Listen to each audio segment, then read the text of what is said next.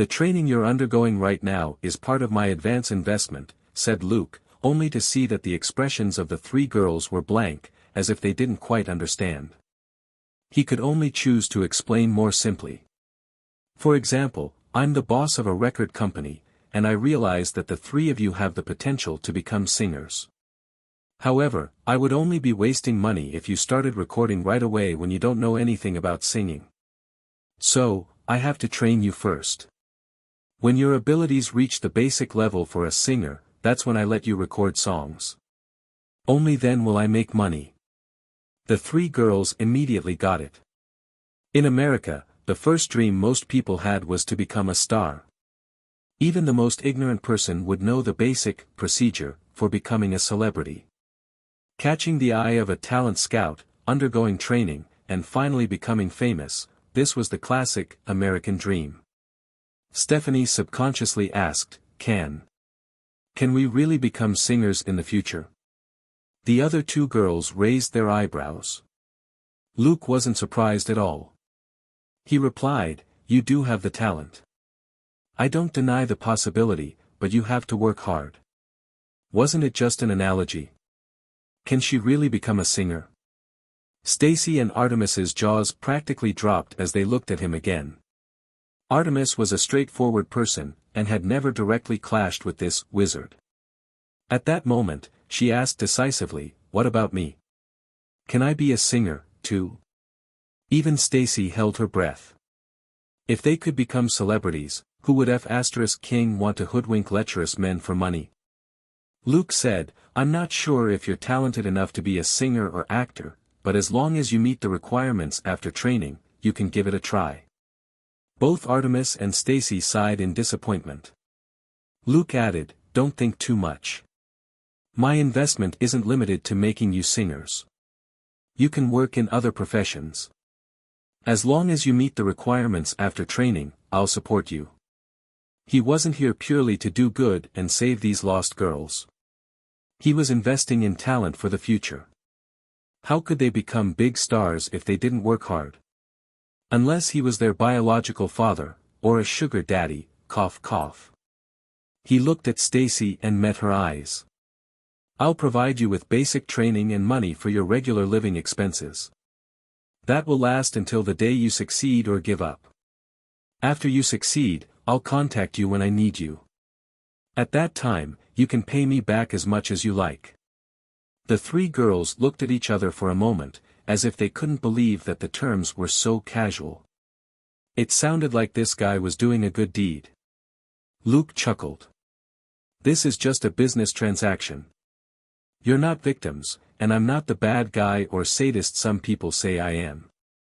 He was talking about Stacy. She had cursed this wizard for being a pervert more than once during training, and had even furiously pounded the sandbag like it was the wizard.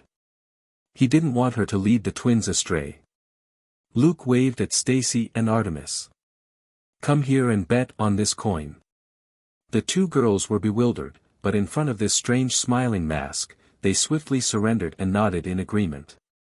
He instantly tossed the coin up and covered it when it landed on the back of his hand, indicating that they'd take a guess.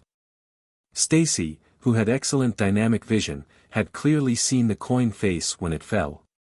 She said, heads, and Artemis naturally followed suit. Luke moved his hand away, and it was indeed heads. Chuckling, he played with the coin for a moment before he flicked it at Stacy. She caught it reflexively. What? Luke said, That's your good luck. Remember to keep it. He then got up and walked out of the house. When he reached the door, Stacy pondered over the good luck. She suddenly came back to herself and shouted, Wait, what's with that curse? The conversation today had given them too many surprises, and Stacy had even been targeted by Luke. She was so traumatized that she had forgotten about the big problem that had to be resolved. Luke said, That was just punishment for all your past offenses. Don't worry, you'll know tomorrow. Stephanie couldn't help but ask, how long will basic training take? Will there be more professional training in the future? The other two girls glared at her again. We said we would be together, but you secretly want to be a singer. Luke was amused. Like I said, as long as you have a proper plan for your future, I won't stop investing in you. Work hard, girls. At that moment, Artemis finally asked the most serious question. What's your name? A wizard is just a job, right? Luke chuckled. Names are just codes for things, and what I am is a man in a mask. Looking at the baffled expressions on the three girls' faces, he sighed regretfully. Girls, you really have too little learning and culture. Can't you understand the mystery in these words, asterisk? It's an honor to meet you. You can call me V. With that, he walked out of the house and quickly disappeared into the night. On the way home, Luke pondered the three girls. They were indeed very capable. Stacy's elementary replication was a cheat, and Stephanie's elementary sound wave was very practical. Luke couldn't learn Artemis's energy explosion, but he could potentially dig deeper into this type of ability. It was for these reasons that his objective was to bring them in as teammates, in line with his casting the net policy. He wouldn't stint on his promise to train them since it didn't cost much. Even at the very most, he had spent less than 2 days on setting things up for the three girls. Most of the subsequent training would still be arranged by the SMART program, Butterfly. Luke only needed to provide some money regularly and adjust their course subjects occasionally. With his skills, he was definitely the most qualified tutor in the world. It just so happened that he had a lot of money in his inventory as well. If he used it on them, nobody would know where the money came from. This was also the reason why Luke had never offloaded this dirty money in the development of his phone company. With the appearance of the team module, this dirty money was now best used to train potential teammates. Money earned above board could be used openly, but it couldn't be spent on things like these that needed to be kept confidential. A lot of his enemies would be able to track him via this money trail, and it also went against his first safety rule. This dirty money whose sources couldn't be verified were most suitable to be used by his numerous sock puppet identities. Daddy's system had left him a loophole early on for keeping the dirty money, or perhaps it had been waiting for Luke to activate the team module. Money was still very useful in this world. The soul of a team was a shared belief, and what a team needed as they moved forward was a lot of money. Compared with the three girls, there were actually other people Luke was more interested in as potential teammates. Damon and Mindy, Rebecca, and Bloodmint would be the perfect teammates. Damon and Mindy were in New York and specialized in dealing with drug dealers. After Luke was transferred to New York, he would definitely work hard to deepen their relationship and try to pull the father and daughter into his team. On the other hand, there had been no movements on Rebecca's end. She was clearly still recovering and adjusting her mindset. Bloodmint also needed to hide from the eyes and ears of the fraternity. This woman had a strong sense of justice and a bottom line. She also had the ability to become a top assassin in the fraternity. Bloodmint had a close relationship with Rebecca, so it would be much safer and more efficient for them to team up. However, setting up this small team would depend on if Rebecca was willing to come back. In addition, the fraternity had to disappear. It was only a matter of time. From the intelligence these two women had, the assassin organization's nest was in New Jersey, which was only a river away from New York. Luke had long blacklisted the fraternity. Every one of its killers, who willfully slaughtered innocent people, was worth at least 800 experience and credit points. He would never let go of these gift bags.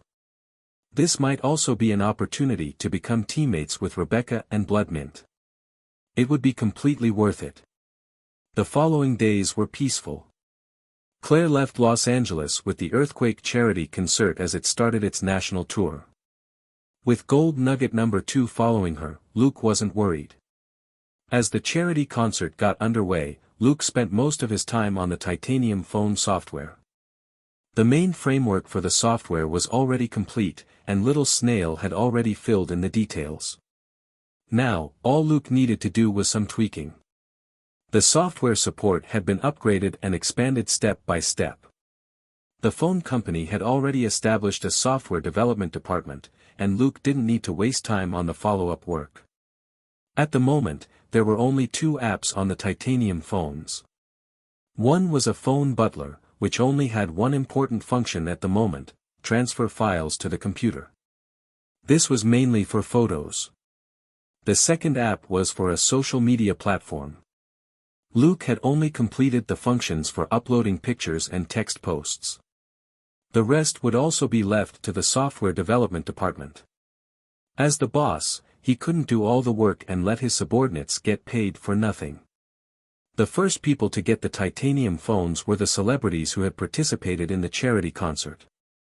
They automatically received a certified account under their stage names on the social media platform, which was bound to their phones. The first thing that this social media platform did after it opened was to promote the charity concert. As the charity concert got underway, the 100 or so A and B-list celebrities from all over America posted photos of the performances from time to time on their titanium phones. Not only were there photos of them at the concert venue, there were also photos of them at rehearsals, during the journey and at meals. This immediately caused a sensation among fans. Previously, most people had to look for relevant information from the news media if they wanted to see what the celebrities were doing. This information was processed by the media, and nobody knew how much of it was true. Now, a bunch of celebrities were taking the initiative to post about their work and lifestyles. This was practically a media earthquake. It wasn't just countless spectators who were enjoying this sudden and bounteous insight into the stars' private lives. The more quick-witted celebrities also realized the genius behind this. In the past, if they wanted to increase their popularity, they had to look for traditional media, TV, newspapers, and magazines, and do all sorts of interviews and shows. Some people didn't scruple to deliberately create negative press to avoid being forgotten. Being a celebrity sometimes left them with no other choice.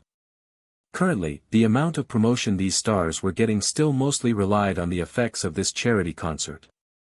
In the long run, however, uploading pictures and text posts online might become one of the important promotional methods for celebrities. In the future, they wouldn't need to rely on traditional media to appear in front of the public.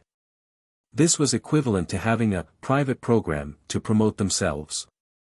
As unofficial promoters of the titanium phones, these celebrities vaguely knew that titanium was expecting to sell 300,000 to 500,000 of its phones this year. Next year, the number would double.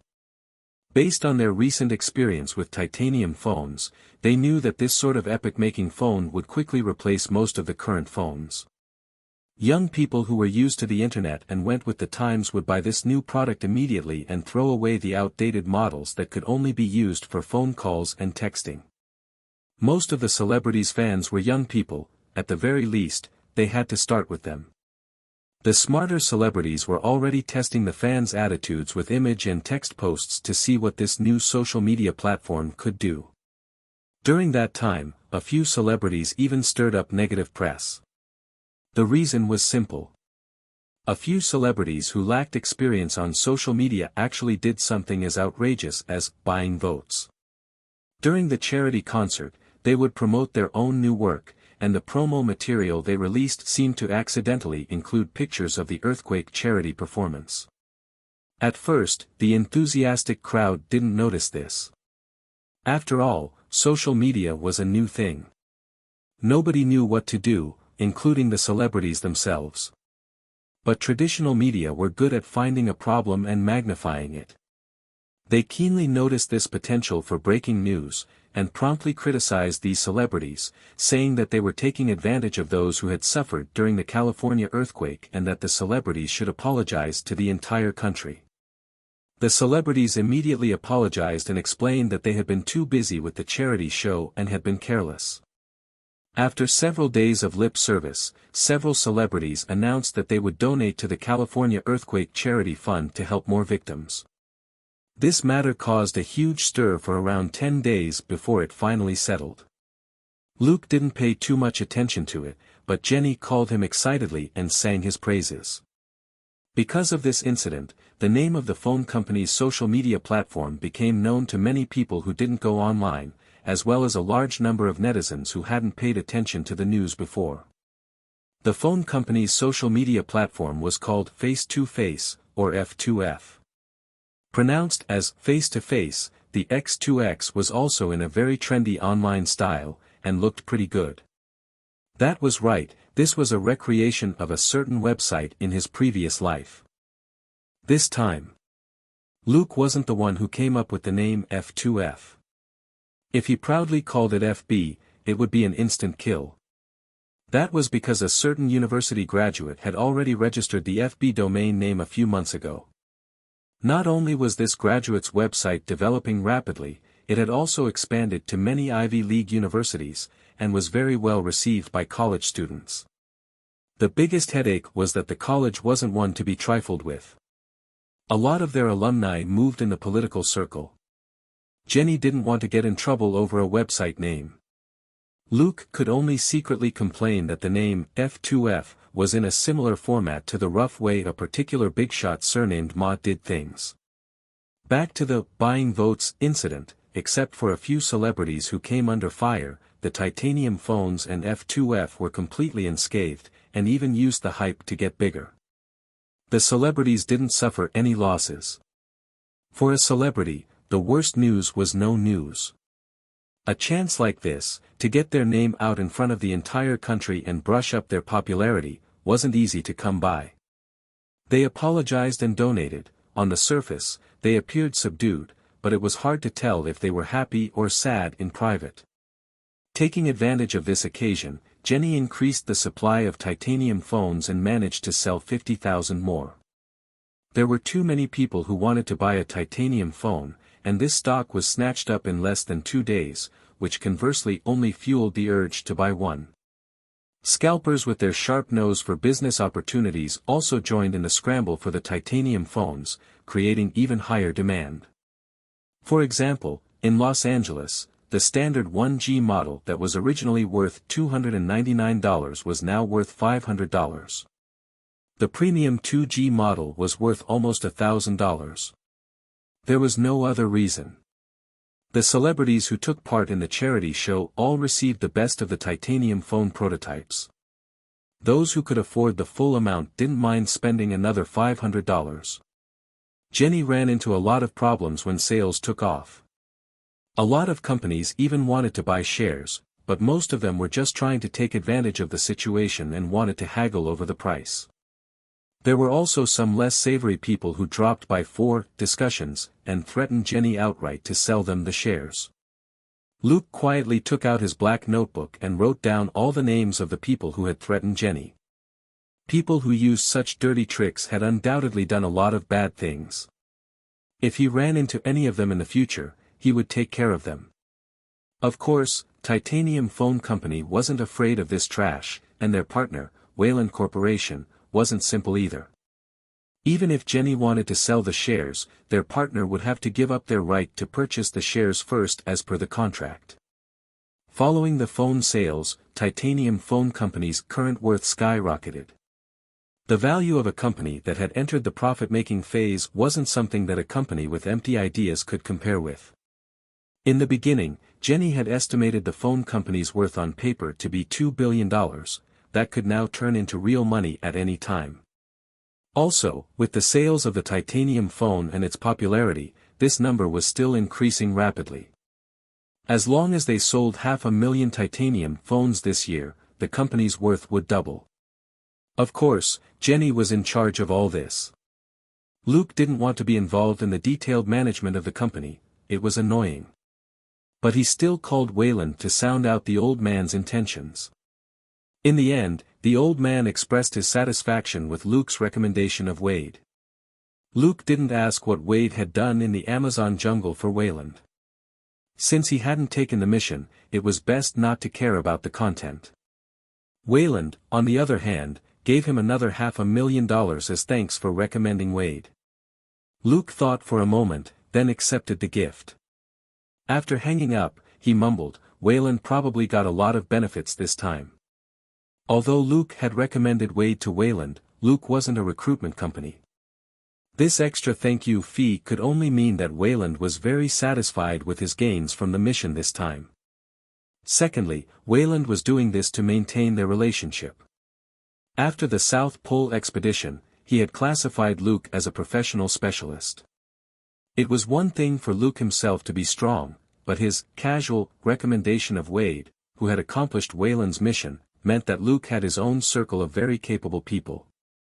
After paying this agent fee, Wayland could continue asking Luke for suitable candidates for other specialized missions in the future.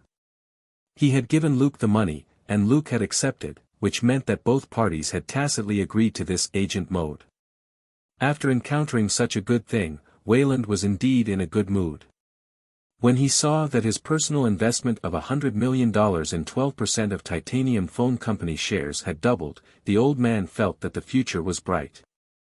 With a wave of his hand, Wayland personally urged his company to speed up the cooperation with Titanium and push forward the transformation and construction of a wireless network in major cities throughout the country. Wayland Corporation didn't belong to Wayland alone.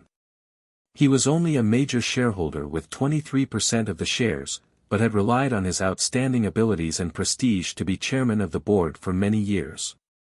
If he wanted to use Wayland Corporation funds, he had to explain why to the board of directors. His investment in Titanium Phone Company had been a personal one. Wayland now needed a lot of money to invest in highly confidential private research which could bring him unparalleled benefits. The old man didn't want to share it with anyone. Thus, he couldn't let Wayland Corporation funds enter the research project. He would profit by pushing Titanium Phone Company along, whether by selling his shares in the company or using the money for loans. There was no need to justify this investment in his research project to anyone. Wayland Corporation would also benefit greatly from promoting the titanium phones. Just by being the first to enter this market and gathering a fixed number of customers would already generate huge profits. As one of America's largest international telecommunications companies and one of the largest network carriers, Wayland Corporation's efforts caused the sales of titanium phones to blow up even more. At the end of August, Jenny had to call Luke and ask, "Can we adjust our hunger marketing plan?" Luke didn't think too much of it. "Can't you adjust it yourself?" Jenny said, "Based on our survey, the current demand on the market is for at least 500,000 phones, which is equivalent to our sales for all of this year, when we're only planning to put 100,000 phones on the market in September." Luke thought for a moment. "You want to increase stock?" Jenny said, "That's right. Your idea of hunger marketing is indeed very successful, but if this goes on, I'm afraid that it might have even more negative side effects. Some of our peers are now saying that we've become like scalpers, selling our phones at high prices." Luke was amused. "Are they starting to spread rumors now?" Jenny was lost for words. "Well, it's not a rumor." Luke was stumped. "What?" Jenny said, "Two branch managers in New York were already discovered to be in cahoots with scalpers. They made tens of thousands of dollars for themselves." Luke was surprised. "How many phones did they sell?" "Over 1,000. Only 50,000 titanium phones had been released for August, and most of the branches only had a few thousand in stock. Over 1,000 phones sold via scalpers was a huge issue." Jenny said, "No, they jacked up the prices of the phones which they sold to the scalpers by $150 to $300. The two managers took out over 200 phones from the New York stores." Luke gritted his teeth. "Are you kidding me? Then what do the scalpers earn?" Jenny said, "According to our investigation, the scalpers have already put up the cell phones for auction. The 1G models start at a base price of $600, and the 2G phones are selling for over $1,000. Holy sh*t. Hearing the prices, Luke couldn't help but curse. "Aren't the managers and scalpers earning more than us then?" Jenny smiled bitterly. "That's how it is. Fine, I admit I was wrong. I was too conservative with the initial sales plan. You warned me." Luke didn't think too much of it. He comforted her with a smile. Who can have incredible foresight in doing business? You're already the youngest and most beautiful businesswoman in America. If you didn't make any mistakes, I would be under a lot of pressure. Darling, you're really too considerate. Jenny said, these are the kind of nice things I want to hear you say to me. Luke said with a smile, don't be too nervous. It's easier to make mistakes when you're nervous. The phone company will expand quickly for the next year or two. The faster the company develops, the firmer your footing will be. The company can hire more people. Right, I've asked Bobby to come back. When he's done with the gold mine, he'll help you with background checks. Jenny was reassured. Luke had once said that Bobby was a professional psychoanalyst, which he had demonstrated when he participated in various negotiations with her. Although it was a little strange for him to have poor communication skills as a PR manager, he was good at his job since he could sense the emotions of his opponents when negotiating. Bobby would indeed be very useful if the phone company wanted to establish a solid foundation. After that, Jenny returned to the topic. What about the sales plan? Luke said, it's up to you. I don't think it's a bad thing to sell 1 million titanium phones before the end of the year, right? Darling, you really know how to encourage people. Jenny was amused. He was the only person who would downplay making a profit of hundreds of millions on his first venture. But now that she had gotten approval for her idea, she relaxed and quickly hung up. There was a lot on her plate recently and she was too busy to talk to Luke. During this period of time, her transformation was also astonishing. Prior to Wayland's investment, Jenny had also pulled out her own assets from financial projects, and turned them into 20 million which she invested in the phone company. She used this opportunity to increase her financial standing against Wayland. After Wayland's investment, she held on to 5% more shares than Wayland. Now that the phone company was worth 3 to 5 billion, there would instantly be people who were interested. All up, Jenny had invested 25 million, which had increased by 5 to 10 times. A long time ago, a certain someone had told her that the two of them would set up a company for her to make more money than her father. She had thought that he was joking back then and hadn't taken it seriously. She had accepted the position as Luke's secretary. She had thought that at most, she would run things for over 10 years and build a company worth more than 100 million. That would be enough for her to escape her weak position in front of her father. But based on the development of the phone company, the shares she owned might be worth as much as her father's entire fortune by the end of this year. And it had been less than a year since Luke had made that joke. Thus, even though more and more people were starting to show her respect, what she wanted the most was Luke's approval. Every time she talked to Luke, she would quickly calm down. Luke was 3 years younger than her and held almost 80% of Titanium Phone Company shares. His assets were worth over $1 billion, but he acted the same as ever and wasn't arrogant. Jenny only had several hundred million, she couldn't be arrogant. Luke had also given her a rough idea of the company's future development. In 10 years, Titanium Phone Company and the software company that was already in the works would become a huge corporation that covered entertainment, social media, and daily applications. And she would be the founder of this corporation. When Jenny thought about how Luke had only wanted to sell a navigation app at first, but he couldn't sell the software, and so decided to make his own phone to use it on, she wanted to laugh. It was just like how people who wanted to open restaurants couldn't order eggs, so they decided to open their own chicken farms. Before the restaurants could make money, the chicken farms had already made a fortune. Fortunately, this was a good outcome. Selling phones and the OS was more interesting than selling navigation software. Of course, Jenny would never forget how indifferent Luke was when he first took out his phone and the various software apps. She knew that Luke had more ideas and skills, but he didn't plan on making money with them yet. She was very interested in these ideas and skills. If she followed Luke, she could do a lot of interesting things. Thus, she was very aware of her position. She was just the manager of the company, while Luke was the foundation of the company's existence. Luke could still succeed without her. Without Luke, she wouldn't have been able to achieve such great success so easily. He was capable, but he didn't blindly pretend to know everything. There was no better partner than him. She would follow him all the way to see even more of the world's beautiful views. The hottest time of the year rolled around in September, and Luke and Selena slowed down with their cases. After the earthquake and the Ellsworth incident, LA's prisons were already full to bursting. It was sunny in Los Angeles every day. They would get home at 4 in the afternoon, and a certain lover of sunbaths could bask for an hour in the backyard. Luke, on the other hand, holed up in his workshop as usual, and was so busy he practically didn't see the light of day. Occasionally, he would sigh at his tiring life. At that moment, Luke finally got the Mystical Police Academy graduation certificate, and was officially a qualified police officer. Dustin immediately arranged for Luke and Selena to take the detective test. But Gold Nugget number 2 was on a national tour with Claire, and Selena wasn't confident in taking the exam. Luke simply smiled without saying anything, and gave her a pair of glasses. After Luke showed her how to work them, the girl was instantly reassured.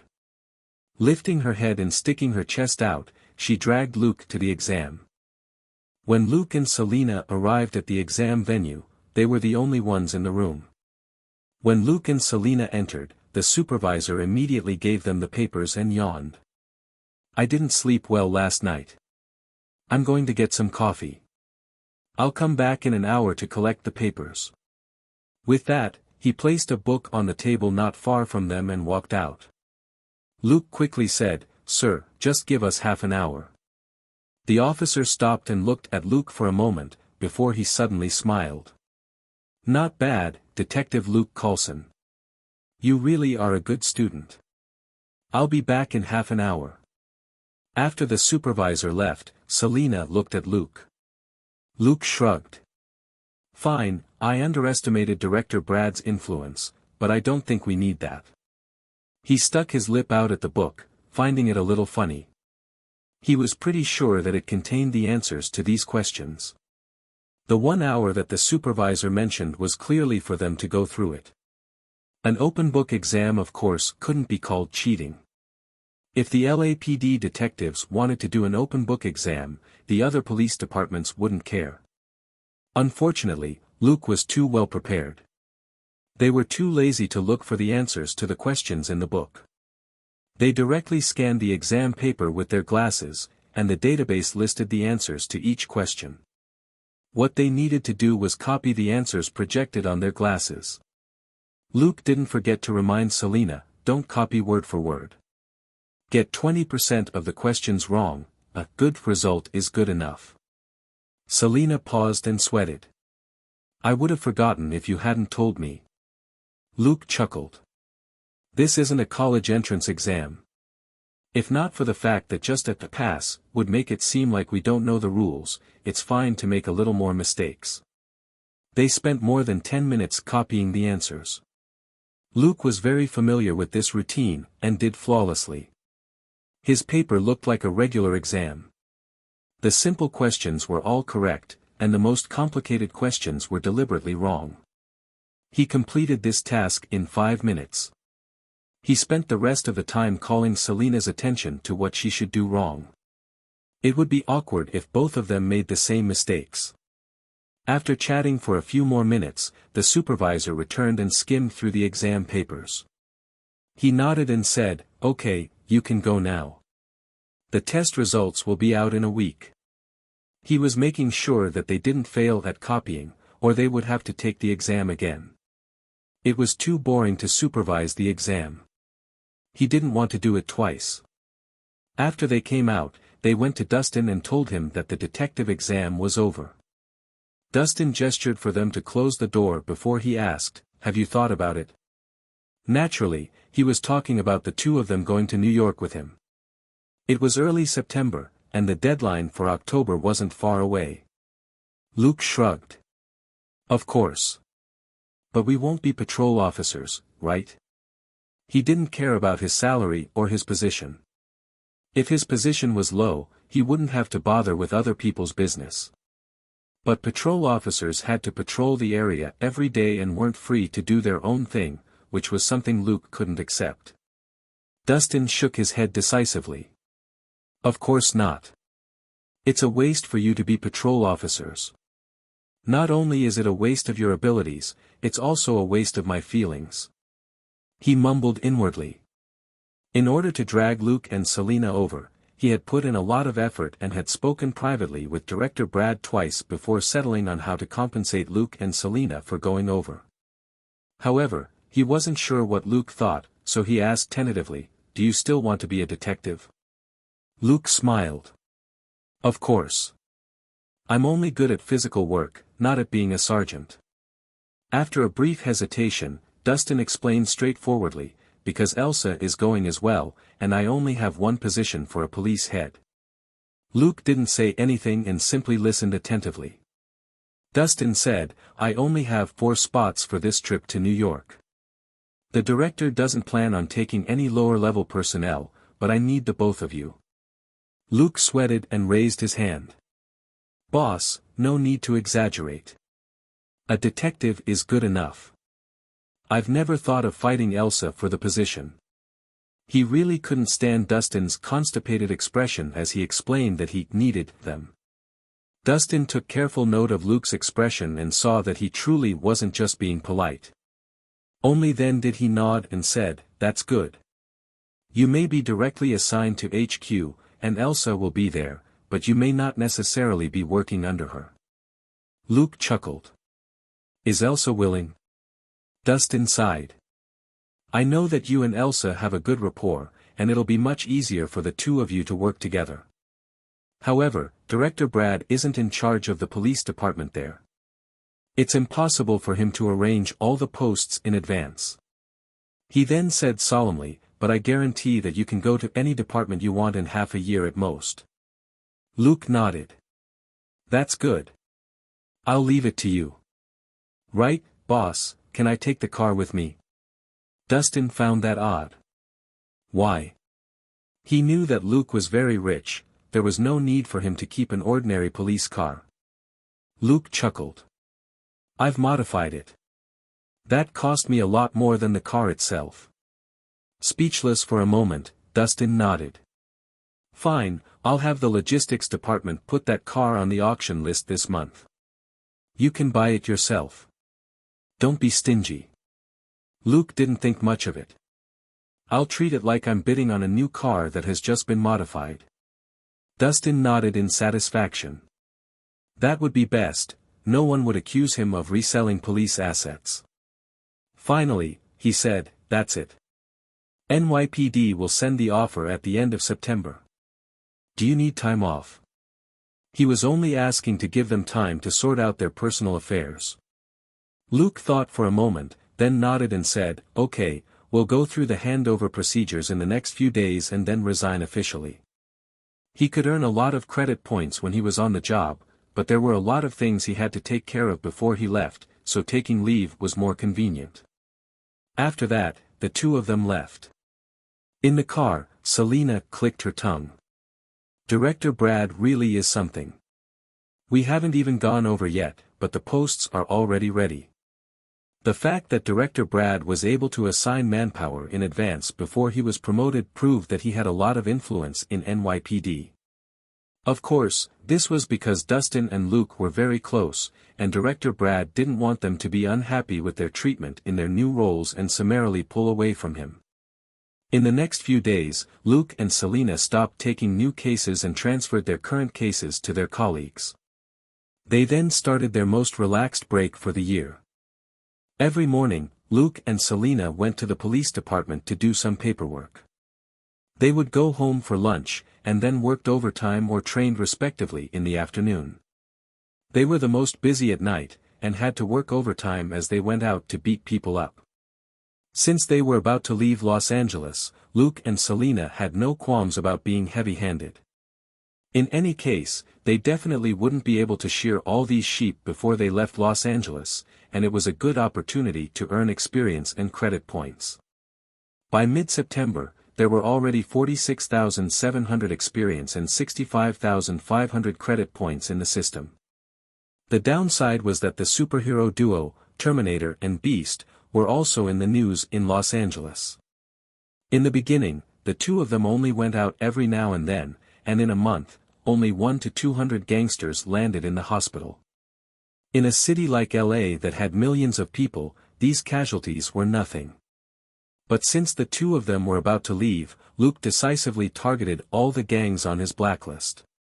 They weren't doing what Ghost Butcher did, this was just breaking bones, which naturally didn't warrant careful investigation.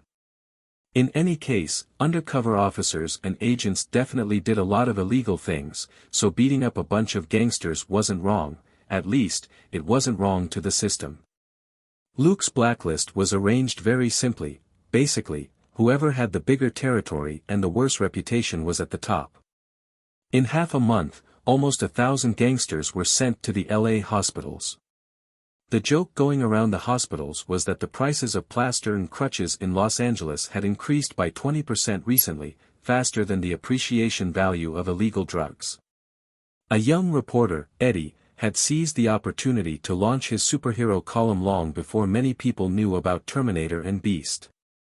After more than a month of careful investigation, his column was released daily. Every day, it would reveal some inside information about Terminator and Beast. Luke wasn't against it. The bigger the hype for Terminator and Beast, the better it would be for the Ghost Butcher. Compared with superheroes who frequently appeared on camera, reporters didn't care about a dark and bloody existence like the Ghost Butcher. The easiest way to hype up a topic was to use real cases, and witnesses and pictures were the real draws. Eddie's column, for example, was popular because of the photos of Terminator and Beast. On the other hand, there had never been any sightings or images of the Ghost Butcher. He was just a terrifying legend in the hearts of the gangsters of Los Angeles. Ordinary netizens only had one thing to say, pics, or it didn't happen. There were much scarier things in American horror stories than the Ghost Butcher, who didn't know how to make up stories. After the two of them arrived in New York, their careers as vigilantes wouldn't be affected by Terminator and Beast. The armor was a sock puppet. These two sets of experimental armor would be swiftly disposed of in New York. When they switched to the new generation of armor, they would naturally have new identities. Terminator and Beast would just become legends in the history of LA gangs, for example, winning the most diligent award for beating up hooligans. Thanks to Luke and Selena's crazy sweep, law and order in Los Angeles had improved significantly recently, and even the number of people in the police department cells dropped rapidly. In contrast, the number of patients treated for broken bones increased exponentially in all the major hospitals in Los Angeles as well as for private backdoor doctors. Most gangs who had yet to be beaten up did their utmost to keep a low profile, fearing that they would be the next to be sent to the hospital. That was because several gang big shots, who didn't believe in the supernatural, loudly declared that they would kill those meddling superheroes. Then, nothing. By the end of the day, the big shots who said that had their bones reduced to dust. Criminal efficiency among the LA gangs was severely affected by these casualties. Compared with getting revenge, the wounded had to be more wary of retaliation from those who held grudges against them, and of subordinates who thought that their time had come. Of course, most of these struggles happened at the upper levels, small fry at the bottom weren't qualified to worry about these. They dutifully continued to go out and sell weed on the streets. They couldn't stop operating before they were sent to the hospital, small fry also had to make a living. These small fry, who were the largest in number, didn't cause too much of a stir, so law and order wasn't affected too much. Luke was very satisfied. At this rate, he could shear at least 80% of the most valuable sheep in Los Angeles before he went to New York. He might even be able to level up again. His basic stats were 40 strength, 20 dexterity, and 35 mental strength. It would be best if his mental strength could reach 40 before he went to New York. After that, all that would be left was dexterity. What he had always wanted was to see the effects of all three stats at the same level.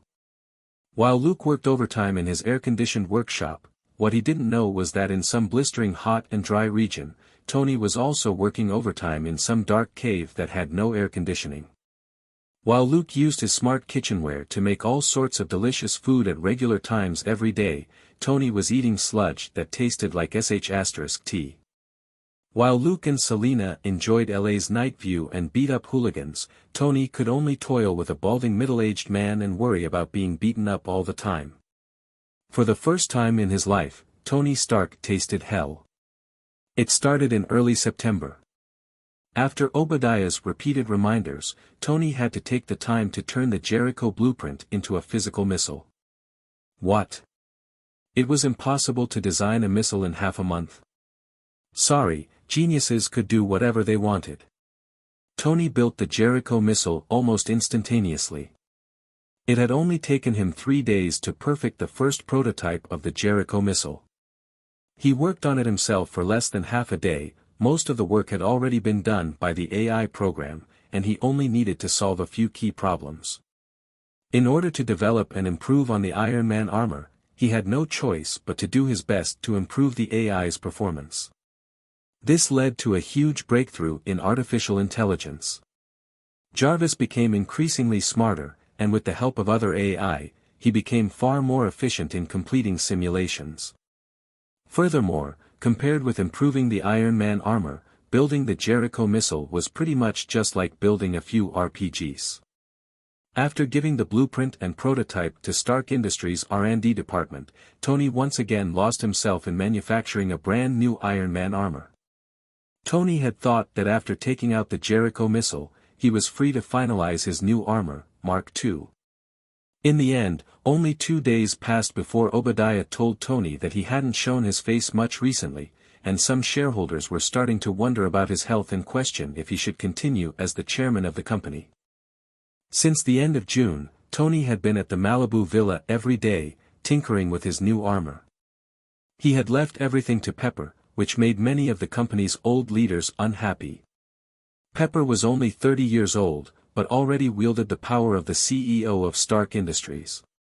It was impossible for the old guys to not object. Tony's enormous research expenditure in the last 2 months was even more shocking. Furthermore, Tony never showed his face, which made them wonder all sorts of things. For example, had Tony gone crazy? Top scientists were like top artists. Mental illness was a common problem for this highly intelligent group.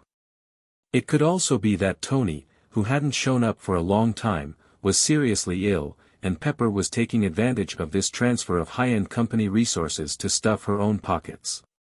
Under this pressure, Tony couldn't resist Obadiah's repeated pleas, and finally left the villa to go to Afghanistan in person to obtain the military's purchase order. After spending more than $2 billion of Stark Industries research funds in 2 months, he really did need to show the shareholders that there was hope of making money. It would be more convincing if he obtained this first order himself.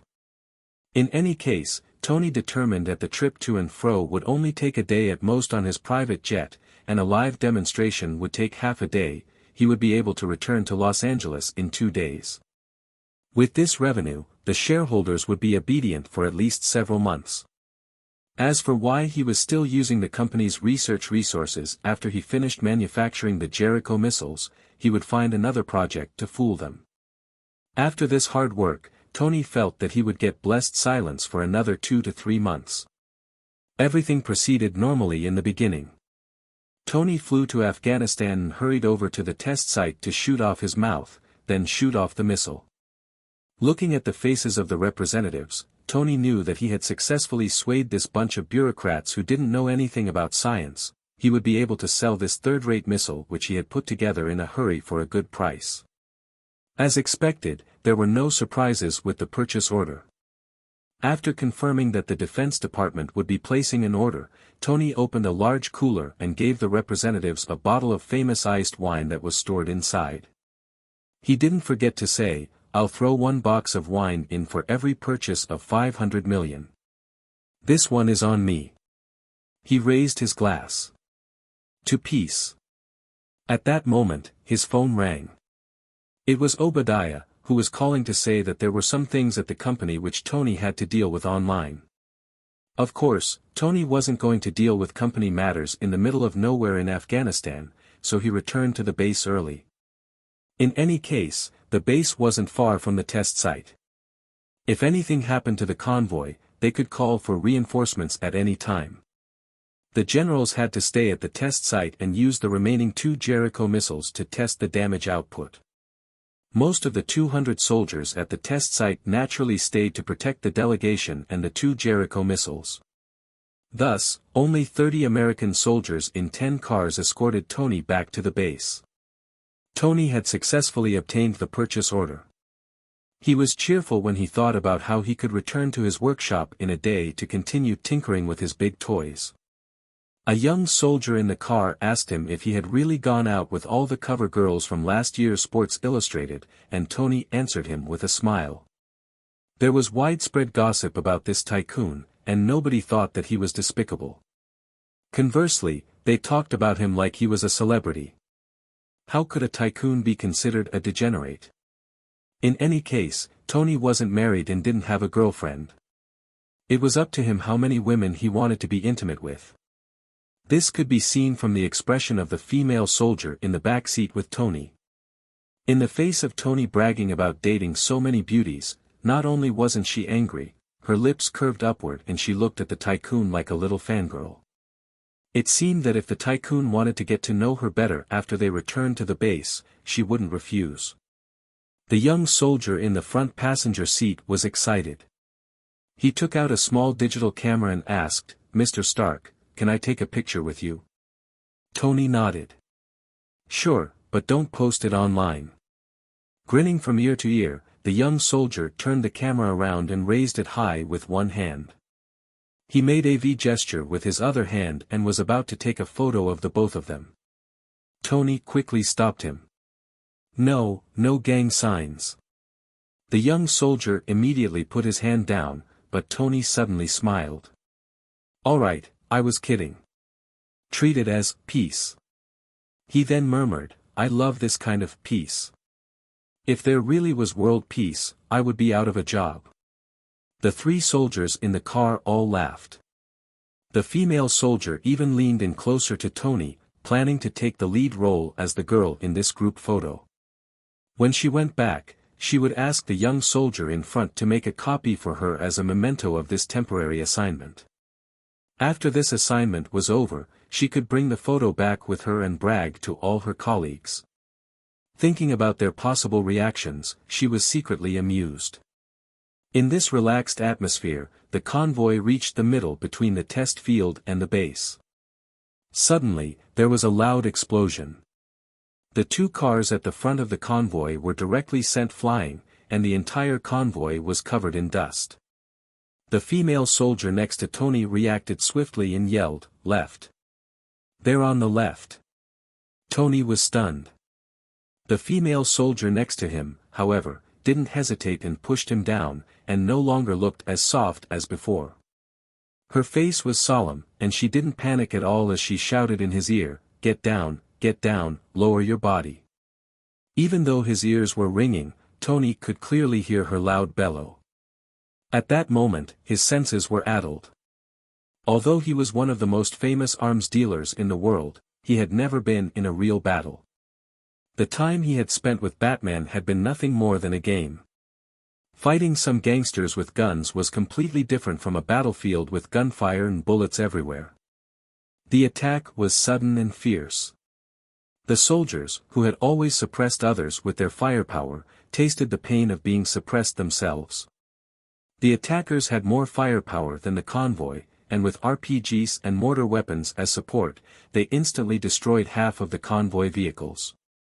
The machine guns on the other cars were also the focus of fire. If any of the soldiers wanted to go up, the car would instantly be attacked. "Call for backup, call for backup." Tony heard the frantic yells of some of the soldiers. But he also heard someone yell miserably, "Electronic interference. They have electronic interference." Tony's heart sank. The convoy relied mostly on the military base not far away for backup. But the other party had come prepared with an electronic interference device. If they couldn't call for help, the remaining soldiers wouldn't be able to last more than a few minutes. Tony felt that the attackers' firepower was even more intense than what the several dozen army vehicles had. He was right. It wasn't just several dozen attackers who had ambushed them, but almost 200 people. They had set up the ambush in advance, and their guns weren't any worse than what the American soldiers had. They also had artillery support, and it only took a few minutes for them to take down more than 30 soldiers. A Baldy was looking at the convoy through a pair of binoculars from behind a hill. He suddenly turned around and shouted, "Pay attention to the target. Don't shoot at his car. I want to see who this guy is." He was very interested in the person whom the top management at Stark Industries had paid a lot of money to get rid of. This person could be useful, how could he just kill him like that? When the female soldier in the back seat saw the battle outside, she couldn't sit still anymore. She shouted at Tony, who was lying down in the back seat, "Stay in the car, don't run around." Then, she opened the door and got out. The criminals had the upper hand. It might be useless for her to resist, but she would definitely die if she didn't. The people who dared attack an American convoy here wouldn't leave anyone alive. Without the female soldier holding him down, Tony immediately sat up. His mind was in a mess. He just wanted to see what was going on outside. In the end, a bullet hit the female soldier in the arm after she got out of the car, and she screamed and fell to the ground.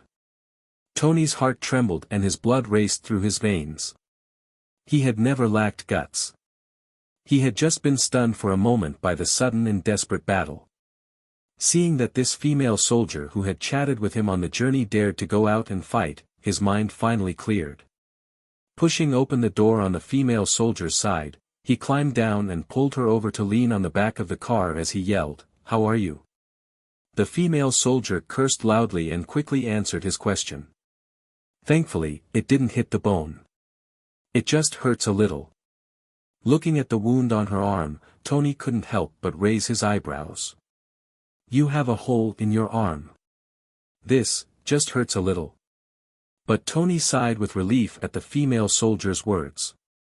At least she was still conscious. He grabbed her rifle, which had fallen to the ground, and stuck his body out over the hood of the car. He fired wildly at the left side of the convoy. The female soldier screamed as she tried to stop him from acting rashly. "Hurry up and get down. You'll be killed." As she roared, she took out a pistol from the holster at her thigh, gritted her teeth, and opened fire at the attackers. Tony was a billionaire and someone she had to protect.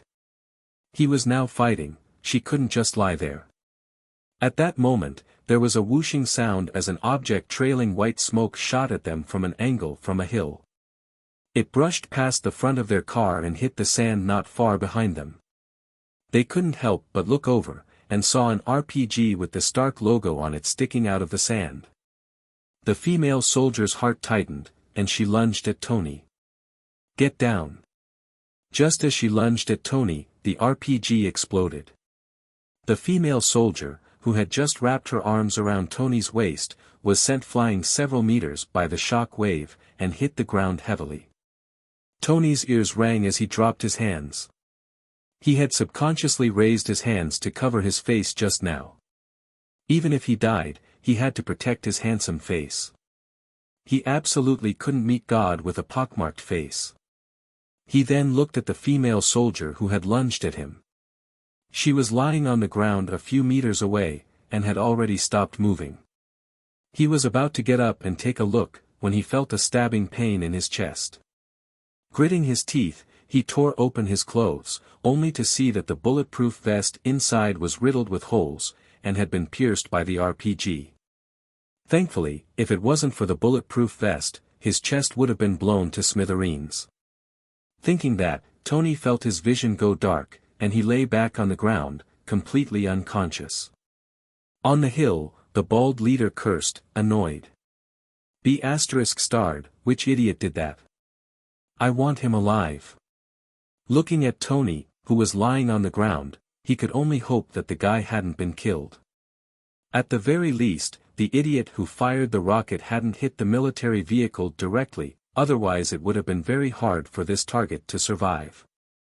It wasn't until half a month after Tony was attacked that Luke noticed something unusual.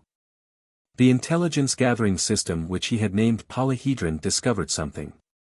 Someone had used a titanium phone to reveal what was happening in Afghanistan, and this woman was the wife of a military general. When she posted on F2F, she mentioned that her husband was in Afghanistan on a business trip. Polyhedron found something unusual in the pictures in the F2F post. The woman's husband was actually with Happy, Stark's personal security chief. In the picture, Happy was talking to someone else, whose shoulder covered half of his face, but Polyhedron immediately recognized him. The Polyhedron system hadn't been perfected yet, and Luke didn't dare set up something like Prism from the start.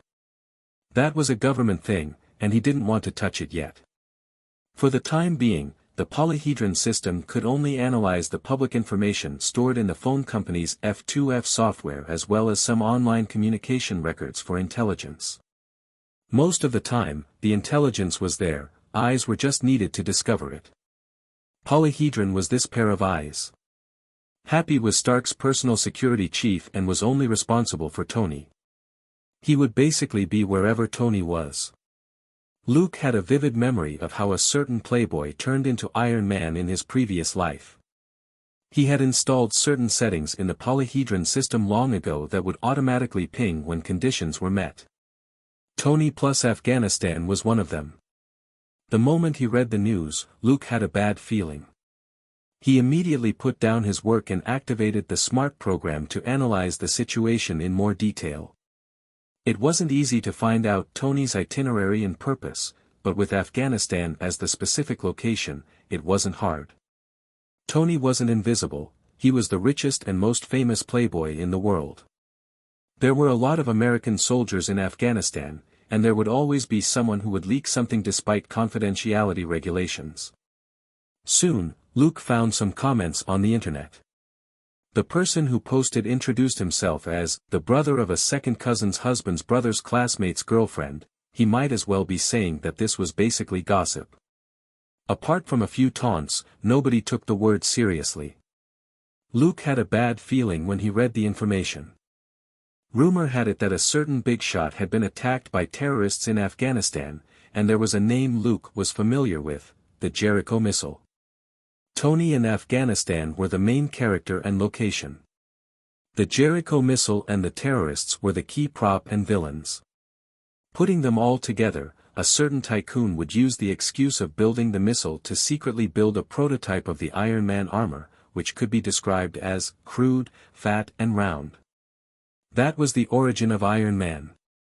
Not long ago, Tony had unexpectedly come up with the Iron Man armor early on to compete with Batman. This had made Luke think that the real Iron Man story wouldn't happen here.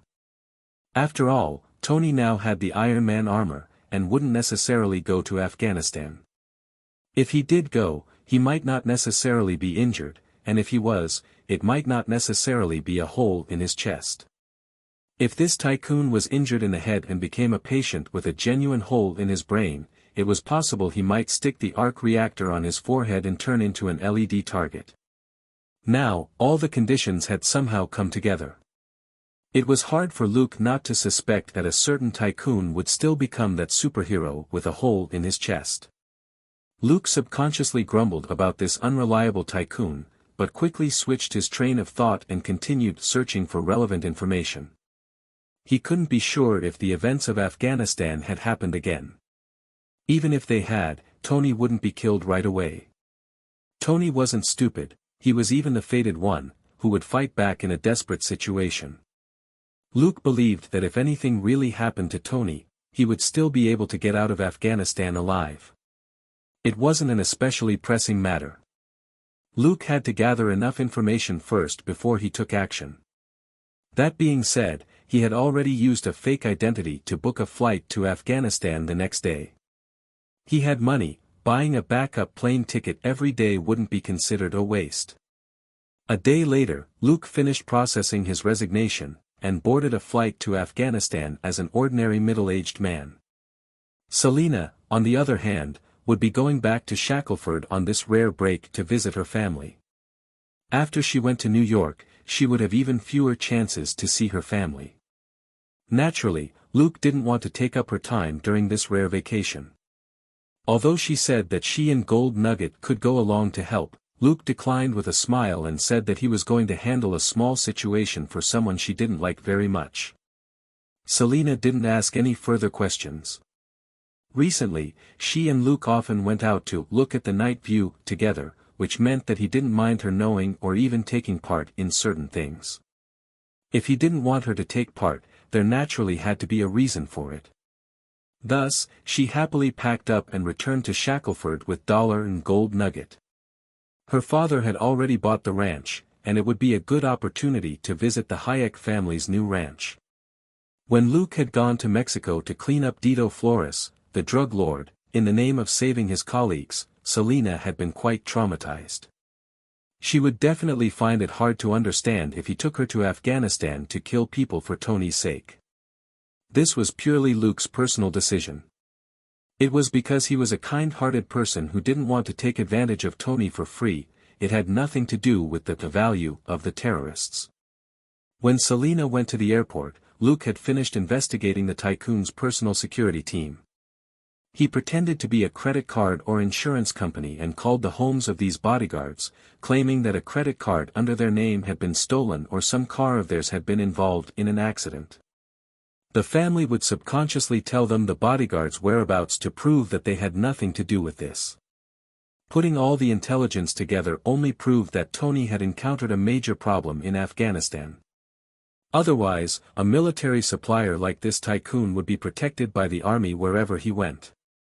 There was no need to move so many private bodyguards. The biggest advantage of private security was that they had to follow Stark's orders. If they had gone to Afghanistan en masse, it could only prove that the tycoon needed a lot of help from his own people. After the flight to Afghanistan, Luke bought a second-hand pickup with cash. When night fell, he arrived at an American base. Wearing the Big Dipper armor again, he waited quietly on the road outside the base for a moment before a military vehicle sped by. Luke activated his optical camouflage and ran lightly after the truck. As he ran, he grabbed the edge of the truck and jumped into the back. The driver didn't notice anything and continued speeding forward. Soon, he reached the gate. The guards checked the IDs, checked the empty back and bottom of the vehicle with their flashlights, then let the truck in. 10 minutes later, Luke entered a single ward. On the bed, a woman wrapped in bandages was sound asleep. He walked up to her and injected her with a small dose of inducer before he whispered into her ear. A moment later, he was surprised. The woman was surprisingly resistant to the inducer. Despite the drug, hypnosis, and mental communication, she still resisted his questions. Luke could only give her a normal dose and repeat the hypnosis process. Given her extremely poor physical condition, she finally crumbled under the hypnosis this time. She entered a semi-conscious state, and soon confessed everything. This woman was the only survivor from Tony's convoy and the female soldier who had been in the same car as Tony. Her name was Barbara "Bobby" Morse. In fact, she wasn't from the US military, but a SHIELD agent. SHIELD, who had always been paying attention to Tony Stark, secretly planted an agent next to the tycoon for this dangerous trip to Afghanistan. Barbara had been severely wounded after saving Tony from the rocket explosion. She just managed to activate the distress signal, then played dead to avoid the attackers' cleanup.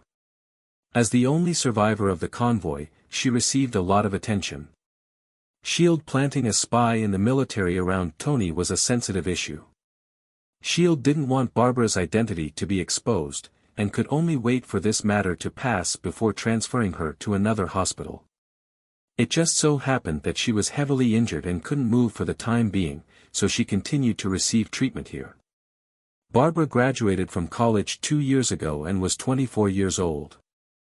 For someone as young as her to be sent on such a high-level mission, she was naturally very outstanding. She was good at stealth and gathering intelligence. SHIELD sent her here to use her strong points to gather intelligence on Tony from the side. Tony had been kidnapped after his itinerary was leaked and he was ambushed. She hadn't done anything wrong. Fighting hundreds of criminals alone was beyond the abilities of a normal person. However, Barbara had done her homework before this operation, and was very clear about the situation around the base. She was smart and quick-witted, and had observed a lot of details in the short time she had been attacked. Based on the criminals' physical characteristics, language, and numbers, Barbara had a rough idea of their backgrounds, which gave Luke an advantage. After collecting this intelligence, he activated the optical camouflage again and left the ward, sneaking out of the base. In the wilderness, he pondered for a moment before he took off the Big Dipper armor and put on the White Wolf armor. This time, the White Wolf armor's wings shot out right away. The back was taller now, with 3 mini-propulsion jets on it. Activating the jets, Luke flew toward his first destination. The new experimental jets on the armor were far less efficient than Tony's Iron Man armor. After all, the raw materials for energy were a big problem, so he could only economize and use cruise mode for long-distance flights. Even then, the armor's cruise speed was still roughly 120 km per hour. Afghanistan was a war zone filled with mountains and mixed forces, and had prominent advantages. A small plane would be faster, but taking off would be a problem. Luke couldn't obtain many materials for the time being, and he had no way of sorting out the stealth function. Using the White Wolf armor to fly at a low altitude wasn't a problem. Crossing mountain ranges in the night sky, Luke soon reached a place hundreds of kilometers deep in the mountains. After confirming that this was indeed one of the coordinates provided by Barbara, he quickly reduced the power output on his back to the minimum and glided down soundlessly in his armor, the pure white color of the armor also vanishing into thin air. As semi-assassin type armor, White Wolf now had an optical camouflage system which Luke had added in subsequent modifications, but it still wasn't as stealthy as the Big Dipper armor. Thankfully, this wasn't America, it was just a small village in Afghanistan. Luke snuck into the biggest house in the village. He didn't need to interrogate the guards, he simply gave one of the guards a dose of the inducing agent. Then, following the guard's information, he found the leader of this place and also gave him a dose. In this lawless place, he could fully utilize methods which he hadn't used casually in the past to be as efficient and as quick as he wanted. 10 minutes later, Luke rose into the air again, leaving only a few bodies in the room. He didn't deal with the bodies, since he didn't have to worry about the terrorists calling the police. If something big happened in Afghanistan, he could make White Wolf or Big Dipper take the blame. He had to avoid using the Ghost Butcher's methods. There were as many factions here as there were hairs on a cow, and their backgrounds were extremely complicated. Thus, Barbara's intelligence had only locked onto a rough area. Luke could only search one by one. If he was lucky, he would be able to find the person right away. If he was unlucky, he could only hope that someone from another faction knew where Tony was. It didn't have to be someone who saw it with their own eyes. They only needed to confirm that a certain force had made a big move here some time ago, that would be an extremely obvious clue. They had successfully ambushed the American convoy with more than 200 people at once. It was impossible for them to hide this from other local forces. The leaders earlier didn't belong to the group that had attacked Tony, and they didn't have any information on Tony's whereabouts. Luke could only find out from them who was more powerful and had more information channels. Then, he quickly turned around and headed for the next intelligence provider. As Luke shuttled through the night sky over the mountains in Afghanistan, Tony was in the final stage of his last-ditch effort. Half a month ago, his convoy was attacked. Tony was injured and unconscious. After losing consciousness for a period of time, he entered a semi-conscious state, and was in perpetual nightmarish pain. Just as he was about to fall asleep, a lot of bearded men hung around in front of him shouting, and Tony found the noise annoying. He couldn't understand what they were shouting. It was as if everything was a dream, and he forgot most of what he saw. Finally, he completely woke up from his coma. Except for a faint yellow light not far away, everything was dark around him. A moment later, he realized that he was in a cave with a middle-aged bald man. He soon learned that the middle-aged man was called Insen, a scientist and a doctor. In 1999, they met at a conference in Bern, Switzerland, but Tony had been too drunk to remember Insen. To that end, Tony could only apologize for his previous foppish personality. Thankfully, Insen had a good temper.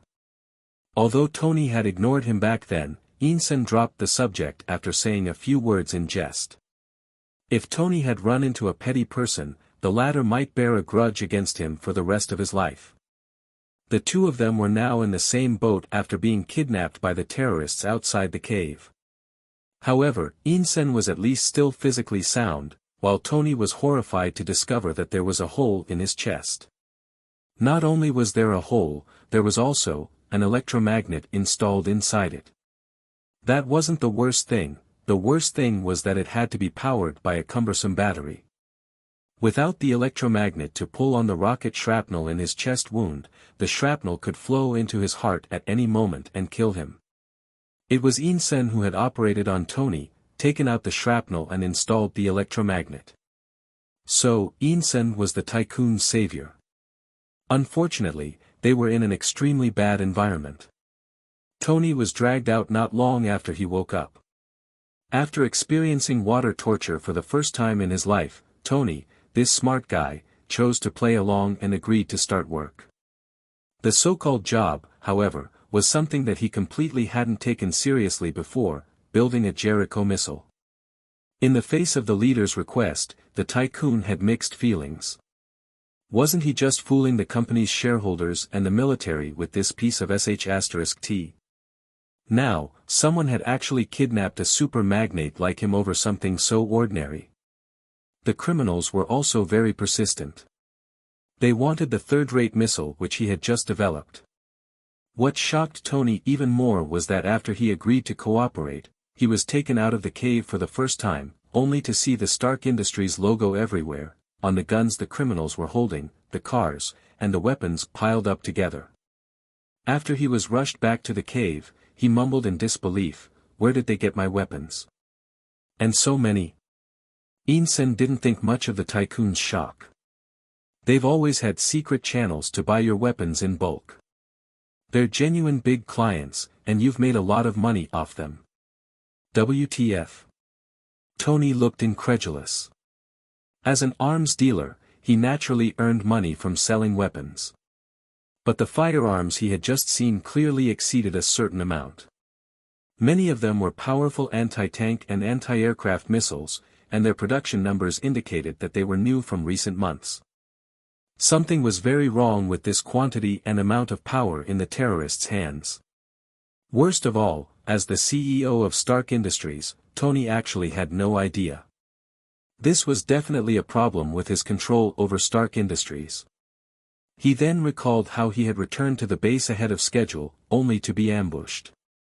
The criminals had already prepared the raw materials for him to make the Jericho missile, which meant that his kidnapping had long been planned and wasn't a last-minute plot.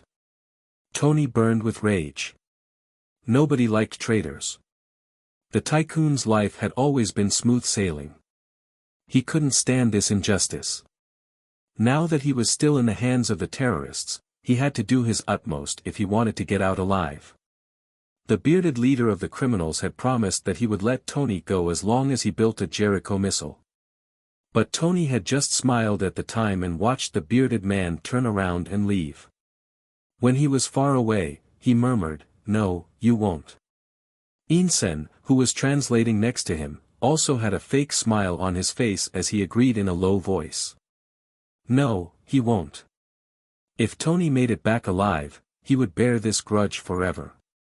It wasn't a good thing to be hated by a world-class arms dealer forever. So, once they had completely made use of him, the only thing that awaited Tony was death. Speaking of schemes, these mountain terrorists weren't even fit to carry his shoes. But with this trip to Afghanistan, Tony's combat ability was pulled down to the same level as the other party, and then, the other party relied on their abundant experience to defeat him. Tony, who had always looked down on the armed forces, finally had a taste of what it was like to run into soldiers. There was something that made the tycoon even more depressed. In fact, he completely had the chance to easily dodge or even wipe out the attackers. But he had unluckily missed the opportunity. Thinking about how he had left Happy at the base on the day of the demonstration, and how he had repeatedly told Happy to guard a certain suitcase, Tony was so depressed that he wanted to vomit blood. This suitcase-like item was the Mark V that he had just developed after seeing the armor of the Angel of Judgment in Europe. It was a portable metal armor. Mark V didn't have a powerful weapons system, but it had astonishing speed and defenses, and it only took him 12 seconds to put it on. He had brought Mark V with him, firstly, because he had just completed this new product, and secondly, for his own safety. But when he went to the test site, he could only take a military vehicle, and Happy couldn't follow him. Tony didn't want the military to notice Mark V, and there were more than 200 American soldiers protecting him. At that time, his brain had short-circuited. He had brought Mark V to Afghanistan, but inexplicably left it with Happy at the base. Because of this small change, he became a prisoner and had to walk around holding a car battery every day. It was a dog sh*t life. In a few days, he might really be fed to the dogs and turned into a pile of real dog sh*t. Self-doubt, anger, and despair all turned into deep unwillingness. Who was he? He was Tony Stark, the one and only major arms dealer. As long as he had a pile of metal sheets, he would be able to forge a suit of armor. Tony was completely enlightened. He had to survive and leave this place alive to find the traitor. The dark cave, the bad food and water, the odor of sweat, and the criminals who were ready to kill him at any moment didn't crush Tony. Instead, it helped him shed his fickle playboy attitude and regain the essence of his self. I'm Tony Stark. I'm Iron Man. Roaring angrily in his heart, Tony smashed down with the hammer in his hand and earnestly started his blacksmith work. On the other side, Luke left another mountain village helplessly. His intelligence gathering wasn't going very well this time. After wandering around the mountains for 3 days, he still hadn't found any traces of Tony. Thankfully, there were only a few suspects left, and he would be able to complete the first round of reconnaissance the day after tomorrow. Also, a lot of criminal leaders had fallen into his hands along the way.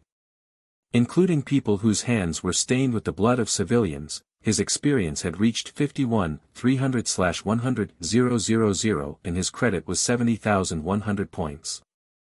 After eating and sleeping for 2 hours in a cave, Luke took out his laptop and started working. His list of suspects had shrunk to 4 or 5. Some of them were a little far away, and there weren't many of them. He could ignore them for now. The biggest suspect was the 10 Rings Group. Luke had long heard of this organization. According to previous intelligence, the 10 Laws Group was the largest terrorist organization in Asia. They were also active all over the world, and were very fearless and powerful. They were the people most likely to have attacked Tony. It was said that this organization had the support of a powerful extraordinary being, which was why the people here were so fearful of the 10 Rings Group that they didn't dare resist. Anyone who dared go against them, even if they were terrorists, were killed. They were also very well hidden. The people whom Luke had dealt with earlier didn't know much about the 10 Rings Group, and were unable to provide much detailed information. But one of the gang leaders had mentioned that a large number of 10 Rings members had been active in the area recently. That was the only good news Luke had heard in the past 3 days. Looking at the sky, he packed up his things and cleaned up all traces. After he left the cave, he activated his jets and flew toward the valley where the 10 Rings Group was supposed to be stationed. In the cave a few days ago, Tony carefully picked up an object that looked like a thin wire ring with a pair of tweezers and put it into a small disc before he relaxed. This was palladium. There was too little of it. If he messed up, the criminals might not have the patience to find another batch of materials for Tony, and his plan for a counterattack would be useless. Thankfully, he had done this many times in Los Angeles, and it wasn't hard to do it again. After the most important core was complete, Tony picked up the pace and added external parts to the disc. A day later, looking at the cylindrical object on the table that glowed with a faint blue light, Ensign murmured, "This doesn't look like a missile." Tony smiled. "This is a mini electric generator. I have a bigger one at home to power my factory. If I add it to the electromagnet, it'll stop the shrapnel from entering my heart and I can get rid of the battery. Of course, it can also keep a big guy running for 15 minutes. Insen looked at him blankly. What big guy? Tony said, put this on me first and I'll tell you. Of course, Insen, the nice guy, had no objections. He immediately found the surgical tools and began to put the new thing on Tony. An hour later, Tony sat up on the bed. He looked down at the ring of blue light on his chest, closed his eyes for a moment, then nodded. No problem. It's much more comfortable than I expected. I thought it would be as bad as a girl's first time. Insen smiled. No, this took your first time. As he spoke, he shook the simple electromagnet that was connected to the battery with wires. Tony chuckled. Fine, I remembered wrong. After all, I was still unconscious when you did it the first time. After joking around, they started working again. They didn't have much time left. As more and more parts were processed, there would be more and more gaps in the work. Tony couldn't pin all his hopes on the criminals being uneducated. Looking at the surveillance footage in the cave, a slightly smarter criminal mumbled in confusion, "Why doesn't it look like the picture at all?"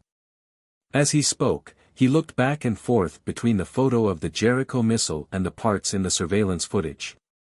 His partner came over and explained confidently, "Maybe it's an improved version. This isn't an American military factory. It's very normal for it to be different." The smart criminal shook his head and insisted, "Look at the tail. It really doesn't look like a Jericho missile." His partner gestured with his hand. "You're too stupid. Look at the other end. Isn't that right?" The smart criminal looked at the photo suspiciously and compared it for a moment.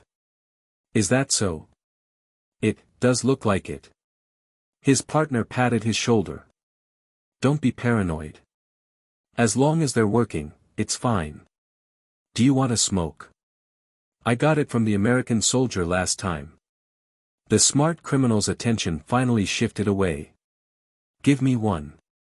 After lighting his cigarette, he no longer focused on the surveillance footage. As his partner had said, it was fine as long as the American tycoon continued working. In any case, everyone here was from their group, and the tycoon couldn't try anything funny. Tony finished making all the parts in the cave 2 days later. He took out a stack of blueprints, overlaid them on a glass panel, and turned on the light under the glass. Looking at the blueprints, each of which initially didn't look like they had anything to do with the metal armor, Insen couldn't help but exclaim, "This is amazing." Tony's eyes glowed. "It's our only hope of getting out alive. Let's get to work. We don't have much time left." Saying that, he messed up the blueprints, threw them to the side, and went to one side to assemble the armor. While he was doing all this, he also thought of a certain charcoal head, but he absolutely wasn't grateful to him. His Iron Man armor wasn't a copy of Batman's armor. It was just that he had simplified the design of the armor in the cave, which made it look like Batman's armor in some respects. For example, its ugly appearance was more like Batman's armor. Of course, he wouldn't copy such an ugly design. It was just that the structure was too simple, which inevitably made the two look similar. Also, he wouldn't thank Batman for the mini electric generator in his chest. This was something which his father had designed long ago, and he had successfully activated a big one at home. 2 months ago, he had successfully miniaturized the electric generator in order to solve the problem of power for the metal armor. The only difference was that the reactor had no electromagnetic function. In private, he called it an arc reactor. This was all thanks to his own efforts. It was just that Charcoal Head's appearance had reminded him of the arc reactor research. Did that mean if he got out alive this time, he wouldn't have to bother Batman anymore? As if. At most, when he unmasked the guy, he would choose a place with no onlookers so that the guy could continue pretending to be mysterious. These thoughts flashed through Tony's mind as he moved even quicker. After assembling armor so many times, he was already very familiar with the process. Compared with Mark I, this simple suit-up was like the difference between constructing a building and a child's building blocks. The armor didn't need too many functions. The most important was defensive capabilities, and a certain amount of offensive power. However, as the biggest hope in this desperate situation, Tony still gave it a name, Mark 0. 0 meant that it was less advanced than Mark I, and also represented how it had been created in a cave with nothing. An hour later, with Inson's help, Tony basically put on his armor without any major problems. Only some of the interface and parts weren't handled perfectly, and the slight rubbing and pressure on certain parts made him uncomfortable. Holding back the urge to adjust his dick, Tony called out to Inson, "Start the launch program and activate the energy system for the armor." A few minutes ago, a Baldy walked over to the surveillance camera and observed the situation in the cave. In just a moment, he sensed the anomaly and shouted, "Where's Stark? Where is he?" The two slightly drowsy criminals in front of the monitor jolted awake. When they turned around and saw the Baldy, they trembled in fear. They've been working all this time. We've been watching. They worked all night and didn't sleep. The Baldy's face was dark and his eyes flashed fiercely. "Show me where he is." The two criminals quickly looked at the surveillance footage, and the smart one immediately pointed at it. "Here, he's here.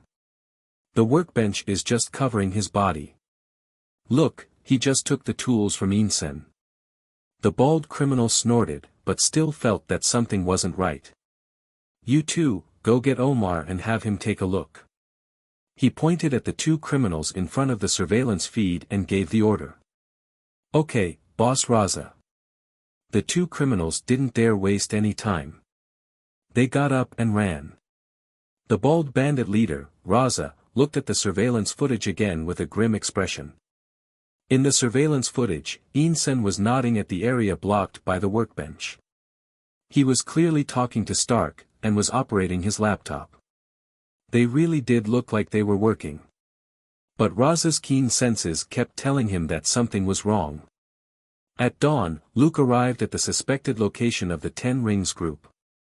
This time, he didn't charge in directly. Firstly, it was already dawn, and secondly, there were too many people. Although he had worked swiftly in the last few days, that was only at night, and he had to scout out the situation first before he took action. It was the first time he was releasing this medium-sized drone, which was several times bigger than a mini drone and used a regular flight engine. This type of drone had more surveillance equipment and had more functionality. It was suitable for use with multiple targets in more complicated areas.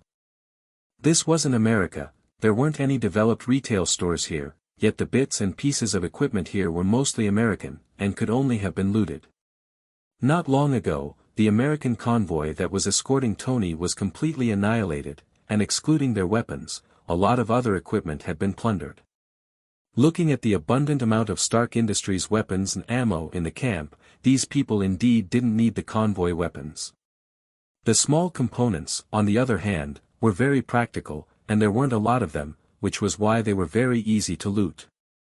These criminals were hence very suspicious. In less than half an hour, the drone had already checked all the places it could reach. But the criminals were like rats, many of them stayed in the caves, and there were also many steel doors and guards in the caves. There was no room for escape at all.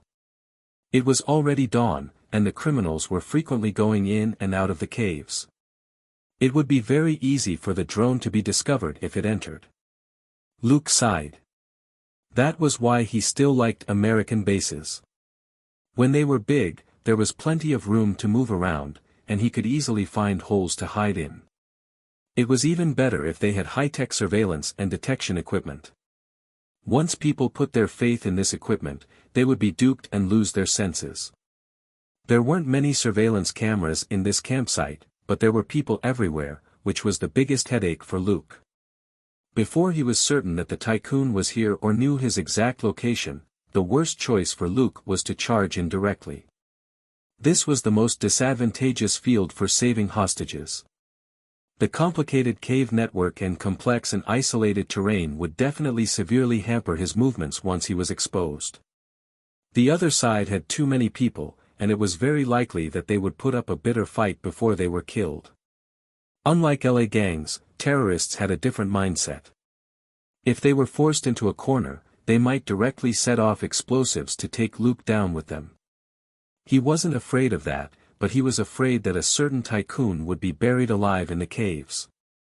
Luke used Tony's abilities every day to make one set of armor after another.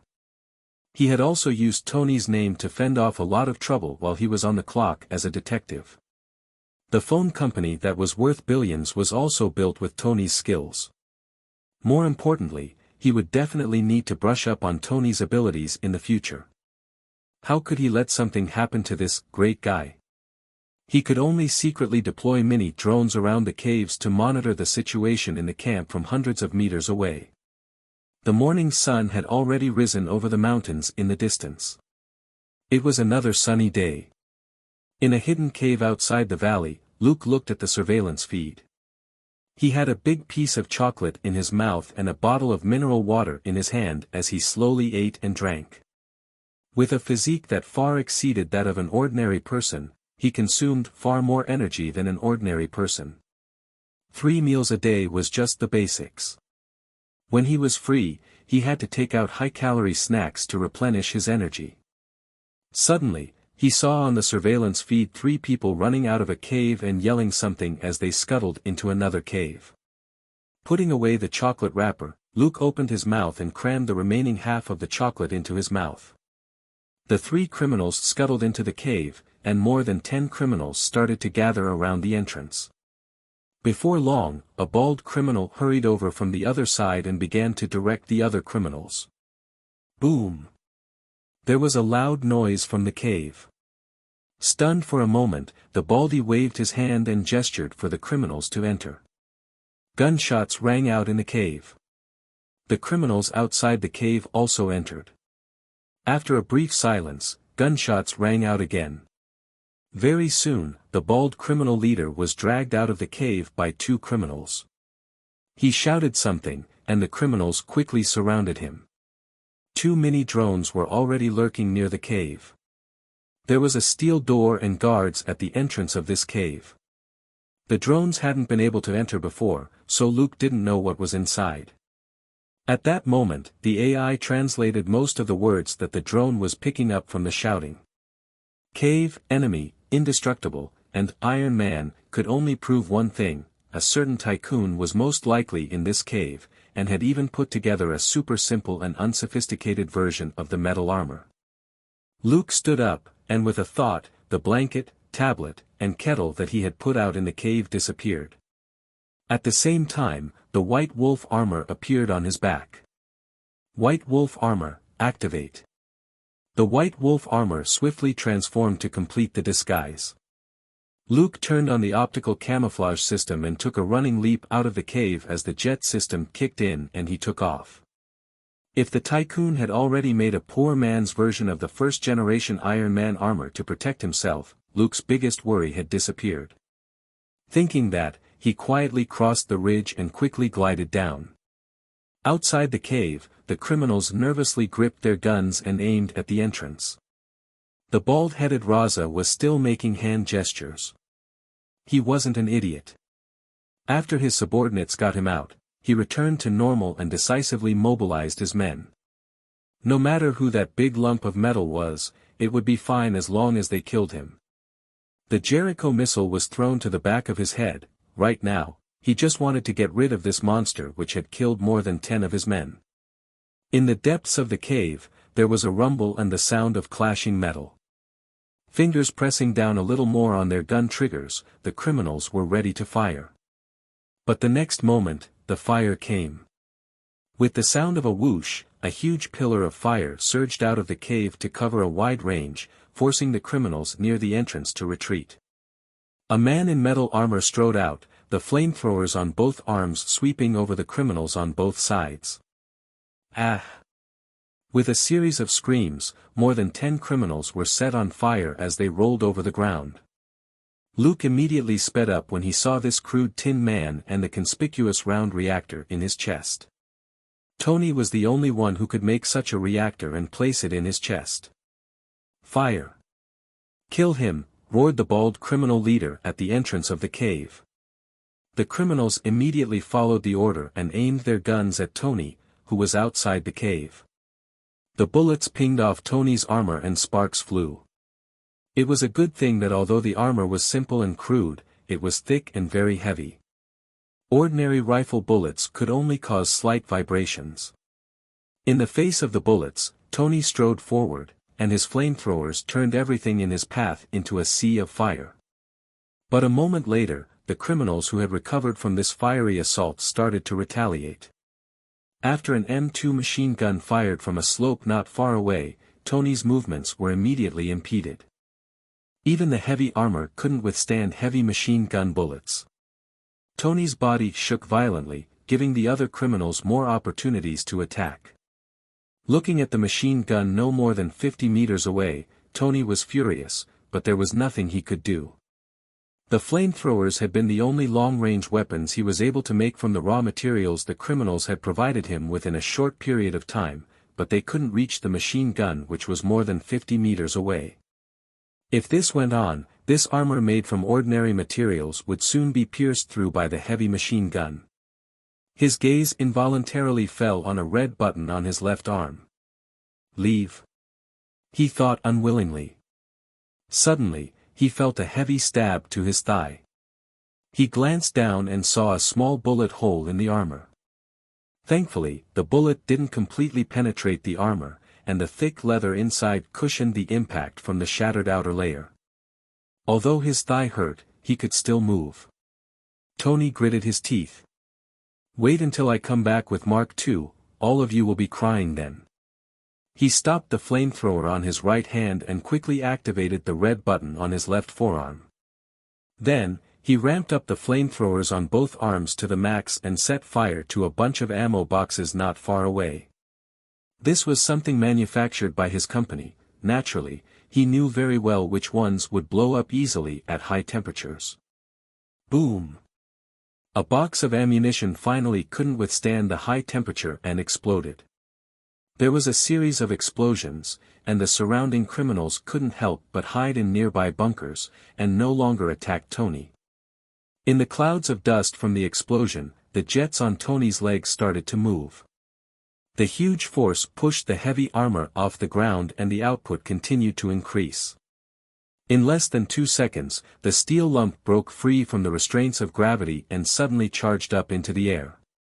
On the ground, there was an even more violent explosion from the ammo boxes, and the shock wave propelled him forward even faster. Very soon, he swept over a ridge on one side of the valley and completely left this hell on earth. Luke reached the outskirts of the valley and broke the neck of one of the criminals in the observation post. He grabbed the criminal's rifle with one hand and took 2 clips from the criminal's chest with the other. This was a first-rate Stark Industries product. It had better aim and was gentler to handle than a regular rifle. Luke had never used one like this before. LA gangs rarely used them since they were easy to track. At that moment, practically all the criminals in the valley had guns like this, and Luke decisively grabbed one for himself to play with. This way, he wouldn't leave any clues behind. Luke believed that after the tycoon was rescued, the American military and subsequent investigation teams would turn the entire valley upside down. The best choice was to use whatever weapons were lying around. Raising the gun, Luke immediately pulled the trigger. Bang! Bang! Bang! After 3 consecutive shots, his goggles immediately sent him feedback on the hits, and the armor's smart program also gave him the rifle's range of deviation. For a mass-produced rifle, it had outstanding precision. Satisfied, Luke opened fire without hesitation.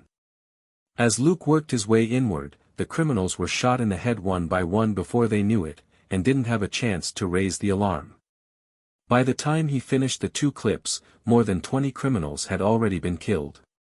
2 criminals were turning their machine guns to focus on Tony on the other side. But as soon as they turned their guns, they collapsed on the sandbags.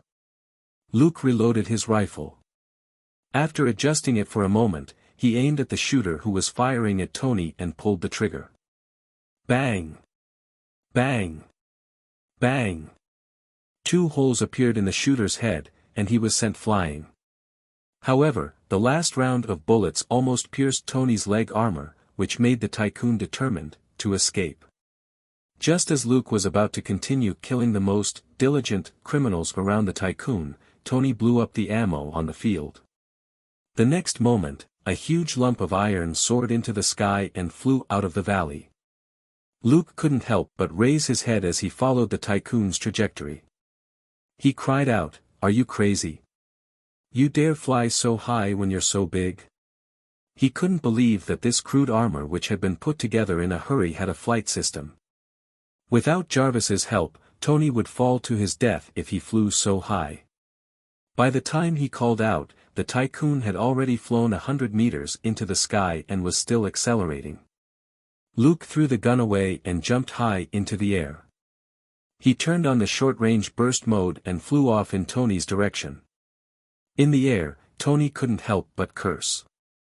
The jets on the legs of this suit were too crude.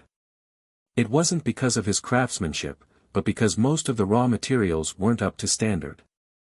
As soon as the armor accelerated, Tony knew that he was in trouble. After a normal acceleration, the jets should immediately reduce the output so that the armor named Mark 0 would fall at a slow rate. Before the suit touched the ground, the jet propulsion system would release one burst of energy and complete this super long jump maneuver. But now that the system had malfunctioned for some reason, the output wasn't reduced after Tony took off. Instead, the flames burst out even more fiercely. No!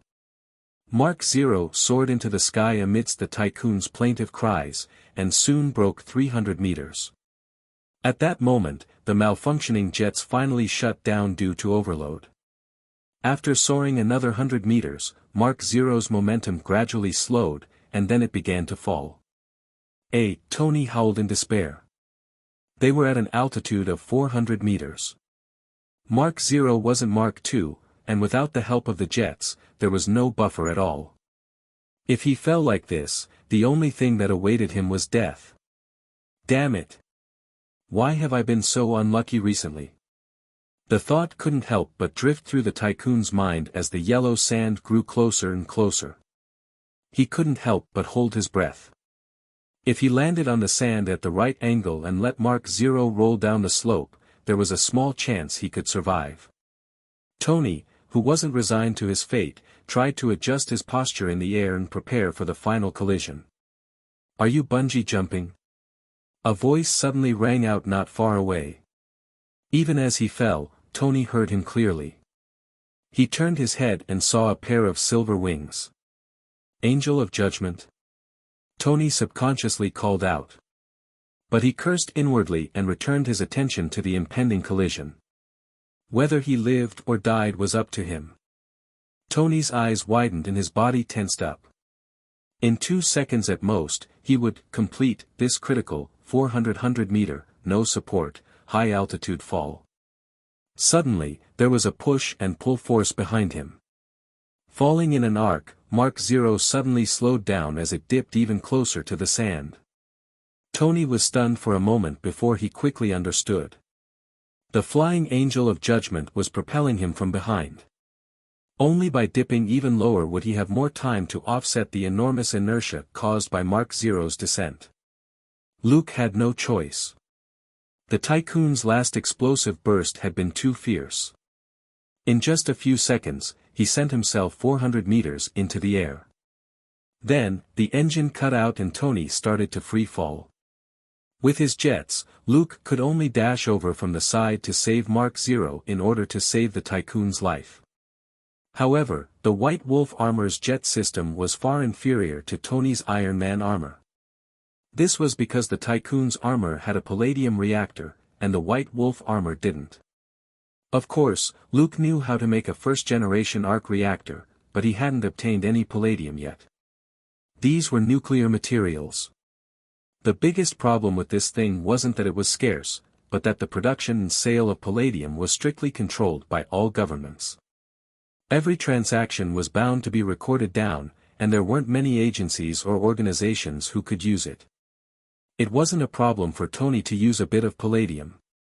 For example, when Stark made certain missiles, a very small amount of palladium was used, about 0.15 grams in each missile. But if Luke wanted to buy it from someone else, he would easily draw attention. Only the FBI and the CIA knew how many big fish they had caught with this sensitive material as bait. If Luke dared buy it off the black market, he would definitely become a target, since those who would buy this thing basically wouldn't use it for anything good. Most weapons dealers, even the worst ones, wouldn't sell it casually. Luke, who didn't have an arc reactor, could thus only use this jet system, which was far less efficient than the Iron Man armor. In fact, the most difficult problem with high-speed flight was the energy supply. As long as there was enough energy for propulsion, and enough quantity to substitute for quality, a few dozen third-rate suits on a battlefield would be no less practical than Tony's Mark I, they would also only be a fraction of the cost. Luke wasn't arrogant and wouldn't look down on Tony's extravagance, he wanted his own armor to be as strong one day. With Luke's help, Tony continued forward several dozen meters more in Mark 0 before he hit the sand. Fortunately, the impact wasn't too great, and Mark 0 got its legs stuck in the sand. Luke, who had let go at the last minute, flew over 10 meters with the momentum before he returned. Pulling Tony out, he asked, "How do you feel?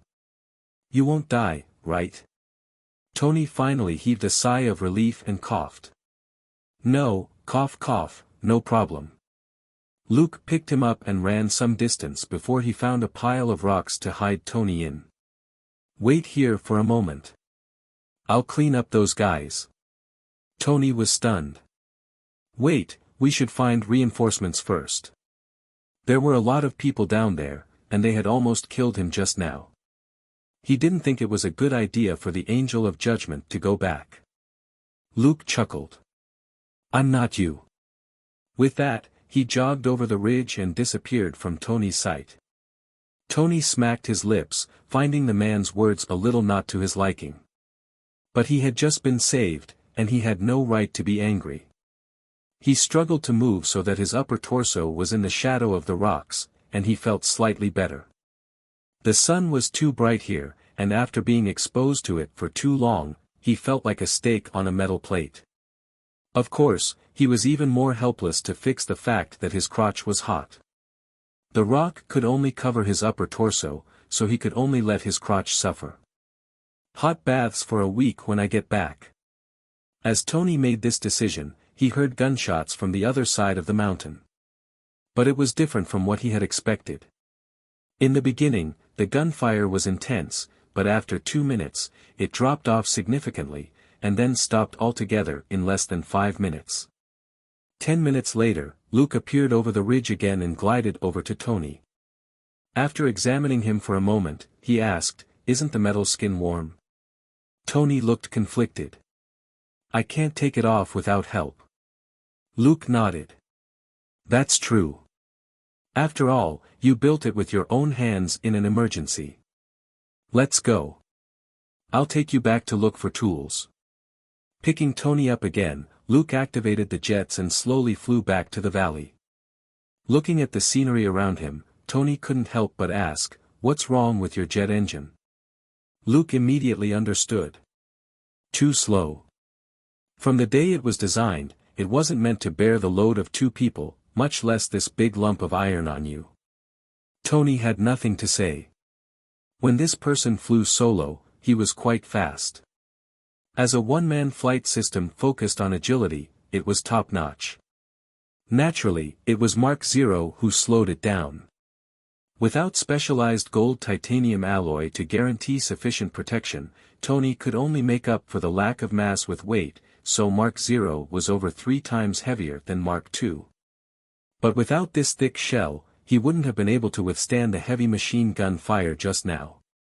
After crossing the ridge and sliding down, they finally sped up. Tony couldn't help but ask, "Who are you? Why did you save me?" Luke said, haven't you seen me on TV? They all call me the Angel of Judgment. Tony wasn't used to this pace of conversation. Had he ever acted like a fanboy earlier? Luke said, "Fine, I was just kidding. You can call me White Wolf. Tony Stark is qualified to know my codename." Tony asked, "Do you know me, Mr. White Wolf?" Luke chuckled. "Stark Industries. Few people in the world don't know it." After a brief silence, Tony said, "Thank you." Luke said, "Don't thank me too soon. I think it's best if we maintain a purely business relationship." Tony, what? People who were friends with Tony often had to pick up after his rotten behavior, girlfriends included. Luke didn't think it was a good choice to be his friend. Besides, this was the first time that White Wolf and Tony had met, so he should act like he wasn't familiar with the tycoon. The truth was that Luke wanted only Batman to be Tony's friend. Luke's tentative plan was for Batman to constantly do good deeds, coupled with a friendship with the tycoon. It wasn't impossible for them to become teammates recognized by the system. Taking this into account, he should use his Batman alias to save the tycoon. But there was a problem. First of all, Batman's ironclad rule to not kill people was for the sake of winning the trust of the populace. Luke had already held back all this time, and he didn't want to ruin it at this point. But in the face of these terrorists who had blood on their hands, it was hard to endure his cravings when he saw the numbers in his system, and his hands would itch. Secondly, this was a rare opportunity for Luke to extort something from the tycoon aboveboard. It just so happened that he needed a little something from the tycoon. This would ruin Batman's second character setting, which was that he was righteous and didn't ask for anything in return. In the end, Batman and the tycoon had both rescued and beaten up people during the Los Angeles earthquake last time, and could just barely be considered comrade in arms. It was like the old saying, if you're too close, you can't do anything. If Batman were to say, "Give me something," in return for saving people, it would tarnish his identity as the #1 superhero. That was why Luke had chosen the cold and mysterious White Wolf identity. That way, not only would he be able to preserve Batman's glorious image, he would also earn a small windfall. As a big businessman in dire straits, Tony would definitely be very tactful now. He should be able to give Luke a generous reward later, which would be a perfect ending to his rescue operation. As they chatted, the two of them flew back to the clearing in front of the cave. Tony looked around and saw the bodies of the criminals everywhere. Based on what he saw, the criminals were either shot in the head or in the chest. Seeing for himself how ruthless this White Wolf was, he could only mutter inwardly, "He really deserves the name, Judgment. All the bad guys he meets, he sends to God. What an angel." Landing on the ground, Luke dragged Tony into the cave. After entering the cave, he sat Tony down to lean against the wall and pointed at a person lying on the ground. "Do you know this person?" Tony's eyes had already fallen on the man's face, and his mood instantly dropped. "I do. He's my friend." Luke nodded. "Then I didn't save the wrong person." Tony was stunned. "Save?" As Luke walked into the cave, he said, "This man is only seriously injured. Is it strange to save him? Wait here while I look for tools." Tony was in disbelief. But the pure white figure had already disappeared around a corner in the cave, and Tony could only swallow the rest of his sentence. He observed Ensign carefully, and saw that his chest was rising and falling, which proved that he was still alive. Thinking quickly, Tony understood. Before he left the cave, Ensign did look like he had stopped breathing. But Tony had rushed out in Mark 0 and hadn't had the time to examine Ensign carefully, which was why he had made a big mistake. Then had he been sad for nothing? As soon as he had the thought, Tony quickly dismissed it. If White Wolf hadn't appeared or Tony had left right away as he had planned, Ensign would really have died. Even if Tony killed all the criminals on his own, Ensign, who had been shot in the chest, would still die. The only surgeon here was Ensign, and he couldn't operate on himself. As these messy thoughts flashed through his mind, Tony suddenly felt relieved. His tense back finally relaxed, and he relied on the wall to support his body so that he didn't fall over. Einstein wasn't dead. That was great. Before long, Luke came out with a box that contained all the tools from Tony's cave. Following Tony's instructions, he quickly dismantled Mark Zero and freed the Tycoon. Luke chuckled inwardly when he saw the Tycoon check on Ethan as soon as he was out. It seemed that the Tycoon had learned quite the lesson this time. He even learned to care for his friends. Let's go. There's a radio in the cave over there. You can use it to send a message and have someone pick you up. He then picked up Einstein and left. Tony stood up and stumbled. After being confined in Mark Zero for so long, his hands and feet were numb after being freed. Seeing that White Wolf didn't turn around, however, Tony gritted his teeth and followed him. He was no longer the pampered young master of the past. He had suffered all kinds of hardships in the last half a month, and had even enjoyed water torture several times. This discomfort was nothing. The cave where the radio was located was much better. It had chairs and a bed. Einstein remained unconscious as he lay on the bed, while Tony didn't need to sit on the sand anymore as he sat down in a chair.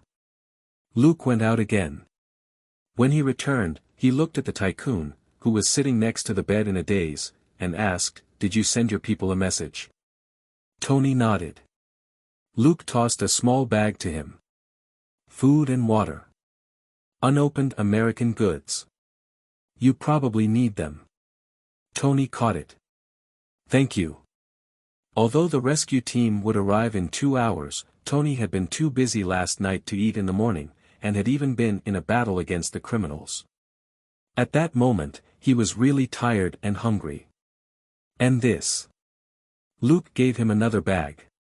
Tony took it and opened it, only to see that it had the sketches of Mark Zero and the laptop with all the data on it.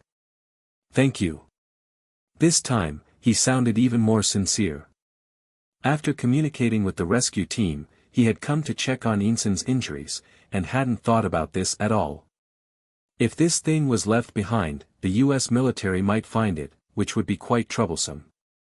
That was mainly because the laptop contained part of the pre-installed tech for Mark II, which could be used to analyze some of its functions and weaknesses. It wasn't a big deal even if Mark Zero was recovered. Without a reactor, it was just cumbersome metal armor which wasn't worth mentioning, since it was similar to the exoskeleton technology developed by the US military. Luke simply hummed and walked around the room for a moment before he found 2 rifles and a few clips. He tossed them to Tony and said, "Just in case." Tony nodded silently. Looking at him, Luke suddenly said, "Now, shall we talk about the reward?" Tony looked away from Einstein and smiled inwardly.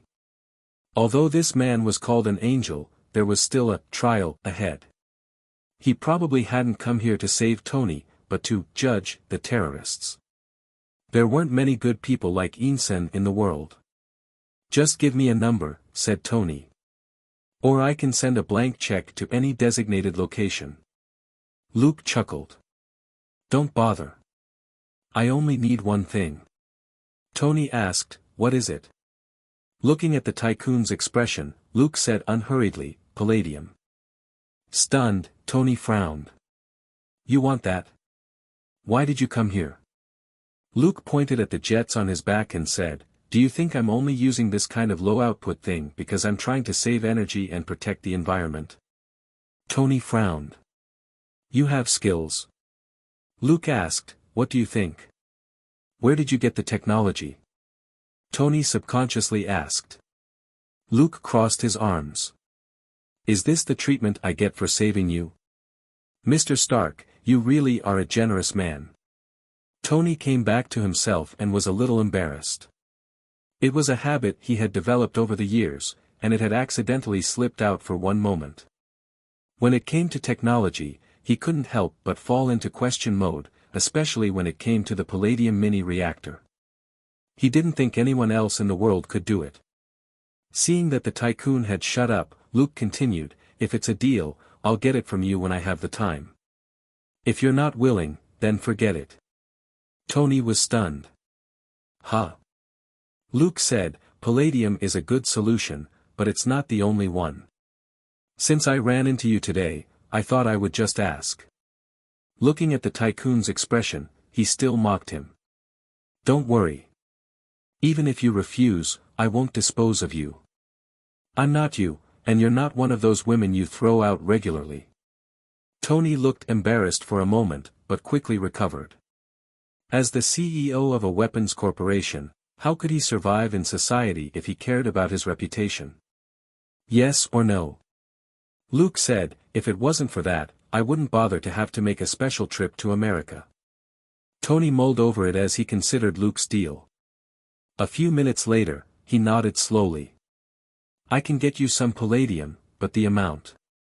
Luke simply nodded. It's not like I'm going to use it to make bombs.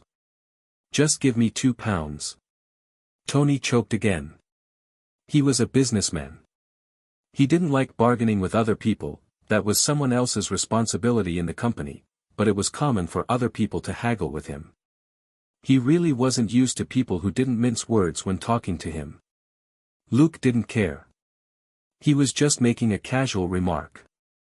When he had money in the future, he would naturally obtain palladium from other sources, so he didn't have to look for Tony anymore. Tony might be acting obedient now, but he was very shrewd. His puny life was currently in Luke's hands. Although Luke had no intention of killing him, as one of the most successful arms dealers in the world, how could Tony trust anyone? For many big shots, gratitude from being saved wasn't important.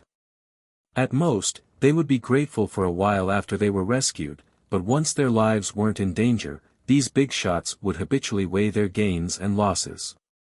It wasn't uncommon to sell out their saviors if they could get something in return. For example, when Luke saved Tony just now, the tycoon didn't feel grateful to him, or at least, it didn't meet the system's requirements. Luke wasn't surprised. Only an idiot would think that Tony, who had been a major arms dealer for more than 10 years, would be sincere and treat someone like a brother. Unless enough time and experience was involved, he wouldn't trust anyone. Luke understood this very well, since he was the same. Tony's expression went through a series of changes for a long moment before he finally nodded. Deal. 2 pounds of palladium was far from critical mass, and could only be used as fuel. That matched what Luke said earlier. But even if Luke wanted more, Tony would agree first. Whatever Luke wanted, Tony would agree to it. Whether or not he would actually do it, and as for the exact amount, he could think about it after he escaped. After everything he had been through recently, Tony learned one thing: when you are under someone else's roof, you should lower your head. It wasn't a loss of face to feign civility with the enemy when necessary. Luke secretly chuckled when he got Tony's promise. Given the system's existence, he couldn't randomly take someone else's things for himself. No matter how much of a contraband palladium might be, Luke wouldn't steal it. While 2 pounds of palladium was valuable, it was nothing compared with Tony's life. Luke didn't force Tony to take the deal. If Tony overthought it, that was his problem. If the tycoon wanted to renege on his debt, Luke could simply take 2 pounds of palladium off him. Since it was part of the deal, the system naturally wouldn't deduct his credit points. This deal was essentially the same kind as when Wayland hired Luke, except that what Tony would be giving Luke wasn't money. Satisfied with the deal, Luke turned around and left. I'm leaving. Be careful. Tony was stunned. You. Luke said, I don't want to be arrested by your soldiers. They don't have a very good reputation. Tony was lost for words and could only watch the white figure leave the cave and disappear. For a moment, he couldn't help but wonder, why did this white wolf look like he couldn't wait to leave? Is it because he's jealous that I'm too handsome? As soon as he had that thought, he smelled that strong, masculine scent on him, and came back to himself. Was it because White Wolf couldn't take much more of Tony's charms? Ignoring the tycoon's suspicions, Luke jogged out of the valley. He wasn't worried about Tony's safety. He had confirmed the deaths of all the criminals in the valley with his own hands, and there was no one in the vicinity. The person Tony had contacted earlier was Happy. Clearly, Tony was highly suspicious of the US military and didn't want the military to know that he had been rescued. Happy was his loyal confidant, and had special authority in certain emergencies. He could mobilize Tony's private troop to take action. Tony was an arms dealer, he had never been innocent. It was just that he rarely did these things himself. Now was naturally the time to mobilize this private troop. Luke didn't really leave. After he left the valley, he returned to the cave and waited for the surveillance footage from the drone. Although it was a little inconvenient, he was happy to put up with it when he read the system notification. System: eliminate an important branch of 10 rings and kill the leader, Raza. Mission accomplished. Total experience, 12,000. Total credit, 12,000. Contribution rate, 90%. EXP plus 10,800. Credit plus 10,800. The members of 10 rings had done a lot of evil deeds, and each of them was worth 50 experience and credit points. In a regular gang, a member had to be a minor leader in order to be worth this many experience and credit points, but there were more than 200 people here. This cream of the crop had been ripe for the picking. This had been a huge opportunity for Luke, how could he not be satisfied? But another notification gave Luke a headache. System: save Tony Stark. Mission accomplished. Total experience, 100. Total credit, 100. Contribution rate, 100%. EXP plus 100. Credit plus 100. Host's experience, 62, 100/100,000. Credit, 80,900. So, according to Daddy's system, a certain super-rich genius scientist was worth the same as 2 criminals. Or was it because a certain tycoon was too diligent in selling weapons that even Daddy's system didn't like him? Thankfully, Luke hadn't saved Tony for the experience and credit points. Otherwise, he would have been depressed for half a day. An hour after he left the valley, 2 helicopters flew over and landed on the ground. Happy rushed into the cave with a bunch of fully armed bodyguards bearing the Stark Industries logo. They quickly carried the tycoon and ensign out, boarded the helicopters, and left. The handmade Mark 0 was also taken away. Only 20 bodyguards were left behind in the valley to wait for the investigators to arrive. Luke nodded in satisfaction and left. A day later, he returned to Los Angeles. Looking around the quiet house, he suddenly felt unused to it.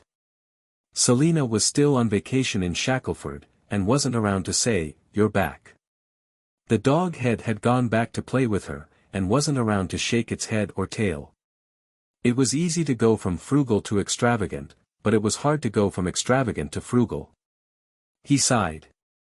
Looking at the sun outside the window, he actually didn't feel like working overtime. He found a pile of snacks and pushed them into the backyard on a small cart. He then turned on the spa and stretched comfortably inside as he looked at the sky in a daze.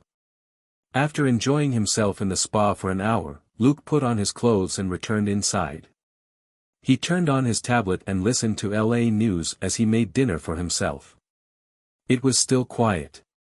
There was no news on Tony Stark. The tycoon should still be recuperating now, and hadn't made an appearance yet. Or maybe it was because he hadn't showered for half a month, and this salted fish wanted to immerse himself in a bath. Although Luke's armor had an oxygen supply system, it would still allow outside air to enter when there was no danger, which also let him make use of Sharp Nose. When he rescued Tony, he had to keep a firm lid on Sharp Nose so that it didn't come into contact with any part of this living salted fish and suffocate him. Even as he roasted the tycoon again in his heart, a faint thought popped into his head, but after a moment, he couldn't remember what it was. It definitely had something to do with Tony, but it wasn't particularly important, which was why he couldn't recall it. After pondering for a moment, Luke started muttering to himself. Tony Stark, Stark. Stark Industries. Reciting the keywords, he suddenly remembered something. Rummaging through his memories of his previous life, Luke pondered for a moment before he called Jenny.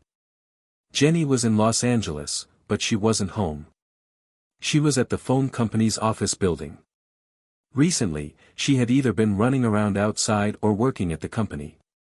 She had a special lounge in her office, which was where she had been sleeping for the past few days. Luke changed his clothes and drove straight to the office building. As a new company that had just been established and which had been tight on funds, Titanium Phone Company had only rented an old 5-story building in an ordinary neighborhood as a temporary office. Jenny had already discussed the company's future development with Luke, and didn't plan to be too ostentatious here. Instead, she was already looking for a suitable building in Nassau County, New York for Titanium Phone Company's HQ. They could slowly set up a branch in Los Angeles in the future, there was no rush. Under the attentive gazes of Jenny's personal bodyguards, Luke swiped his card for the elevator and went upstairs. The two bodyguards finally looked away. They were a little more familiar with this mysterious man who never showed his face. President Jenny would call them beforehand every time this person showed up. Coupled with the special identification card, the mysterious man could enter the elevator without being questioned. Luke was only doing this because he didn't want to be in the news. For example, if the IRS really used legal means to forcefully obtain information, they would still be able to find traces of Luke in the phone company. But as long as the cell phone company paid its taxes, the IRS didn't have that much free time on their hands. Taking the elevator to the 5th floor, Luke swiped his card for entry again. After closing the door, he removed his hat, sunglasses and mask. A door not far away opened, and Jenny walked out in light blue silk pajamas. She looked exhausted, but also excited. "You came at the right time. I was about to tell you about recent developments with the company." Luke picked her up with a smile. "There's no need to rush. Let's go somewhere more comfortable." Jenny hurriedly pushed at his chest with both hands. "No, we're talking business." Without stopping, Luke said, "Secretary Jenny, what are you thinking?" A moment later, Jenny lay on the bed with an astonished expression. "So serious today?" At that moment, their clothes were still basically intact. They were just lying in bed and chatting. Luke said, "You've been very tired recently." "That's all for now." Jenny nodded in satisfaction, wrapped her hands around Luke's waist, and started talking about the phone company. 10 days had passed since their last meeting, and Titanium phone sales were booming. The only thing which limited the sales was the supply. In fact, after asking for Luke's opinion, Jenny had increased supply significantly. She had inherited her parents' business sense, however, and it wasn't for nothing. Before increasing the supply of titanium phones, she had carried out a detailed investigation. After analyzing the situation many times, she only increased supply to 200,000 phones in September. Only after she checked the situation again after October would she increase supply to 300 to 500,000 units in October. Thus, Luke's hunger marketing strategy wasn't abandoned.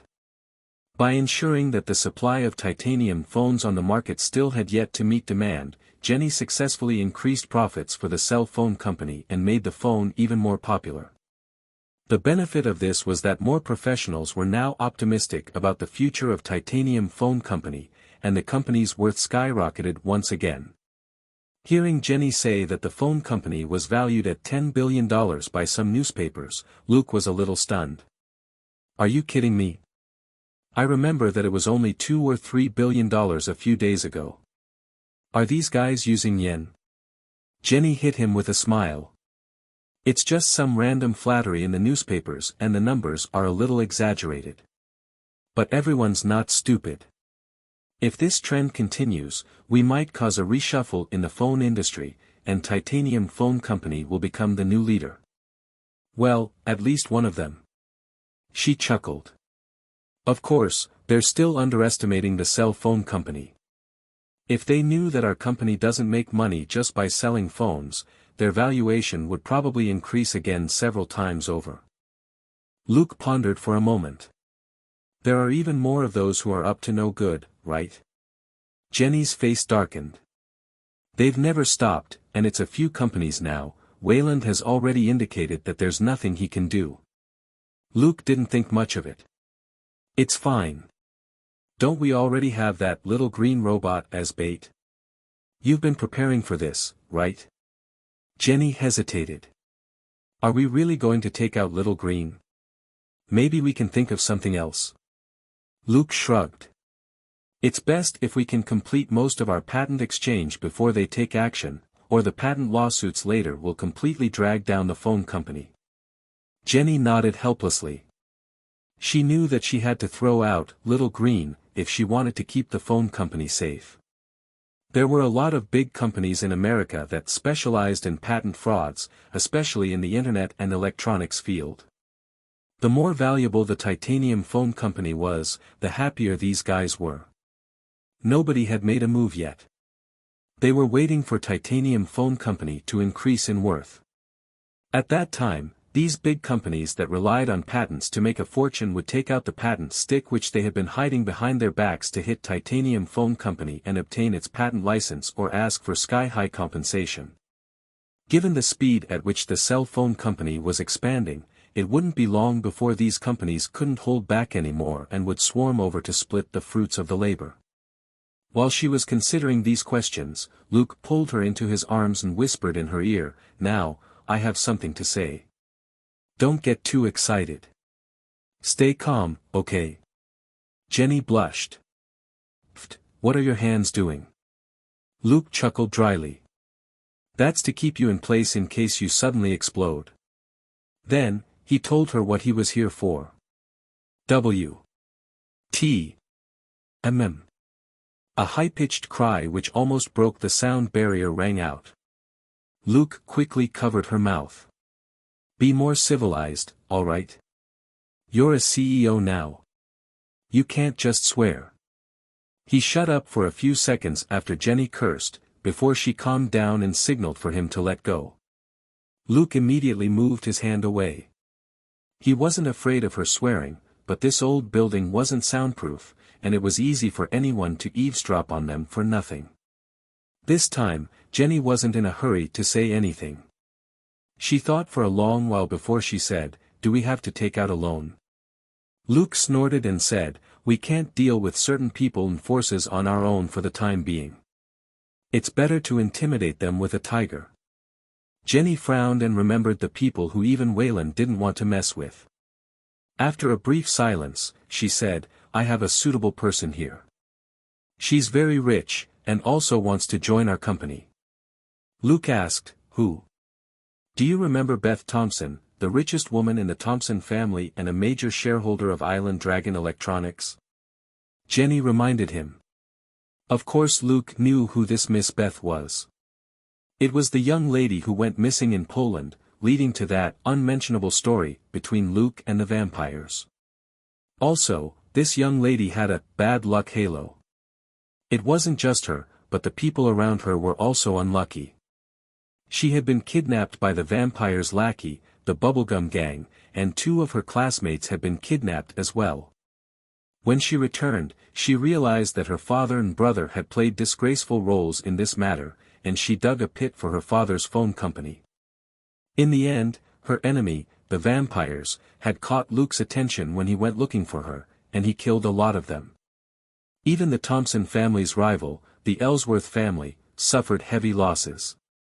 She, her friends, family, and enemies all came out of this incident worse off. With such bad luck, Miss Beth was also the kind of unlucky person who was rich but not happy. Luke raised an eyebrow. "She's so young and has enough assets to last her several lifetimes. Why is she working so hard?" Jenny said helplessly, "I don't think she just wants to make money. She wants to participate in any future decisions our company makes." Luke asked, "Does she want to swallow up the phone company?" Jenny shook her head. "My guess is that she wants to completely destroy her father's phone company." Luke sweated. What a grudge. Is she going to make Dad poor? Jenny sighed. Pretty much. I didn't ask about her family, but there were a few times when she accidentally mentioned her father and brother, and she looked like she wanted them dead. She couldn't hide her hatred at all. Luke didn't say anything and started thinking. Jenny continued, "This deal can include a patent exchange between Island Dragon and our company for at least 10 years. Luke thought for a moment. Is this young lady very rich? Jenny said, a lot of financial magazines have reported her net worth as no less than $80 billion. If we succeed, she might even be worth more than $100 billion. Luke chuckled. It seems Island Dragon is a patent magnate, right? Giving her the exclusive rights to Little Green will earn her money as well as draw some people's attention. Hearing that, Jenny couldn't help but tighten her grip on Luke's waist. Can we do that? That was the first solution she had thought of when Luke said earlier that he was going to take a loan out on the phone company. In any case, he had prepared Little Green as bait long ago. He was just waiting for the right moment to throw it out. Jenny didn't believe in the conscience of capitalists, and she didn't want to put the phone company in the hands of another power so soon.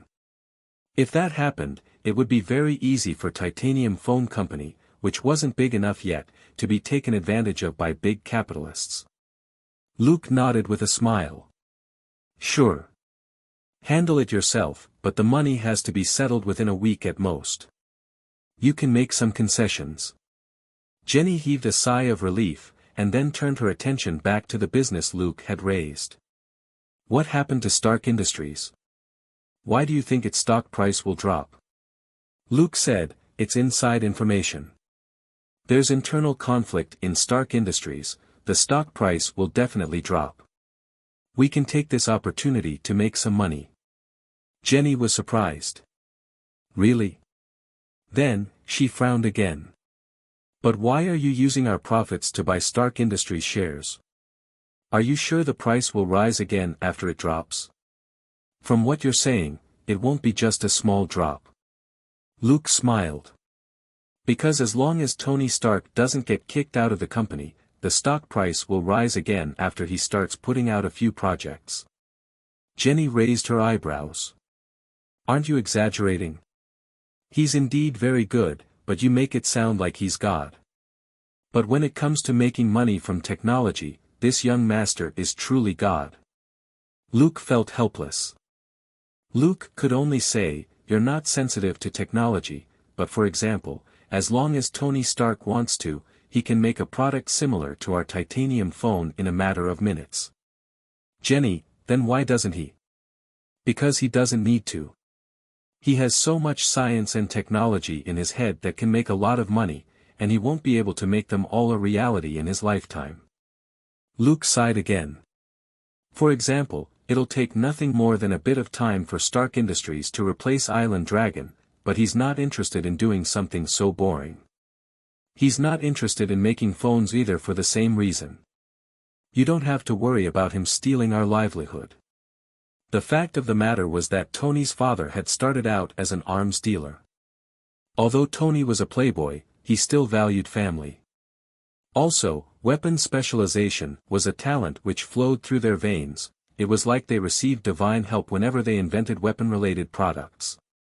That was why Tony had inherited his father's company and had always expanded in the weapons manufacturing industry. Jenny was silent for a long time. She wasn't an uneducated person, but when it came to specialized technology, she couldn't argue with Luke. Since Luke said that Tony Stark was so skilled, the tycoon had to be even more amazing than she had imagined. Given Luke's personality, his evaluation of Tony's abilities was conservative, since he wasn't a person to exaggerate excessively. Silent for a moment, Jenny carefully considered the connection between Luke's words and the purchase of Stark Industries shares, before she said, so, if we manipulate Stark Industries shares in the financial market first, we'll make a fortune. Then, if we grab more shares at bottom value, we'll get a second windfall. Luke hummed in response and suddenly chuckled. If you get enough shares, we can be considered major shareholders of Stark Industries in the future. Jenny rolled her eyes. Stark Industries has a market value of more than $1 trillion. Even if its share price falls by half, that's still more than 500 billion. We'll be lucky if we can get even 1% of the shares this time. That doesn't amount too much. Luke chuckled. Let's try our best. Right, let's take out a loan on the shares from the gold mine as well. That way, we'll have more money. Jenny asked, are you so sure that the share price will drop? Luke smiled. I have someone at the top in Stack Industries. Jenny was lost for words. After that, Luke tactfully left and didn't spend the rest of the night talking to Jenny about business. For the next few days, he needed to give Jenny as much time as possible to complete the business with Stark Industries shares so that they could make more money. 3 days later, Luke's phone rang. He took it out and checked it. It was an automatic reminder that he had set up. A certain private Stark bodyguard who had gone on a business trip to Afghanistan had returned home. This was just a low-level bodyguard who would be off the clock once Tony got home, unlike Happy, who would continue to be busy. This automatic alert didn't apply to just one person, but also to most of the bodyguards who had been in Afghanistan. Given this amount of data, it wasn't hard to confirm a piece of information that Luke had already been expecting. He immediately called Jenny. Well, infighting is about to break out. You have to work hard and try to settle the money in a few days. Jenny was surprised. So urgent? Luke asked, if you were betrayed by your own company and almost lost your life, what would be the first thing you would do when you returned? Revenge. Jenny replied subconsciously, and then was astonished. Someone betrayed him. That's Tony Stark. Luke chuckled. In the face of profits, some people are willing to do anything. To some people, Tony is just a kid who's hurting their interests. Jenny didn't ask any more questions. There was no benefit in knowing too much about the conflict among the higher-ups in Stark Industries. In any case, she just needed confirmation that Tony would be clashing with the higher-ups in the corporation, and she could now make a fortune in the financial market. If everything went as Luke said, the infighting would bring her and Luke a lot of benefits, and it would be worth it to be busy for a while. 3 days later, a major shareholder in Stark Industries suddenly announced his withdrawal from the company, and transferred his shares to Tony Stark. Jenny called him almost immediately. Do you have any new information from the person you mentioned? It seems the tycoon has already cleaned up the internal mess. Stark Industries had been quite active recently. The public appearance of an injured Tony Stark and the sudden withdrawal of the major shareholder confirmed Luke's intelligence. On the other hand, this also meant that the tycoon had completed the internal cleanup. The major shareholder who had withdrawn from Stark Industries had possessed more than 5% of the shares, and the transfer had been processed so quickly, the only possibility was that Tony had something on him. For example, he had betrayed Tony Stark to the terrorists. Only then would the major shareholder hand over his shares so obediently in exchange for Tony Stark's understanding. Alright, he probably wouldn't be killed, but he would definitely be dealt a lot of blows. But this could be considered the end of the infighting at Stark Industries, which wouldn't trigger more fluctuations in the share price. Luke chuckled. It's not that simple. Someone who can sell out that tycoon isn't a small fry. The show is about to start. You can step in now. Without saying anything else, Jenny hung up and went to make arrangements. Working with Stark Industries shares was a gamble. And gambling didn't guarantee victory, otherwise it would be too easy to make a fortune. But while they had invested a lot this time, it wouldn't affect the phone company too much. Most of the funds had come from a deal they made with Beth Thompson, and a large portion were short-term loans. If she failed, they would only be losing most of the future profits from their little green bait, which had little to do with the phone company and which was one of the reasons why Jenny was willing to take the risk. The next day, Tony Stark announced at a press conference that he had been attacked in Afghanistan. Looking at the tycoon who was no longer as frivolous as before on TV, Luke smiled. At that moment, a certain Baldy was beaming widely as he followed behind Tony and walked toward the stage for the press conference. This was Tony's uncle Obadiah Stane. Seeing that this man was still out and about in public, Luke knew that the tycoon had been fooled yet again. The tycoon looked like a dandy, but was actually a smart person. The only people who could betray him were the ones he trusted the most. Thus, that unlucky shareholder who had been thrown out yesterday was a scapegoat. As the saying went, one wrong move and the whole game would be lost.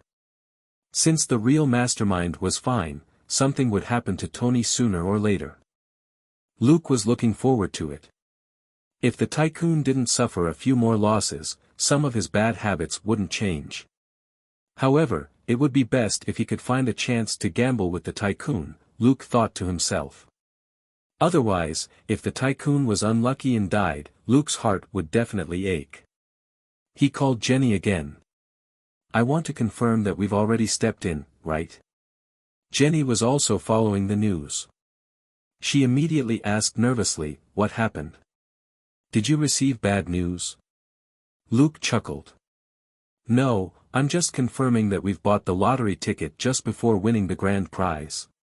Jenny didn't know whether to laugh or cry. "Why do you care so much? When our company was valued in the billions earlier, you weren't this nervous." Luke said, "It's just a small obsession. Just this once." Of course, he couldn't say that Iron Man was undoubtedly the most important thing he recalled from his past life. Thanks to Tony Stark's name, he had learned a lot about the future of this world. As a transmigrator, how could he abandon this glorious tradition of profiting from the protagonist? Ever since he came to this world, he had been thinking since he was young that he had to make a fortune with inside information. With the rise of Iron Man, this might be the last time Luke could make money using his memories from his previous life. This was the end. It was Luke's final farewell to his ordinary self. It was also the beginning of this world's great era. At that moment, a reporter on TV asked, "What happened in Afghanistan?" Tony, who had been a little distracted earlier, seemed to be roused by these words. He suddenly stood up from where he had been sitting on the stage. "That's not important. It just opened my eyes completely. I realized that I have to do more for this world than just make weapons that blow up." At that moment, after he returned to the podium, he finally said something truly important. "So, I've decided to shut down Stark Industries' weapons manufacturing division, effective immediately." There was an uproar from the reporters, and countless viewers also couldn't help but cry out in front of their TV screens. Jenny was clearly stunned for a moment, before she started screaming non-stop. How is that possible? How can he make such a decision? And even announce it at the press conference? How dare he? Luke reluctantly moved the phone away. A few seconds later, he had to raise his voice to wake up a certain female CEO who was already a little lost for words. Jenny, calm down. Calm down." Jenny was interrupted by Luke's shouts, and finally stopped talking. What's wrong?" Luke said, "Go keep an eye on your team. That way, you'll know how much money you're making right away." Jenny said, Right, I'm going." They must be crazy excited. "Bye, darling." She then hung up. Luke put down his phone with a smile and watched as the smile on Obadiah's face gradually disappeared. In the end, he had no choice but to get the tycoon off the stage and give a speech to smooth things over. But even Obadiah didn't believe his own words. In less than 2 minutes, he announced the end of the press conference and chased after Tony. It was easy to imagine that many news agencies would definitely be releasing breaking news to the world today. Luke heaved a sigh of relief and went to his workshop to get some work done. His obsession in the past was over. As long as one was alive, they had to look at what was ahead. Making so much money would only make him busier in the future, he couldn't slack off now. That night, in Malibu Beach, Pepper was watching a financial program in the living room. The host of the show, who was widely known for his brazen speech, already couldn't sit still. He was jumping up and down and dancing with joy. With Stark Industries shutting down its weapons manufacturing division, what else is there to do? Sell, sell, sell. Otherwise, you can just wait for your shares to become garbage stock. Pepper couldn't help but smile bitterly. Of course, she wasn't angry. Few American broadcasters were qualified to make her angry, and this was just one of the huge swarm of broadcasters who had come out to ridicule Stark Industries. In fact, Stark Industries' stock price had dropped by more than 5% in the half-day after Tony Stark's announcement. It didn't sound like a lot, but given that Stark Industries was worth thousands of billions of dollars, that was more than 50 billion of its wealth which had gone up in smoke. Thankfully, the major shareholders were still monitoring the situation. They weren't as blind as the smaller shareholders. They were waiting for the executives of Stark Industries to give them specific information. If Tony took back what he said, then apart from his ugly face, everything would go back to how it was before. The stock price would rise again tomorrow, and everybody would be happy. But Tony never showed his face in public again after making such a frightening speech, and the major shareholders cursed in their hearts. Was the tycoon really taking everyone down with him this time? The shareholders wondered. There were a lot of people who called Pepper to ask about the situation, and she didn't want to talk to any of them. She knew that Tony was serious this time. In the face of the company's stock price that was bound to plummet, the value of the shares in their hands would fall, and what they were more worried about was the company's future profits. Without profits, they weren't going to buy whatever she was selling. Suddenly, her communicator rang. It was Tony calling her from the basement. Not long after, Pepper came out of the basement with a complicated expression, holding something which glowed blue and white. It was the crude arc reactor which Tony had just taken out of his chest. The tycoon, who had never liked old things, told her to throw it away, but Pepper felt that keeping it as a souvenir wouldn't be bad. Compared with the tycoon, she was much more sentimental. Taking the car out of Tony's villa, they drove for less than 100 meters and had just turned onto State Route 1 by the sea when Happy, the driver, suddenly braked. Pepper had been playing with the arc reactor and almost dropped it, giving her a scare. Although this thing wouldn't explode, anyone who didn't know much about technology would subconsciously think about electricity when they saw wires, to say nothing of a nuclear reactor. What happened? She asked curiously. Happy had always been a steady driver, and it wasn't his style to brake so suddenly. Happy's eyes were fixed in front of the car.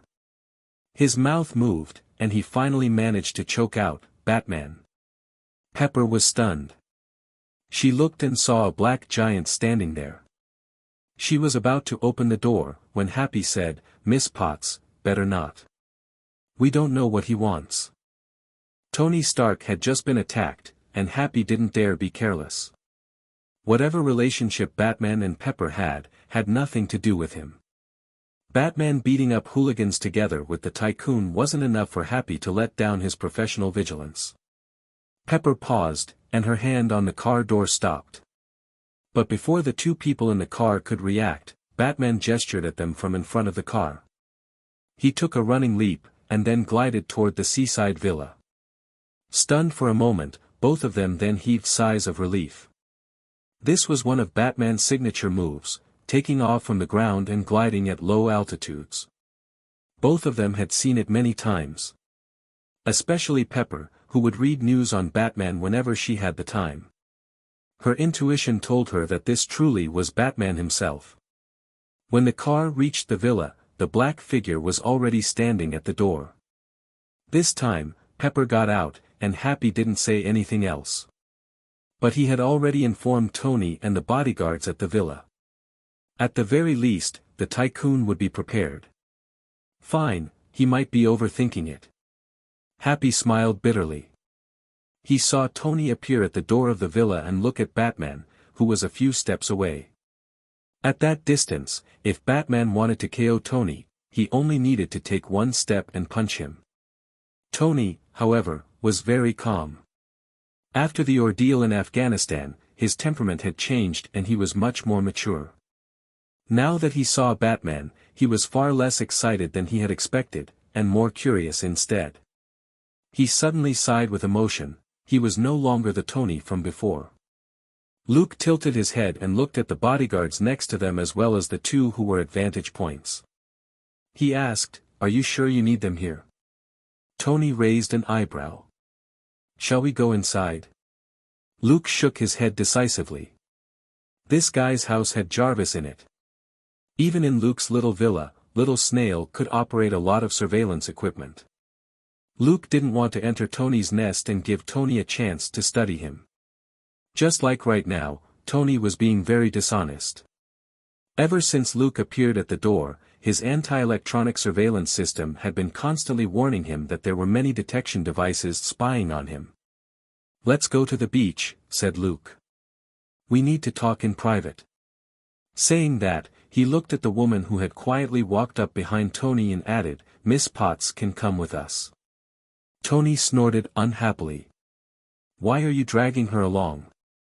Luke said, "Maybe it's because with a beautiful lady like her around, I can control the urge to beat you up." Tony snorted. "Are you trying to piss me off?" Luke said, "Forget it. I don't expect anything from you, given your sure *TTY personality. Let's just be straightforward." As he spoke, he took 2 steps forward and grabbed Tony with one hand and Pepper with the other, making her cry out in surprise. Luke ran 10 meters away and jumped over the guardrail with the both of them, gliding down to the beach below the villa. Happy was alarmed, but Batman's mechanical voice then rang out. "I'm taking Mr. Tony and Miss Pepper to the beach for a heart-to-heart. You stay here." None of the bodyguards dared to attack. Batman was holding their big boss and second boss in each hand. Everybody knew that Batman's armor was bulletproof, but Tony and Pepper certainly weren't. Happy ran to the railing at the edge of the villa and looked down, only to see that Luke had already landed on the edge of the beach dozens of meters away. But he could roughly see what was going on with the 3 of them from here. Batman had already put Tony and Pepper down and told Pepper to not move. He then picked Tony up and moved 20 meters to the side before putting him down. "Happy, should we do something?" asked a bodyguard from up high. The sniper rifle in his hand had been custom-made. Electric bullets could stun and subdue opponents, but against the famous Batman, he wasn't confident at all. Happy frowned. "Stay alert. Don't act without my permission." They couldn't stop Batman now. Tony had been in a lot of trouble recently. It would be best if he didn't make any big headlines. Besides, Happy had cleaned up after the Tycoon before, so he knew that the Tycoon was Iron Man and had some ties with Batman. Tony shouldn't be in too much danger. Luke didn't care about the bodyguards or even Pepper. Putting Tony down, he said, "She doesn't know that you're Iron Man, right?" Tony's eyes widened. "What?" It was so loud that even Pepper, who was 20 meters away, heard it. Luke didn't think much of it. "Do you think that just because you're smart, I won't be able to investigate your identity in return?" Tony calmed down. "You're overthinking it. I'm not Iron Man." Luke said, "Oh, that might be because your big metal toy hasn't been fixed yet. Don't tell me it's from when you fell from the sky last time." Tony's face darkened. "I don't know what you're talking about." Luke didn't waste any more time talking to him. "Fine. I could just knock you out now and carry you into the villa, and you won't be able to hide anything in your workshop. Forget your security system, Miss Pepper will definitely let me in after you pass out." Tony's mouth moved, but he didn't dare say anything. He didn't dare bet on Batman knocking him out. In any case, it wouldn't be a big injury. Also, if Batman did that in front of the bodyguards and Pepper, it would only be Tony who would be embarrassed. "Alright, let's get down to business. Pick a side for the coin I'm holding. If you win, I'll give you a little gift." A coin appeared in Luke's hand. Tony had a strange expression. "Are you a kid?" Luke said, "Don't regret it if you don't." Tony said, "I'll take the bet." A moment later, Luke's face was twitching inside his helmet. There was indeed something wrong with this Tycoon's luck. After the coin was tossed several times, Tony grew impatient. Luke had no choice but to turn one round into 2 out of 3, and then 3 out of 5. Finally, he had to change it to 4 out of 7, and the score was finally 4-3. Tony finally achieved a net victory. At that point, he and Luke were completely even, and the tycoon's list of abilities in the system turned gray. It was no wonder that while the guy had developed the Iron Man armor in advance, he still hadn't been able to avoid this kidnapping. In addition, Obadiah's attitude toward Tony had probably also changed. Perhaps it was because Tony's luck had gotten a little worse recently, but Obadiah had brought forward his scheme. Thus, it was only 2004, but Obadiah had already decided to act and kill Tony. Tony was a little impatient. It hasn't been that long since we last met, so why are you more childish? Do we need to play a coin toss for so long? Luke chuckled. Hee, I don't think I've met Mr. Stark before. Are you admitting that you're Iron Man? Tony choked and snorted arrogantly. He looked away and said, what a boring trick. If you like playing riddles, go ahead and guess. Luke didn't think much of it. He had no time to appease the arrogant tycoon. He threw something at him. You win. This is a little gift for you. Tony subconsciously caught it and looked at it. What's this? Luke said, a pager. Tony's mind raced as he asked in surprise, is this, for you? Luke said, yes, but only once. It's for saving lives. Don't mess around. Tony was unhappy. I'm not a kid. Why would I need you to save me? Luke asked, didn't you want someone to save you in Afghanistan? Tony choked again. As if. He had already taken a few hot showers when he came back, this would have been the only reason he wanted to be rescued sooner. He never wanted to feel like a salted fish ever again in his life. Remember, it can only be used once. Don't test it, said Luke as he glided away. Tony, huh? He had thought that Batman had come to discuss something big, but it was just for this? But Luke was so fast, and in a matter of seconds, had disappeared from the seaside. Tony looked down at the little object in his hand. At that moment, Pepper walked over. Are you alright? Tony nodded. Let's go. Everything's fine now. He led the way to the villa. After a brief hesitation, Pepper asked, why was he here? Tony, who was looking at the pager, paused, before he continued moving. It was nothing. This Mr. Batman just wanted to play some kid's game. Wasn't this rescue game something kids like to play? When Pepper, a hardcore Batman fan, heard this, she couldn't help but look at him disdainfully.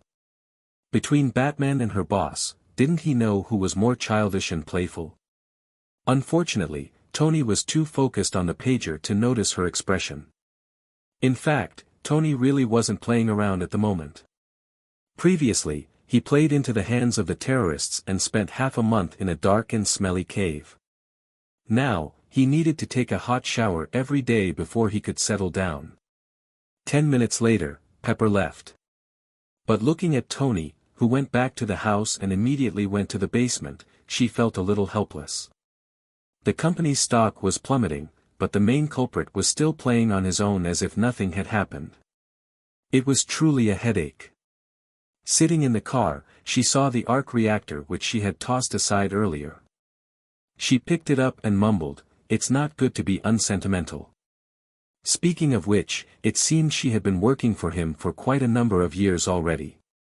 I'll turn this reactor into a souvenir and put it back in the villa, Pepper thought. Tony didn't know what his secretary was thinking. He was fiddling with the pager from Batman. It was disguised as a watch, and in fact was so simple that it was crude. From the software to the hardware, there was nothing special about it. Apart from being waterproof and heat-resistant, and an electromagnetic interference function, it was essentially the same as the device old people who lived on their own used to call for help.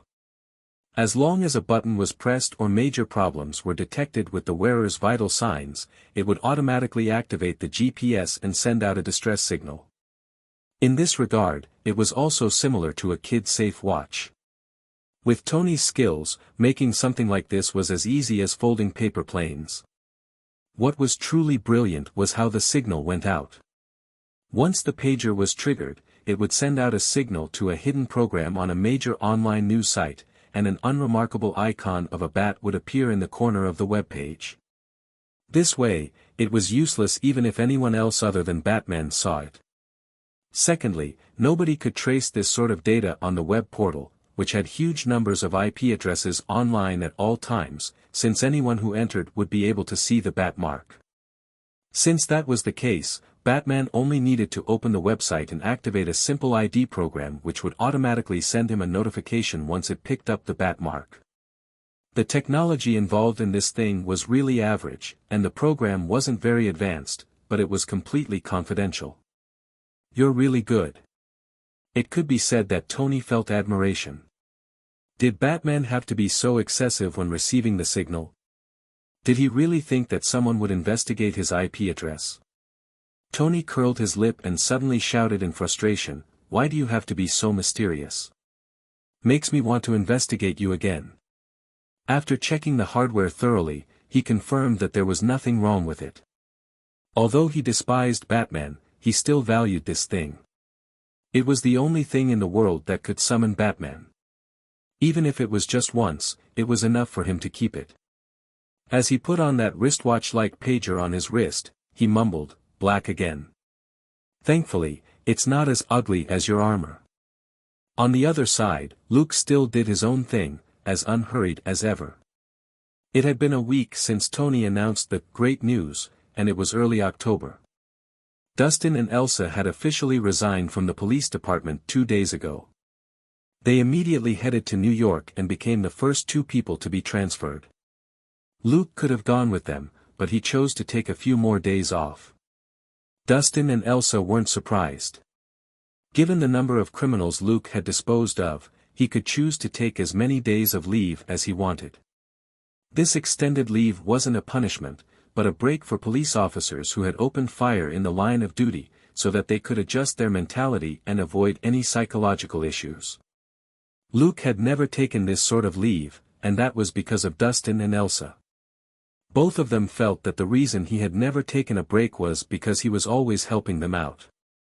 Since he had already resigned and wasn't on the police department's payroll, it wasn't too urgent for him to enjoy a break in his private time. Luke was reluctant to leave Los Angeles because Stark Industries' stock price had been falling by 5% every day for the past week. Today, the stock price had fallen by more than 40%, and had yet to show any sign of stopping. Except for the willful and conceited Tony, nobody could withstand such a terrifying loss.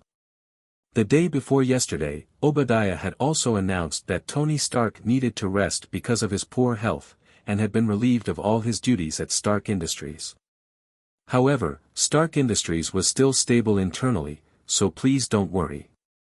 When Luke saw the news, he couldn't help but mumble, "Is it coming?" Obadiah was preparing to kick Tony out. The stock price continued to plummet. This baldy had to kill Tony as soon as possible before the tycoon wasted any more of his money. After Tony was killed, Obadiah could continue to maintain the illusion that the tycoon had died from illness, and then announce that Stark's weapons manufacturing division would be restored. Then, they could recoup their losses. However, Luke couldn't help but shake his head when he saw the camera footage from the sky above Tony's villa. On the screen, bright fire streaked across the night sky near Tony's villa and flew west. To the west of Los Angeles was the ocean. Of course, after crossing over the ocean, the mountains and the multitudes, it would reach Afghanistan. Tony was going back to get revenge. Although Luke had eliminated all the guys in the valley, 10 Rings had more than just those 200 people. In fact, as the top terrorist organization in Asia, 10 Rings had at least 12,000 members in Afghanistan. The bunch that Luke had killed was just one of the smaller branches, and had little impact on 10 Rings as a whole. Tony wanted revenge, the question was the extent to which he would go. But Luke didn't think that the tycoon would be as resolute as Luke himself was. He would get rid of several hundred terrorists at most before he stopped. But then Luke saw how a certain tycoon didn't get any sleep in the middle of the night as he was set on playing with intercontinental flight. Not only wasn't he sick, he was conversely very lively. Luke couldn't help but laugh. Want this guy to take a break? It'll be 20 years at the very least. Obadiah might die from waiting. Doesn't that mean Tony will have to work until he's 60? Maybe he'll be a superhero for 15 years, retiring at 50 would be good. He wasn't worried about Tony. The tycoon's luck had returned to normal, plus he had that pager. He would be heavily injured at most. It wouldn't be that easy for him to die. The next day, a certain bald big shot read the news and wasn't as relaxed as Luke. A spokesman on the news claimed that the U.S. military hadn't launched any attacks near Gulmira yesterday, and that everything was just an internal conflict between terrorists who were trying to frame the U.S. military. Obadiah narrowed his eyes and made a call to confirm Tony's movements last night. After hanging up, he sneered. Tony. What are you doing? You shut down the weapons division, but you created the most powerful weapon yourself and used it to sabotage my business. You brat, you always like to hide things from people. He then made another call. How's the research going? Why not? I'll be right there. 20 minutes later, Obadiah arrived at a laboratory in Stark Industries. He asked a middle-aged man in a white coat and glasses, what happened. The bespectacled man was a little helpless. Mr. Stan, we have a little problem. Obadiah asked, what problem? It's the power supply. In fact, the technology to power this suit hasn't appeared yet, the middle-aged man explained hesitantly. Obadiah grabbed him and pointed at a huge thing in front of them with his other hand. Wait, it hasn't appeared. William, it's right in front of you. I just need you to make it a little smaller and put it in the armor. The bespectacled man looked at the enormous thing in front of him awkwardly. It was a giant electric generator with a diameter of more than 5 meters and a height of 3 meters. He then looked at the basic shape of the suit not far away. It was only 3 meters tall and 1 meter in diameter, and the hole in its chest was only 10 centimeters in diameter and height. King called that making it a little smaller. This generator is several times bigger than your armor, not to mention that you want to shrink it to fit into the hole in the chest. This requirement was as unscientific as shrinking the first computer from the 1940s into the current laptop.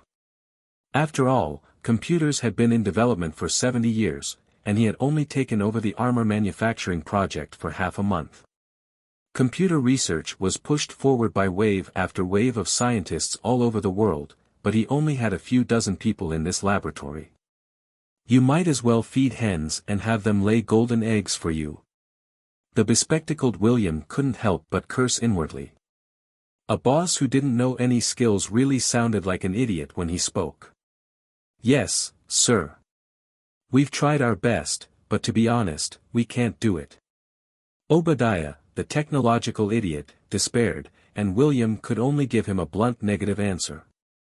Veins popped on Obadiah's forehead as he leaned forward and looked down at William, who was a head shorter than him. Stark built one this small in a cave with a bunch of scraps. He couldn't help but make a circle in his hand which was roughly the size of the reactor in Tony's chest. William leaned back and said innocently, I'm sorry. I'm not Tony Stark. He had no choice but to tell the truth when it came to skills. If an idiot thought that just anyone could replace Tony Stark, that only meant that this person didn't know anything about science. Like the mathematician Fermat who came up with Fermat's last theorem 300 years ago, and had cheekily written on the side, as to this, I have discovered a truly marvelous proof which unfortunately cannot be contained in this narrow margin. In the end, it seemed that Fermat had invented this theorem on a whim, and it took 300 years for someone to prove it. A scientific breakthrough could only be driven by a few super geniuses. Without these people, ordinary people wouldn't be able to make any progress in 100 years even if they had the concrete thing and the theory. William knew very well that he was very smart. Otherwise, he wouldn't be the head of a research department at Stark Industries. But compared with a genius like Tony Stark, the difference in talent was even greater than between primitive and modern people. Obadiah's eyes widened and he was lost for words. He actually wasn't dumb. He had been suppressed by Tony's father in the past, and hadn't been able to enjoy the pleasures of power. Later, when Howard Stark finally died, Tony showed up and occupied that position. Obadiah had endured for decades, and it had always been hard for him. It wasn't because he was magnanimous, but because the father and son were irreplaceable. Letting go of the chicken-like William, he mumbled, "That's right, you're not. We have to rely on ourselves." As he spoke, he strode out of the laboratory, leaving a confused William behind. The tycoon had just gone crazy. Was Mr. Stain crazy too? If that was the case, there went his job. At the same time, in Tony's villa, Pepper sighed and her shoulders drooped as she faced a serious Tony. "Do you know? You're everything to me. I'm willing to do anything for you." As she spoke, she placed the object on the table, picked up Tony's special decoder, and left. Tony looked at what Pepper had put down. It was the crude arc reactor that had been switched out. At that moment, it was on a stand under a glass cover, like a trophy. His expression was complicated, and his thoughts were in a mess. In the evening, Pepper went downstairs with a face full of relief. She had just copied the serious information off the main computer when Obadiah followed her into the office. She had done her best to distract the baldy. After finishing the copy and retrieving the decoder, she left. However, the download screen was still on the computer. As long as Obadiah woke up the computer from sleep mode, he would discover what she had done. "Run, run," Pepper chanted to herself as her high heels clicked on the floor. As she was leaving the building, a man sitting in the waiting area suddenly stood up. "Miss Potts, wait." Pepper jerked and almost screamed. When she focused, she realized that it wasn't a security guard, but an agent from a certain department whom she had met before. "What department?" The title was long and awkward, and for a moment, she couldn't remember the full name. The man smiled warmly. "Miss Potts, we had an appointment. Did you forget?" Pepper calmed down and kept walking. "No, Agent Phil Coulson. Right now. Come with me." Phil Coulson was a little surprised, and immediately asked, "Right now?" Pepper walked quickly. "That's right. Come with me right now." "Okay." Coulson quickly followed. When they left the building, Obadiah went downstairs. He really hadn't checked the computer. Instead, this chat with Pepper made Obadiah decide to take action today. It was one thing for Tony to be the CEO, but a few years ago, he had even brought Pepper, a young girl who wasn't even fully grown, into the company. She was called an assistant, but was actually the second CEO, and made it very tricky for Obadiah when he secretly sold firearms. Why was this little B*TCH stepping on his head? Or was it because that lustful tycoon was obsessed and did whatever he wanted? Obadiah cursed Tony in his heart and drove out to Tony's seaside villa. On the way to Tony's villa, Obadiah saw Happy's car drive past. Obadiah sneered. He had just gotten the company's administrative department to call Happy and ask him to give an explanation for some of the company resources that he had used on his previous trip to Afghanistan. Happy wouldn't bother Tony over such a small matter. As expected, he left the villa alone and went to the company. Obadiah stepped on the gas harder and sped up to Tony's villa. The bodyguard at the gate only glanced at Obadiah before he opened the gate. Obadiah never needed to be announced when he came here. This was a habit that had formed after many years. The villa was empty. Earlier, Tony had prompted Pepper to go to the company to get the dirt on Obadiah, while Happy had been called away. The other bodyguards wouldn't enter the villa for no reason. As soon as Obadiah entered the living room, he heard Jarvis's voice. "Mr. Stain, do you need me to tell Mr. Stark that you're here?" Obadiah hummed and looked around the room as if he were examining the furniture. He put a box on the couch and walked to the basement door.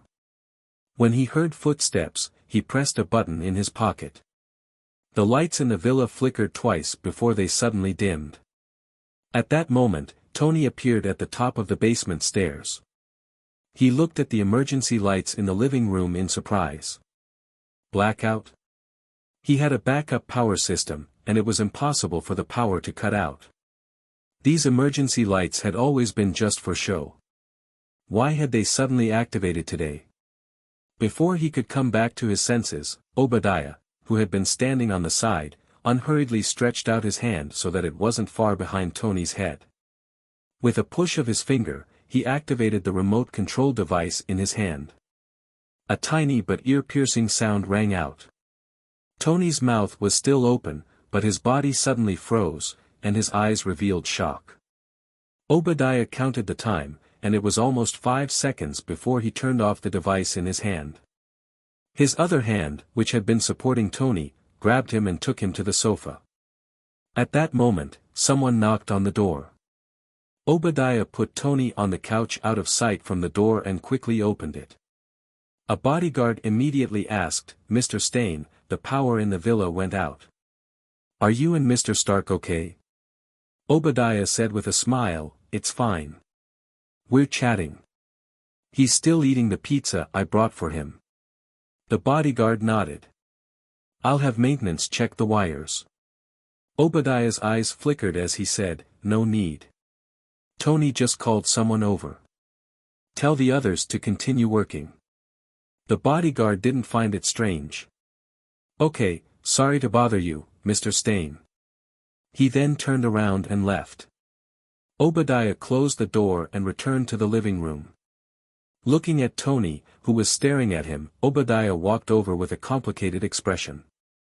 He took out the special earplugs from his ears and pointed at the device in his hand. "You remember this, right? You invented this small thing a few years ago. It's a shame the DoD didn't approve it. There's actually so many applications for short-term paralysis." Tony didn't say anything and just continued glaring at him. Obadiah opened the box that he had just put down and pointed at something that looked like a black laptop. "You invented this too. I wanted to sell it, but you said that it was too dangerous." "Well, you're right. It does seem quite dangerous. Even Jarvis has to stop when it's activated." Tony was angry and aggrieved. Obadiah picked up something that looked like a wine bottle opener from the box and talked to Tony for a long time. He talked about Tony's capriciousness and how hard it was for him to hold back. After a few minutes, he couldn't help but laugh. "I forgot that it's hard for you to talk right now." He didn't say anything else. Lifting Tony's shirt to reveal the arc reactor on his chest, Obadiah plucked out the reactor with the bottle opener-like device in his hand. Pulling it up, he took it out and put it in his box. Closing the box, he put on the earplugs and turned on the paralysis device again before placing it on the back of the couch next to Tony's ear. "Goodbye, Tony. Don't act smart when you're in heaven, if you can still go to heaven, that is, hee." As he spoke, he walked out of the villa and got into his car. On the way out, he said to the bodyguard at the door, "Tony's a little tired. He's already gone to bed. Don't disturb him." The bodyguard nodded. "Okay, Mr. Stain." Obadiah nodded with a smile and drove away from the villa as he headed to the company. In the villa, Tony's eyes were wide open, and he was angry, anxious, and desperate. At a gala last night, Obadiah confessed to Tony that he was selling arms to Afghanistan. He was also the one who persuaded the board to remove Tony from his position. They parted on bad terms. But Tony didn't expect that after making things clear last night, Obadiah would dare take his life today. The temporary paralysis device next to Tony's ear was something he invented. It hadn't obtained approval from the Department of Defense, so he stopped developing it.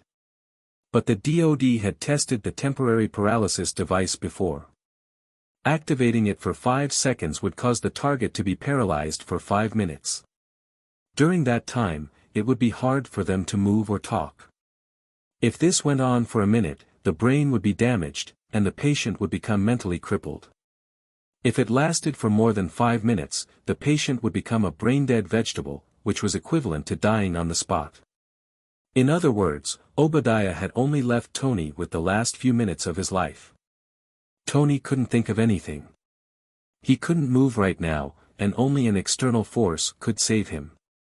He struggled to make even the smallest sound, not much better than a mosquito. Jarvis, who could control the robots in the room, shouldn't have shut down, but Tony couldn't tell Jarvis that it was his own invention that had caused this. Tony was both angry and aggrieved.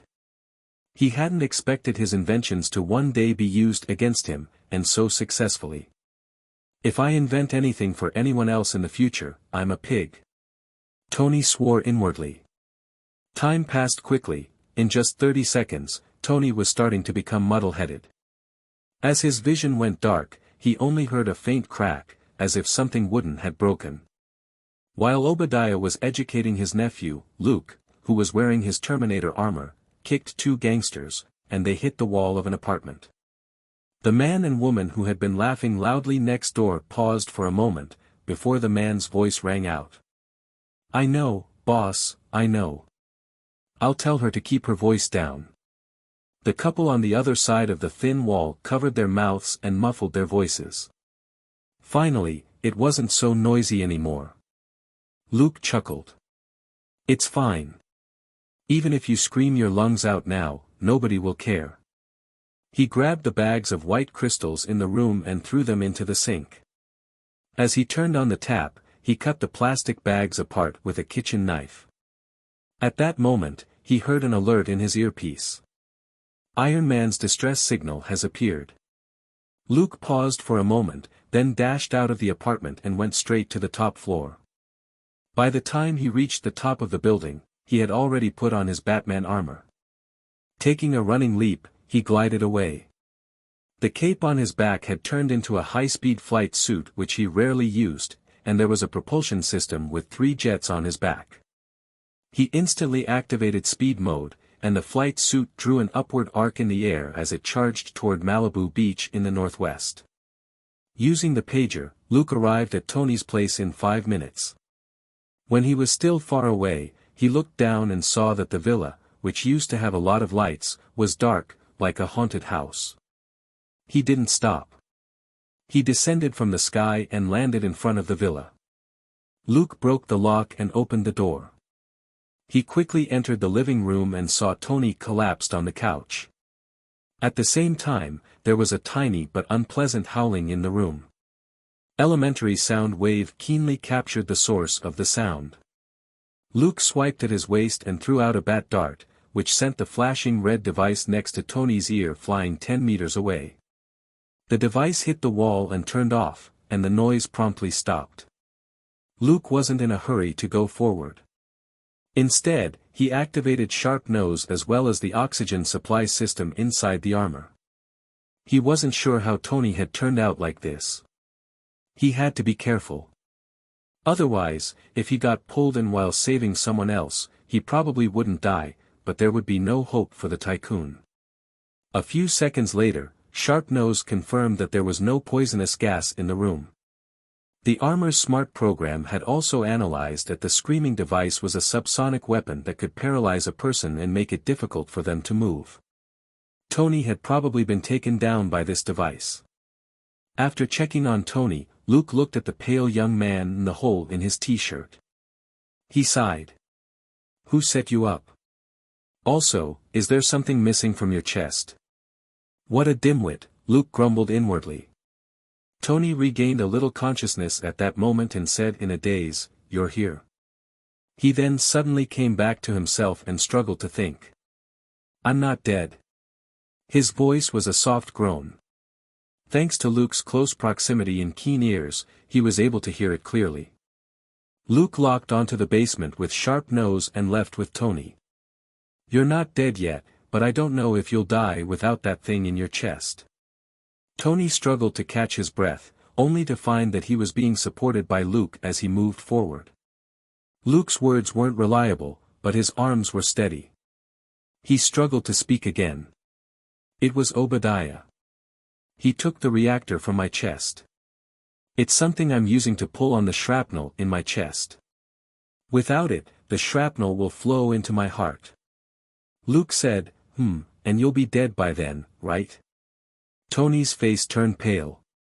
Yes. Where's the backup reactor? Luke asked even though he knew the answer. Tony, I didn't build a backup reactor. He had been busy fiddling with the armor recently. He fell out with Obadiah and went to Afghanistan to fight a bunch of terrorists. When would he have thought of creating a backup reactor? Even the crude arc reactor was enough for him to live for 50 lifetimes, and he had only made the new reactor when he came back. He was still a long way from running out of energy, so he had never thought about making a backup reactor. Luke had already noticed something set up in a glass container on the table. He chuckled inwardly, the tycoon's luck was back. But he couldn't help but sprinkle salt on the tycoon's wounds again. Oh, Tony Stark doesn't have the money to make extra components anymore. Your company's stock price may have dropped a little, but it can't be that poor, right? Tony was lost for words. He couldn't refute the fact that he indeed hadn't created a backup reactor. Luke, however, had already led him to a table and picked up a glass container. What's this? A special LED lamp? The familiar blue and white light flashed before Tony's eyes, and he suddenly jerked. An arc reactor. Where did it come from? Luke put down the glass container and tapped it lightly with his index finger. The glass cover shattered. He took out the crude arc reactor that was inside. This is yours, why are you asking me how it got here? Tony suddenly remembered and murmured, I made this reactor in Afghanistan. I told Pepper to throw it away, but she turned it into a souvenir. Luke was amused. Very good, Miss Potts saved you once more. She must be the embodiment of luck. You're unlucky. Don't let go of her. Tony's heart ached again. He couldn't help but think, really? Am I really an unlucky bee ****? But in all my 30 years, I've never been as unlucky as in the last month. At that moment, Luke had already put Tony on the workbench. He picked up a pair of tweezers from the workbench and pulled up Tony's t-shirt again. How do I stuff this in? Tony sobered up a little and explained how to install the reactor in simple terms. Of course, Luke knew how to install it. Although this simple reactor was quite different from a regular reactor, the basic structure and design were the same. He connected the wires on the reactor to the bottom of Tony's chest with tweezers and stuck the reactor in. The reactor lit up, it was clearly working. Tony's face was as white as paper. Clearly, the subsonic weapon had hurt him a lot. Alright, you won't die for now. Do you need to call your private doctor? Or call Miss Potts to take care of you? Luke said casually. Tony was reminded of Pepper. I need to call Pepper and tell her to be careful of Obadiah. Thinking about how he had asked Pepper to steal the inventory list in the evening, he wanted to slap himself. Jarvis, contact Pepper immediately, Tony said. Sir, the villa's communication system is malfunctioning. I can't contact Miss Potts. Jarvis's gentle voice immediately rang out in the basement. Obadiah, who was an idiot, didn't know that the mini-EMP couldn't shut Jarvis down. For security reasons, the basement had a separate system, which was much better than the one above in the villa. What Obadiah destroyed was only the surveillance cameras and electronic equipment in the villa, which prevented Tony and Jarvis from contacting each other. Only then did Tony remember that Obadiah had destroyed all the electronic equipment in the villa with the mini-EMP that he had invented. He could only look at Charcoal Head expectantly. Do you have a phone? Luke was lost for words. He took out a prepaid phone from his cloak. The number. Tony, Jarvis, what's Pepper's number again? Jarvis immediately reported Pepper's personal phone number. This scumbag couldn't even remember his secretary's number. Luke secretly despised him. After dialing the number, he put it on speaker and placed the phone in Tony's hand before he put his hand on his chest. Tony was still too weak to make the call. The call was picked up quickly, and Tony said, "Pepper, where are you? Obadiah just came to the villa to kill me and steal the arc reactor. You have to stay away from him." What? When I downloaded the data just now, I found out that Obadiah was the one who planned the kidnapping, but I couldn't get through to you. Pepper was clearly alarmed. I'm currently in a company lab in Section 16 with Strategic Homeland, with Agent Phil Coulson from whatever bureau. Obadiah made a metal suit here, and Agent Coulson came to arrest him. Tony was shocked. Don't go. Pepper said, there are 5 of them, and they seem very professional. Tony said, Obadiah probably took my reactor because he wants to put it in the suit. As long as he wears it, 5 agents won't be able to deal with him. A man's voice suddenly rang out next to Pepper. Miss Potts, let's move aside a little. Pepper hummed in acknowledgement and stopped talking for the time being. 2 seconds later, there was a bang from what sounded like a small explosion. Tony hurriedly asked, what happened? What happened? Pepper said, Agent Coulson just blew up the door of the Section 16 lab with a small explosive device. They're going in to arrest Obadiah. Tony, WTF. Luke was lost for words. Why was Phil there? Luke cursed inwardly. Phil's voice came through the phone. Miss Potts, you can go up first. Let us take care of this. Pepper nodded and walked to the door, not forgetting to remind Phil. Tony said that Obadiah took a power source and probably installed it in the armor he made. You have to be careful. Phil smiled. Don't worry, Miss Potts. We're professionals. He then gestured at the agents. The 4 agents who had come with him all took out their guns and started searching in pairs. At the villa, Luke had just heard that Phil was there with the agents, and he had a bad feeling. Most of the S.H.I.E.L.D. agents who appeared at this moment were professional, extras. Was Phil going to take the lead and become easy pickings? I'll go first. Miss Potts might be in danger, he said to Tony, his heart pounding. Sweat broke out on Tony's forehead as he shouted, wait, take me with you. His voice was still weak. Luke pretended not to hear him. It was fine as long as Tony survived. He wasn't the tycoon's nanny. Tony couldn't see Luke anymore. Gritting his teeth, he took a deep breath and said, Jarvis, equip me with Mark II. Jarvis said, Sir, your body isn't in the best condition to use the armor. Dummy, help me up. I can still fight, Tony growled as he tilted his head. A robot immediately moved over and stopped next to the table. Tony expended all his strength and got up from the table, putting his weight on the robot. Yes, that's it. Slow down, dummy. Ah. Bang. He fell heavily to the floor, and gnashed his teeth as he looked at the robot. I told you to take it slow. Sooner or later, I'll dismantle you and throw you into the trash. Facing Tony, who was lying on the floor, the robot named Dummy didn't seem to know what to do. The robotic arm hummed as it gestured above him. Tony sighed in resignation and stopped throwing a tantrum. Little idiot, come here. Hold my arm, gently, gently. Do you want to break my bones? Luke, who had just left the villa, flew toward Stark Tower at a high speed. When he designed Batman's armor, he hadn't considered the problem of fast flight.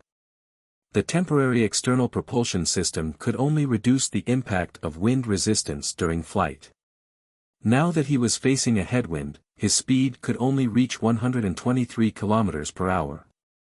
Stark's Section 16 lab was on the east side, almost half of Los Angeles away from Malibu Beach. It would take Luke 6 to 8 minutes to get there. He only hoped that Phil wouldn't be too stubborn, and would escape if he could. It was extremely dangerous to use an ordinary person's body to fight a metal suit, even Mark I, the most crude version, was extremely dangerous. Ordinary firearms wouldn't penetrate Obadiah's defenses. Phil and the others would only be courting death if they went. As Luke was thinking this, a humanoid object whooshed through the air not far from him. Also, when the humanoid object overtook him, it broke the sound barrier with a bang and sped off, leaving only a trail of flames in the night sky. Luke was lost for words. "Can't you freaking take me with you?" He had been in a hurry to save people, and had left the tycoon in the villa. Now that the tables had turned, the tycoon was even more anxious than he was. He didn't even bring him along when he passed by. After cursing inwardly, Luke felt a little helpless, but also relieved. Tony's current armor was roughly at Mark II's level, and could withstand a beating. If he really ran into Obadiah's armor, he would be able to take a beating for a few minutes. By then, Luke would have arrived. Just like that, while Luke was still flying slowly in the sky, Tony arrived first. He took off with his powerful arc reactor and reached Stark Tower in a minute. A moment ago, in Section 16 of Stark Tower, Pepper walked to the door of the laboratory and watched the 5 agents look around. She hadn't hung up yet and was still on the line with Tony so that she could relay the situation to him at any time. Suddenly, 2 agents who had entered another area behind the laboratory let out shouts. Then, there was the sound of flesh and metal colliding, and 2 shadows flew out from the corner and hit a bunch of equipment. Pepper's mouth dropped open as she looked at the 2 agents who had flown out and were lying on the equipment, twisted and lifeless. Phil's expression was solemn, but he wasn't alarmed. He simply shouted at her, "Run." Then, he immediately ordered his subordinates, "Go to the equipment pile on the left and keep changing your positions to stall him. I'll call for backup immediately." Looking at the big lump of metal that had just emerged from around the corner, Pepper turned around and ran without hesitation. It was this lump of metal that had instantly turned the 2 muscular agents into folding paper. She didn't think that she could survive a blow. She was just an ordinary woman, and didn't have the courage to fight this metal monster. On the other side, Phil and his 2 subordinates quickly retreated into the more complicated lab as they drew the big metal lump's attention. Ironmonger, who had just charged out of the lab, chased after the 3 of them for a while, only to discover that they were too slippery. They didn't fight him head-on at all and only used various obstacles to harass him. Did that balding agent just say that he was calling for backup? Thoughts flashing through his mind, Obadiah immediately gave up on chasing the 3 agents. As long as he killed Pepper, any evidence could be turned around to say that she had set him up and framed him. In any case, there was no proof that the person in the armor was him. Thinking that, he turned around and charged at the door. Ironmonger crashed through the lab door and chased after Pepper. By the time he reached the elevator, it had already reached the 1st floor. "Are you F***king kidding me?" Obadiah cursed. Pepper wasn't a strong woman, and she was wearing high heels. How could she have slipped away so quickly? That didn't make any sense. Annoyed, he tore open the elevator door and rushed out. Forget the stairs. The ironmonger suit he was wearing was too big and too heavy. Even if the stairs weren't smashed to pieces, they would still collapse under this weight. At that moment, Pepper was standing at the entrance of the building, and in a daze, she reported the situation to Tony. "A big metal guy. He's at least several times bigger than yours, but he looks so ugly." Tony, who was rushing over, was speechless. "How am I small? But I am indeed more handsome than Obadiah." He quickly said, Pepper, don't panic. Find a place to hide and don't let that guy find you." As soon as he said that, Pepper's scream echoed in his helmet. "Ah! No, don't come over. Tony, what kind of luck is this?" At that moment, the only person who could make Pepper scream like that was Obadiah in his armor. "Sir, the crude reactor isn't suitable for flight. The energy consumption is too fast, and there's only 32% power remaining. Jarvis told Tony another piece of bad news. Tony secretly swore that he would make a box of backup reactors in the future, but he said, "Just keep me informed. I'm going down." He had already seen a big metal lump smash through the door at the bottom of Stark Tower. It now stood in front of Pepper, the muzzle on its arm already aimed at her. "Stain. Look here." Tony turned on the external audio system and successfully drew Obadiah's attention. Without any hesitation, Tony sped up and swooped down. Bang! Bang! Bang! Bang! There was a violent clash of metal, and two iron lumps, one big and one small, instantly tangled together and rolled dozens of meters away over the ground. Just like that, the two metal lumps crossed the road in front of the company and crashed through a factory building on the opposite side before falling onto a main road next door. The sudden appearance of the two iron lumps immediately caused a string of car crashes. Obadiah, who lacked combat experience, subconsciously waved his hand and sent a car flying. A lot of cars braked and screeched to a stop. A moment later, the uncle and nephew stood up and stared at each other over a distance of 7 meters. Looking at Iron Man in front of him, Obadiah was surprised and suspicious. "Tony." Tony's careless voice rang out. "Yup. Surprise, right, Obi?" Hearing that, Obadiah knew without doubt that it was his nephew. The moment he realized that, he had the feeling that though he had left Tony only a few minutes to live, perhaps Tony had been rescued by the bodyguards who had gone in to check on the situation. He hadn't chosen to kill Tony right away because he wanted to create a brain-dead Tony and use this living-dead young master to control the company. But if Tony was fine, it would ruin everything for Obadiah, so he now had to kill Tony for good. He charged forward and swung a fist at Tony, who just dodged a little. In the end, Tony was still affected by the paralysis device, and his reaction was much slower than usual. At that moment, he really wanted to use a cannon to blast Obadiah away. Originally, the pulse cannon in Mark II's hand could do this, but Jarvis had just reminded Tony that the reactor only had 23% power remaining. Obadiah wasn't afraid of wasting energy. He grabbed an SUV and threw it at Tony, who had just gotten up. Looking at the screaming female driver and the two kids in the back seat, Tony gritted his teeth and caught the SUV before he slowly put it down. "Okay, you're fine." Bang! He was only halfway through his words of comfort, when the SUV that had just landed on the ground behind him suddenly sped up and ran over him. "Damn it!" Tony cursed and got up, but he wasn't angry. He was the one who wanted to save them, and it was his battle with Obadiah that had implicated these innocent people. Obadiah, however, had already taken the opportunity to approach and kick Tony, who was lying on the ground, into a car. Stuck in the car, Tony raised his hand with difficulty and tried to launch another pulse cannon attack, but the pulse cannon flickered and dimmed. "Sir, we don't have enough power, and our functions are unstable." "The pulse cannon can't be fired," Jarvis reminded him. "Tony, I know." As soon as he said that, Obadiah leaned over and pulled him out, before smashing him into the ground. "Did you really think that just because the company is called Stark, it's yours? Your father and I built it from scratch and worked hard for 30 years, and now you want to destroy it." With every sentence, Obadiah stomped on Tony. Looking at the increasing damage to his armor, Tony was anxious. He found an opening and rolled away. Obadiah stepped on nothing and looked at Tony, who was half kneeling on the ground and gasping for breath. He grabbed him and threw him into the sky.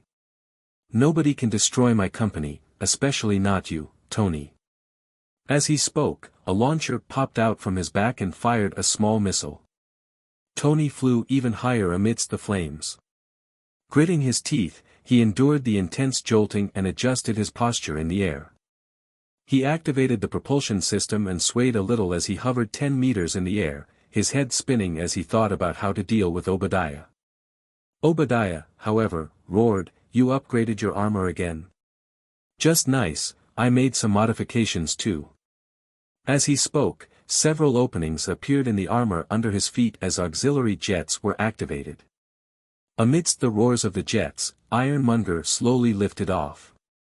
Seeing that things weren't looking good, Tony quickly flew a little higher. Jarvis kindly alerted him, "Sir, it appears that he can fly as well." Tony said, "I'm not blind." "Right, his armor should be like my Mark I, and will freeze at high altitudes, right?" Jarvis said, "No flight tests were conducted previously, so it's very unlikely that he has discovered that the suit will freeze and stop malfunctioning at high altitudes." Tony said, "Okay, let's fly to maximum altitude." Jarvis said, "There's only 15% power left. The odds of reaching that height is..." Tony said, "I can do the math myself, just fly." Following his order, Jarvis immediately manipulated the armor into flying upward. But after just 100 meters, the propulsion system spluttered twice, and Tony's speed dropped. "Sir, the power supply is unstable, and we can't maintain flight speed," Jarvis warned him. Tony exclaimed, "SH*T." He looked down to see Ironmonger rapidly approaching him. He was going to be beaten up again. The Tycoon sighed, but didn't give up. He tried to fly to the side. There was a big problem with Ironmonger's agility, and Tony could only think of a solution here. At that moment, Jarvis alerted him, "Batman is approaching." Tony perked up and saw that Jarvis had locked onto a small dot in the night sky. It was behind Ironmonger, but was clearly still a distance away. His thoughts spun, and he was then a little discouraged. What use could Batman be? Batman himself was an ordinary person. At most, he was much stronger than an ordinary person, but in front of metal armor, this strength was meaningless. Although Ironmonger was ugly, it had immense strength, defense and firepower. That was the biggest advantage of being a big, brawny man. It was perfect for countering a skilled player like Batman.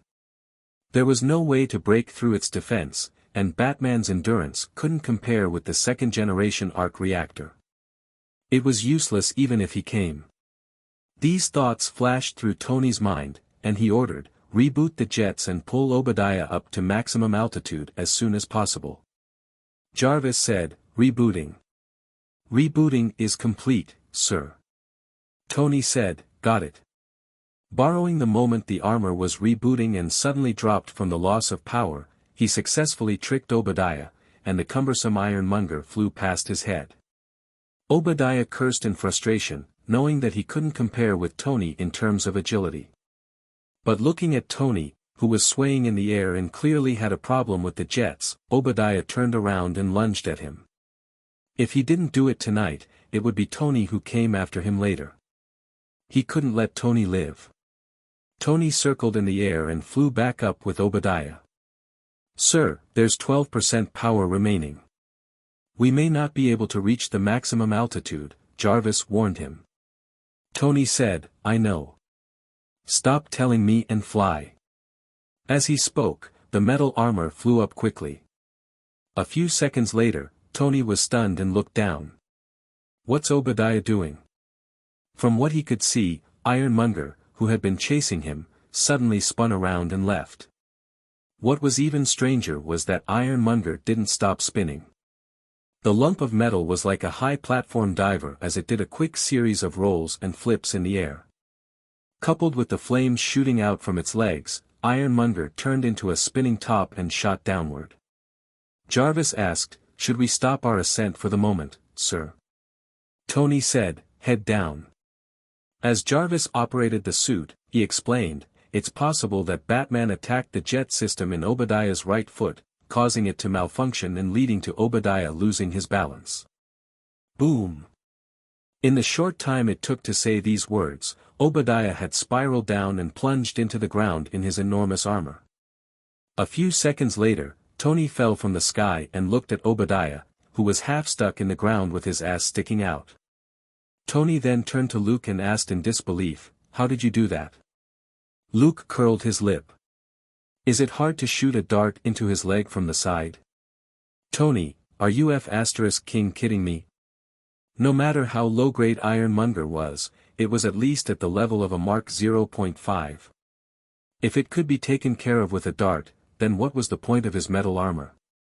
Batman's darts cost less than $2 each, while Ironmonger was worth at least $50 million. This quality-price ratio dealt Tony a massive blow. Luke, on the other hand, continued to make jabs at Tony.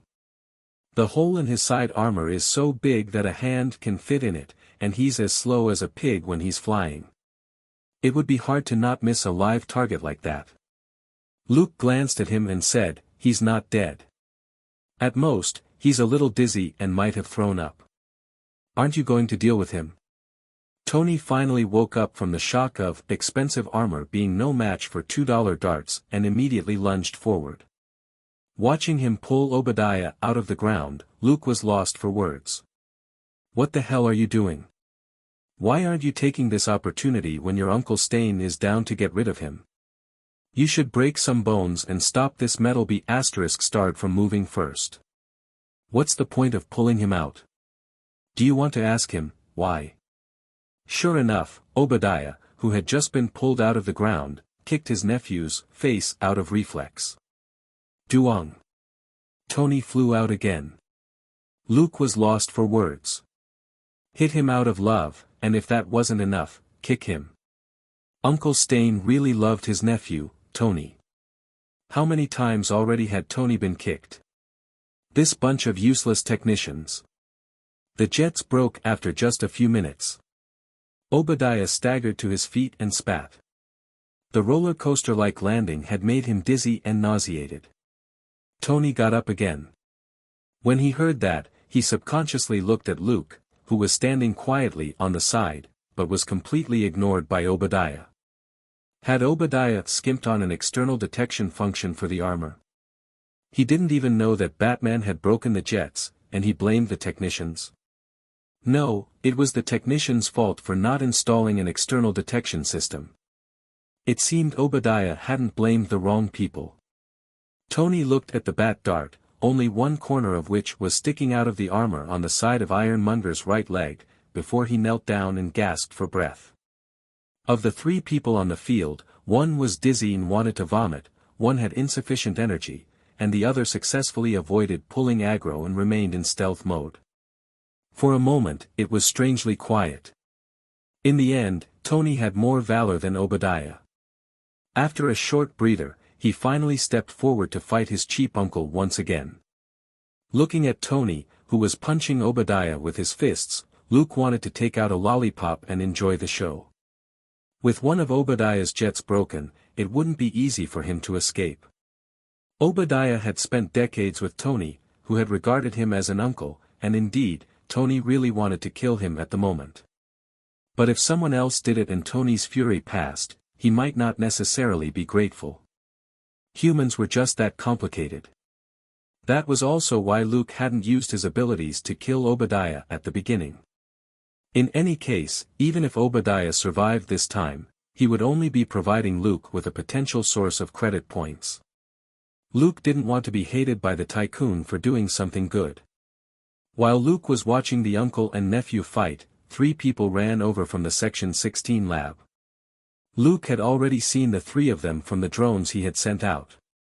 He couldn't help but glance at them. They really weren't afraid of death. He cursed inwardly, but at least a certain agent was still alive and unharmed. The 3 of them hid in a nearby corner, and only the leader approached him. "You're not going to help?" Luke didn't even turn his head as he said, "You helped, but did you catch Obadiah?" "Agent Coulson, being too impatient isn't your style." It was none other than Phil Coulson. Hearing Luke's words, he said bitterly, "2 of my men were killed by Obadiah." Luke asked, "Let me ask you first, how are you going to deal with Obadiah's armor?" Phil said solemnly, "We'll take it and seal it away." Luke was lost for words. Wasn't that the same as giving it to Hydra? In fact, Ironmonger wasn't very valuable. The only thing that was valuable was the 2nd-generation arc reactor. With that thing, dreams of a flying force could easily become a reality, and it also wouldn't be hard to make other suits of armor.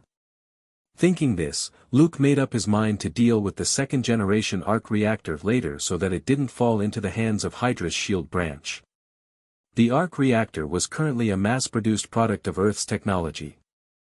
It could be applied to various weapons and equipment on a large scale, and was more practical than some cosmic cube.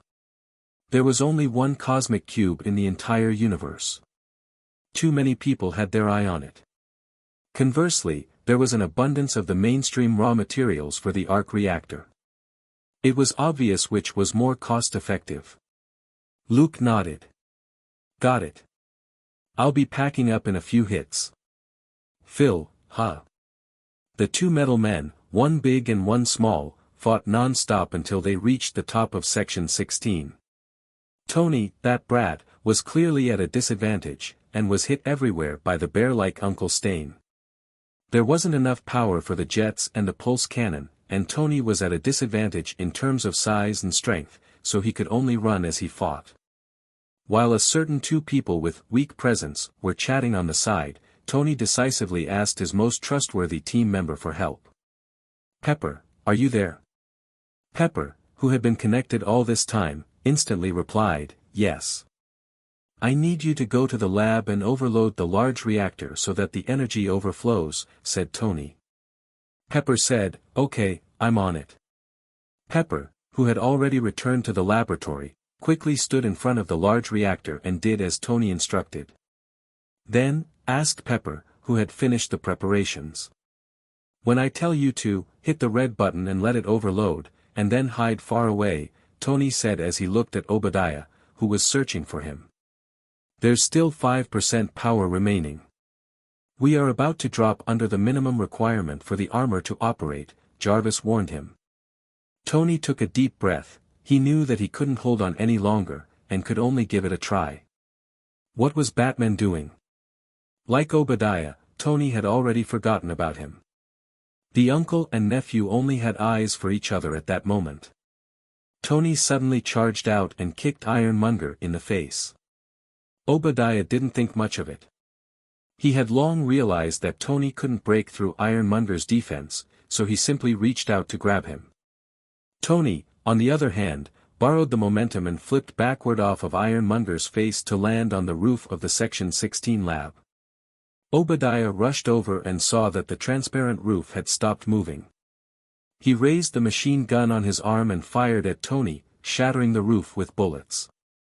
Tony hid on the other side of the transparent roof and shouted at Pepper, hit it. Pepper, however, didn't take action. You're still up there. While dodging Obadiah's shots, he urged, there's no time. This is our last chance. Tony didn't dare leave the roof, or Obadiah would immediately chase after him, and it would be meaningless to detonate the electric generator. Pepper, however, still didn't make a move. She looked conflicted. No, I can't. Tony could only say emotionally, trust me, okay? We don't have. Huh. He suddenly stopped. Pepper, who was below, immediately tried to look at the transparent ceiling, only to see a black figure that was much smaller than Ironmonger standing where he had been, but Ironmonger had disappeared. She exclaimed in surprise, Batman. Tony, who was confronting Obadiah on the roof, had the clearest view as a spectator. He saw everything clearly. Just as he told Pepper to take action, Batman's ghost-like black figure emerged from the side of the roof and silently glided behind Ironmonger. He grabbed Ironmonger's arm that was firing from behind and threw the colossal creature down to the ground below. Looking at the exoskeleton setup on Batman's limbs, Tony sweated. He had actually forgotten about this. Mainly because the technology required for this exoskeleton was really nothing. The last time Tony saw it, Batman had used it to stop a bus. As a result, he subconsciously treated it as a tool for hard labor, and never thought that it could be used in battle. At that moment, he finally came back to himself. This was Batman, who had extraordinary physical skills. He was a super fighter who was very good at maximizing his abilities. Other people might not find it easy to use this exoskeleton, but it was very easy for Batman. When Batman gripped Ironmonger's arm and turned around, Tony for one moment felt the delightful smoothness in the movement. Although it certainly didn't cause Ironmonger any damage, the feeling of wielding something heavy like air, so skillfully and easily, was hard to resist. Compared with Batman, Tony felt that the combat coach he hired was a farmer who only knew how to use an excavator. It was completely unsightly. Dropping Ironmonger to the ground below, Luke wasn't in a hurry to follow him. Instead, he turned to Tony. "If Obadiah's reactor is broken, you can make one in no time for your own use, right?" Tony nodded blankly. "No problem. This first-generation reactor still has power, enough to give me time to make a new reactor." Luke was asking the obvious. Of course, Batman had to be a little nicer to the tycoon. Batman's mission was to brush up the tycoon's good impression of him. After this interlude, Luke nodded. "Then I can relax." With that, he jumped off the roof and charged at Obadiah, who had already gotten to his feet and was looking up. Looking at Luke who was charging at him, Obadiah exclaimed, "Batman." Now that Obadiah didn't have Tony to distract him, Batman lunged at him head-on, and the pressure was even stronger. This was the reputation from breaking the bones of hundreds in Los Angeles. Obadiah hadn't thought much of Batman since he himself wasn't a hoodlum. Now that Batman was charging at him, he suddenly remembered, right now, it seemed he was a bad guy. Alarmed, Obadiah subconsciously took 2 steps back. This was what it meant to feel guilty. Luke dove down at an extremely fast speed. He even turned on the jets in the air, and the auxiliary support frames on his arms smashed into Ironmonger's chest with great force. Duong. Ironmonger took 2 steps back. Luke dropped to the ground and charged forward. Bang! Bang! Bang! A pair of fists rained down on Ironmonger's chest. Ironmonger kept retreating, but Obadiah suddenly came back to himself. Huh! That's not right. Batman is only using his fists and darts. How can he hurt me? He subconsciously heaved a sigh of relief and grinned hideously. Batman, you really do have a relationship with Tony. You'll die together. As he spoke, he raised his arm and pointed the machine gun at Luke. Luke snorted. As expected of a technology idiot. He thought he was invincible just because he was wearing a big shell. If Obadiah's internal support program was Jarvis, things would have been more troublesome. Given Jarvis's calculation speed and intelligence, he would definitely slip away with Tony at the critical moment. Did Obadiah have such a considerate assistant? Obviously not. Luke punched even harder, and the sound of metal hitting metal rang out. Phil, who was watching from not far away, had a strange expression on his face. How could a master at physical techniques like Batman blindly use brute force? Not to mention that the Ironmonger armor was so thick.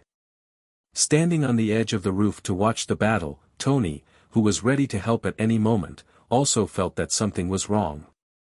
Jarvis had already analyzed Batman's actions countless times. This guy was definitely a classic case of look before you leap. It was fine if Batman didn't attack, but if he did, he would definitely defeat his opponent. This was already a fixed rule. Then why was he constantly punching the thickest part of Obadiah's armor with his fists? Even if he was using an exoskeleton so that his hands wouldn't hurt, was it necessary? 2 seconds later, everybody understood. Inside Ironmonger, Obadiah suddenly felt the armor's gaze shift upward, but he wasn't looking up. It was Phil and Tony who had a clearer view. Batman's continuous attacks finally knocked the heavy Ironmonger back, and it was becoming more and more obvious that it was losing its center of gravity. Obadiah's lack of combat experience was once again exposed. In the face of danger, he lacked vigilance and didn't react immediately. Otherwise, with the jets on Ironmonger's leg, he could have instantly shifted his center of gravity. Of course, when he and his nephew had been rolling around nearby as they fought, he had never cared about falling down, so it was hard for him to be wary. By the time Ironmonger started to fall backward, Obadiah just subconsciously waved his hands, as if to grab onto something to maintain his balance. Luke reached under his cape with his right hand and took out a silver curved blade that was half a meter long. At the same time, he whirled around the falling ironmonger. Clang! Clang! Clang! Clang! Clang! Clang! Clang! Clang! Clang! The sound of metal clashing rang out like raindrops hitting banana leaves. The silver knife drew arcs in the air as it slashed at Ironmonger's body. Boom! Ironmonger crashed heavily to the ground. Obadiah finally realized what was going on. He tried to prop himself up with both hands. In the end, he couldn't move. Stunned for a moment, he saw Batman standing tall in front of him, and the silver knife in his hand suddenly stabbed down.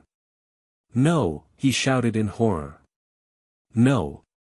Tony couldn't help but say. Although Obadiah had done so many bad things, Tony didn't want Batman to simply kill him. This was a habit from decades of knowing each other, and had nothing to do with whether the other party was bad or good. Ding! Rip! There was a crunch, followed by the sound of metal tearing, and the silver knife pierced through the armor over the reactor in Ironmonger's chest. Luke darted away and retreated 20 meters. Obadiah's eyes bulged for a moment before he suddenly exhaled. He was stunned, but didn't feel any pain. "Not dead, I'm not dead." He suddenly gasped for breath. When he saw the knife just now, he really thought he was going to die. Tony jumped down from the rooftop to land next to Luke, and asked in a low voice, "Is he dead?" "You're overthinking it." Luke looked at him. "I don't kill people. Let him be punished by the law." Tony, what? He had thought that Obadiah was dead for sure when he saw Luke's fierce stab earlier. No matter how thick the armor on Ironmonger's chest was, it wasn't as thick as the curved blade. Hearing that, he stepped forward to determine if Obadiah was dead or alive. Luke said unhurriedly, "I think I broke the reactor in his chest." "Are you sure you want to go?" Tony was stunned, and Jarvis immediately warned him, "Sir, Obadiah's reactor is malfunctioning, and the radiation level is increasing rapidly." Tony decisively came to a halt. After knowing each other for so many years, he didn't want Obadiah to die, but he wasn't good enough to sacrifice himself to save his enemy. Luke gestured at Phil, who walked over in amazement. "That's it?" Luke hummed in response, but then immediately started to expose Phil. "Agent Coulson, you said earlier that you would be taking this thing away. You have to be careful. There seems to be something wrong with the reactor in his chest. It's best to get a professional to deal with it." Tony immediately frowned. Obadiah's armor could be considered the most mature prototype of the Iron Man armor. Coupled with the second-generation reactor, how could he let it be taken away? He immediately notified Pepper in private about the situation here and had her find someone to clean up the mess.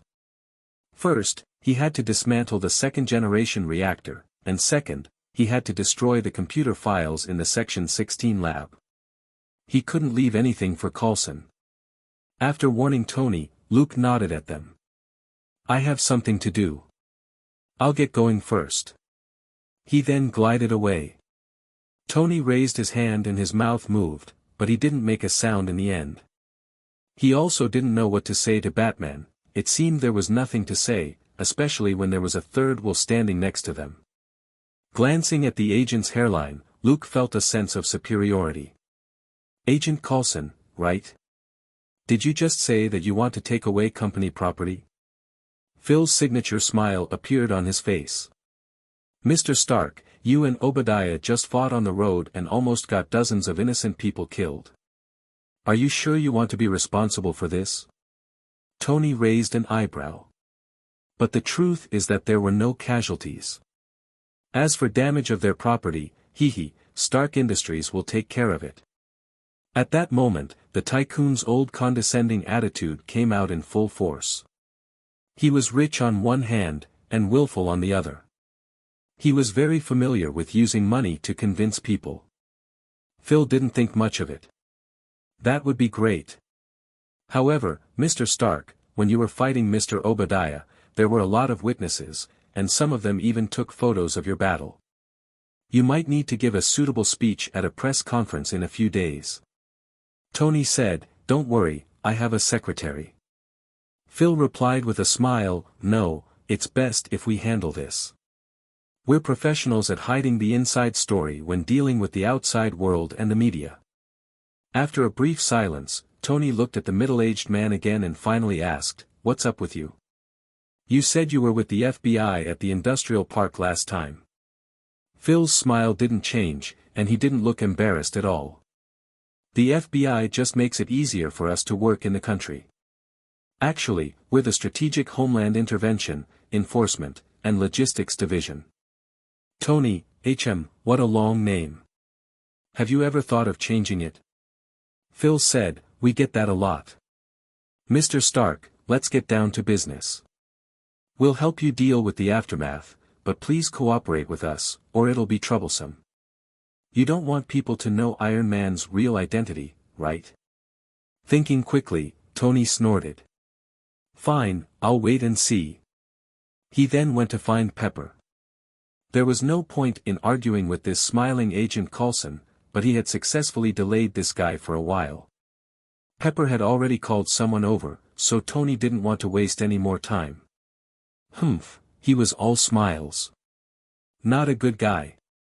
The tycoon cursed the smiling tiger in his heart and promptly left. A press conference? He didn't care. He was Tony Stark, not some charcoal head who liked to act mysterious. He wasn't afraid of being exposed. Tony turned around and went to the Section 16 lab. The two agents nearby walked over, and one of them asked excitedly, "Sir, are these the reinforcements you called, Batman and Iron Man? You're really awesome." Phil's smile immediately disappeared as he stared at him expressionlessly. "Cut the crap. Keep an eye on Obadiah and the lab. If Stark Industries arrives, we won't get anything." The two agents immediately left. They felt that their boss was suddenly a little angry, but when they thought about their two colleagues who had died, they felt depressed. Phil took out his phone and hung up after saying a few words. He sighed. This won't be easy to deal with. He looked around and saw spectators everywhere. Damn it, you're even more unafraid of death than we are. Phil felt helpless in the face of these onlookers who were increasing his workload. On the other side, Tony arrived at the lab. He couldn't be any more familiar with the armor.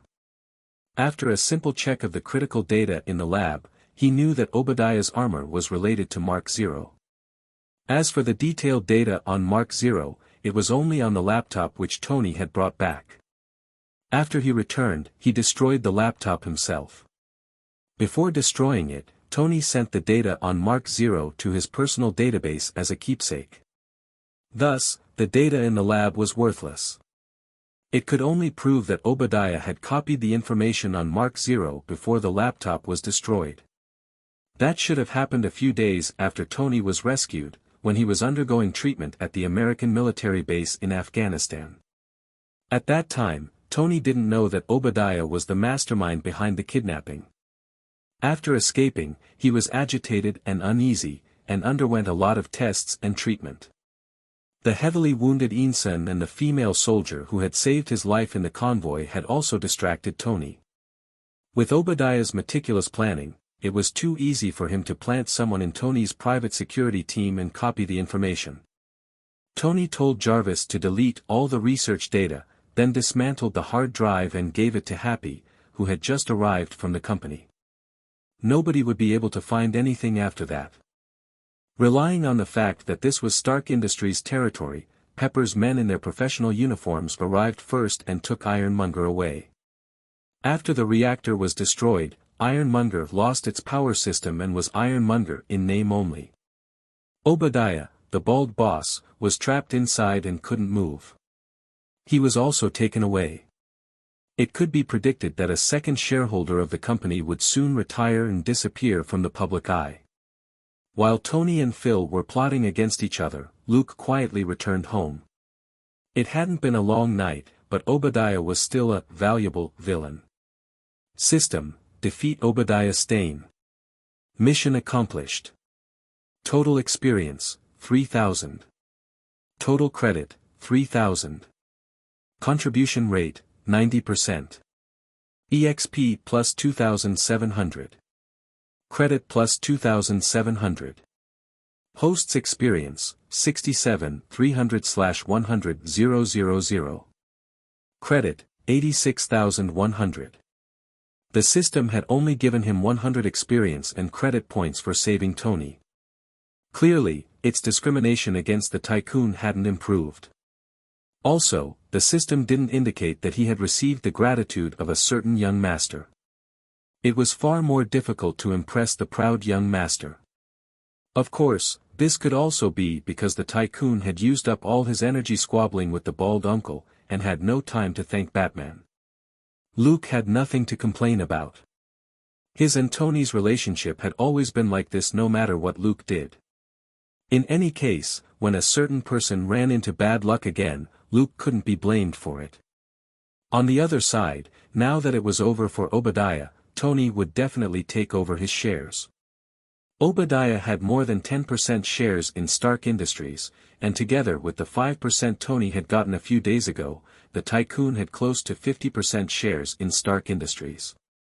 If he took advantage of the fall in stock price to acquire more, Tony would be in firm control of Stark Industries. Tony, who had just been backstabbed by Obadiah and the shareholders and kicked out of the company's management, certainly wouldn't let go of this opportunity. Thinking that, Luke called Jenny. "Let's start making money." Jenny was stunned for a moment before she said, "Stark Industries' stock price has only dropped by 50%. If we pull out now, we'll lose a lot of profits." Luke thought for a moment. "How long will it take?" Jenny said, "We're expecting it to be the day after tomorrow." Naturally, Luke had no objections. Tony wanted to kick out those two-faced shareholders, so the stock price wouldn't increase in the short term. There was still time. He thus said, "Let's end the first phase as soon as it drops 50%. "Okay," Jenny agreed. "Then, let's start the second phase, and buy shares in secret," he continued. Jenny asked, "So soon?" Luke said, "It won't be long before someone tries to undercut us. We should take action as soon as possible. In any case, it's easy money." Jenny remembered that Luke had mentioned that he had someone at the top in Stark Industries. She said, "Okay. Does that mean you won't be coming to take a look at the accounts? You should at least be interested in how much easy money we have, right?" Luke said with a smile, "That money will be turned into stock in a few days. I think I'll pass. You should work harder during this period. I'm going to New York after this is over. We can discuss it in more detail then." Jenny chuckled. "Have you had enough of a vacation?" Luke said, "More or less. I'm making a trip back home to Texas, and I'll go to New York a few days after that." Jenny said, "Okay." After hanging up, Luke got to work. Most of the things in Los Angeles didn't need to be moved. Claire would come by every weekend. The California earthquake tour was over. She had returned to Los Angeles a few days ago and was now a USC freshman. She was busy with her new life in college and needed to stay on campus for the first year, so she hadn't been coming over recently. That was normal. Claire's birthday was on August 15th. At that time, she was still on tour, and everybody had only called her to congratulate her. She had turned 18 that day, and was a legal adult. She would have to face this society on her own, and college was a good start. Of course, Claire was very happy to help Luke look after the villa. The bungalow was small, but it had everything. There was a training room, a jacuzzi, and a smart kitchen. Taking a break here every weekend would be a delight. Luke put the truly sensitive items into his inventory. Some things which needed to be shipped over had already been sent to New York. Last month, he had bought a new residence there. It was a worker at the phone company's New York branch who had helped him find a suitable place to purchase. As the saying went, money could do anything. Unlike when he transferred twice before, Luke this time wasn't hard up for money and didn't have to quickly report to work or look for a cheap place to rent.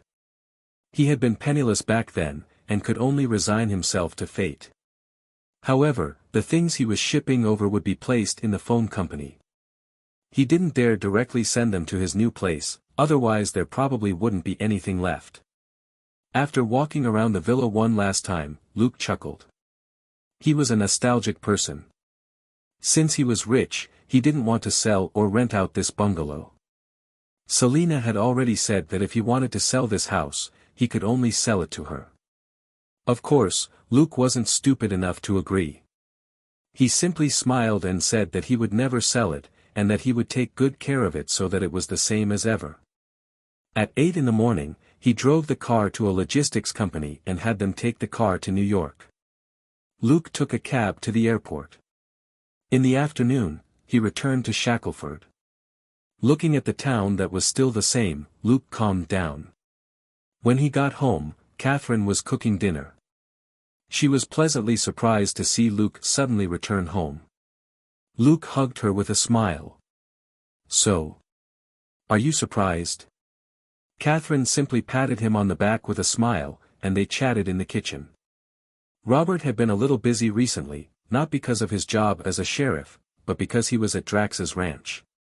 Selina's family had always talked about a new ranch, so Luke naturally wouldn't stay quiet. It was only after he secretly bought the 4 ranches next to his grandpa Drax's ranch that he let the man know. The old man was both angry and amused at the same time, and called to scold him for being a wastrel.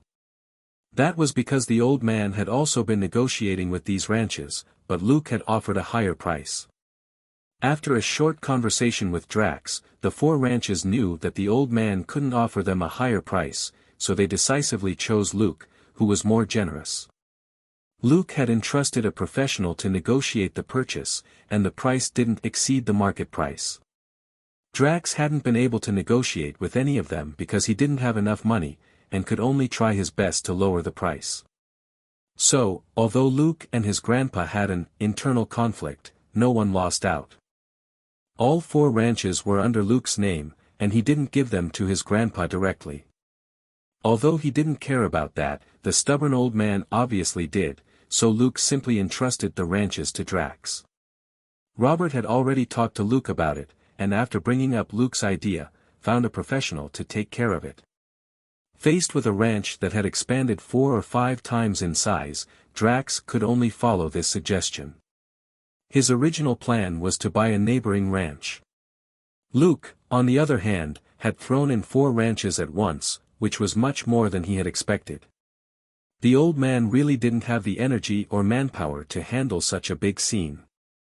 Recently, the manager had taken over the ranch and had a lot of work to do. Robert had also worked as a ranch owner before, but he later chose to quit and become a sheriff, which was more suitable for him. However, he hadn't forgotten what life on the ranch was like, so Drax's hairy-legged son-in-law helped out every day. After talking about it, Catherine hesitated for a moment before she said awkwardly, "Well, something happened here." Looking at her expression, Luke said with a smile, "Is Joseph going to have a sister soon?" Hearing that, Catherine immediately pooh-poohed at him. "What are you thinking?" Luke shrugged. "Joseph has always wanted a sister. Since you and Robert have nothing else going on now, you can have another one." Joseph really wanted a sister, but there was a problem with his motive. He was the youngest in the family, much younger than everybody else, and had been under their supervision for a long time, so he had an idea: with a younger and more obedient sister, wouldn't she be able to take over the position of youngest and share his burden? Catherine didn't say anything, but Luke could tell from her expression that she was really considering it. He said with a smile, "Joseph strongly supports it. I also think it's good to have a little sister. Claire should be fine too. You don't have to hesitate too much." Catherine subconsciously nodded. "Robert and I." "Wait, what did I want to talk to you about?" Luke shrugged. To give our family a little sister. Catherine glared at him angrily. Shut up. That's not what I'm talking about. Right, it's about your company shares. Robert knows. He wants to talk to you. Luke hummed and observed Catherine's expression. What's his attitude? Is he thinking of backing out? Catherine said, I don't know, but he didn't look angry. He just said that he needed to talk to you sometime. Luke didn't think much of it. Robert was a straightforward person, and didn't act secretive with his family. Since he hadn't called Luke to scold him, that meant that it wasn't a serious matter. In any case, Robert had never been able to out-talk him, so Luke wasn't stressed at all. After that, Luke left to pick up Joseph for dinner. Carrying a big bag on his back, he leisurely walked through half the town and stood outside a yard. Looking at the group of people and the dog in the yard, Luke joked, It's already 6. Don't you ever have enough fun? The people in the yard and the dog paused for a moment. Then, the dog head was the fastest. It gave up playing with the kids at the speed of light and darted in front of him with a whoosh as it whined. Luke patted the dog's head with a smile. Alright, Dollar, be good. Gold Nugget 2. The two little girls, Talia and Andrea, also ran over with smiles on their faces, their laughter like silver bells. Indeed, they weren't old enough yet for their laughter to evolve into their sister's barbell-like laughter yet. Luke, Luke. You're back, the two girls shouted. Luke reached out with a smile and gave them the same treatment as Gold Nugget. He patted each of their heads and led them into the house. Let's go. It's been a long time since we came back. I brought each of you a little present this time. As he walked, he didn't forget to call out to Julio, Selena's youngest brother. You have a present too. Don't just stand there and smile. While he said that, he mumbled to himself, You need to work out more, young man. With your reaction speed, it's no wonder you were the last person I thought of when I bought the presents. Selena was lazing about on the porch, and she smiled at the person bribing her siblings. Finished with your business? Luke chuckled and made an okay gesture, before he made a lot of money gesture. Selena stopped asking. She had gotten the keywords, the details could be discussed when they were alone. It wasn't appropriate to talk about money in front of the 4 kids since she herself wasn't sure where this money came from.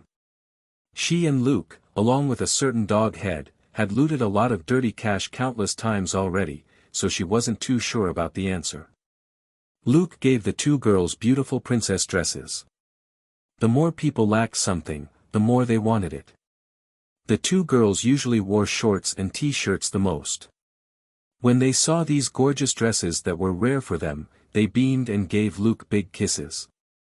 Julio had gotten a baseball bat that he could play with and also use to defend himself. When Luke gave Julio the baseball bat, he said earnestly, Boys should protect themselves when they're outside. Julio simply accepted the baseball bat and nodded excitedly. Joseph's gift was at home, and he could only look at everybody else's gifts for now.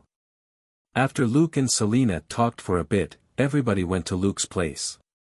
After purchasing the new ranch, Mario and Sandra were busy on it, so with Selena back, she was watching her siblings for a few days. Now that Luke was back, she took her siblings to his place for dinner. Robert returned not long after. Looking at Luke, he simply snorted. Free tonight? Luke said with a smile, I'm on vacation. Of course I'm free. Then let's have a chat. Robert stopped talking after that. Dinner was very lively with Selena and her siblings.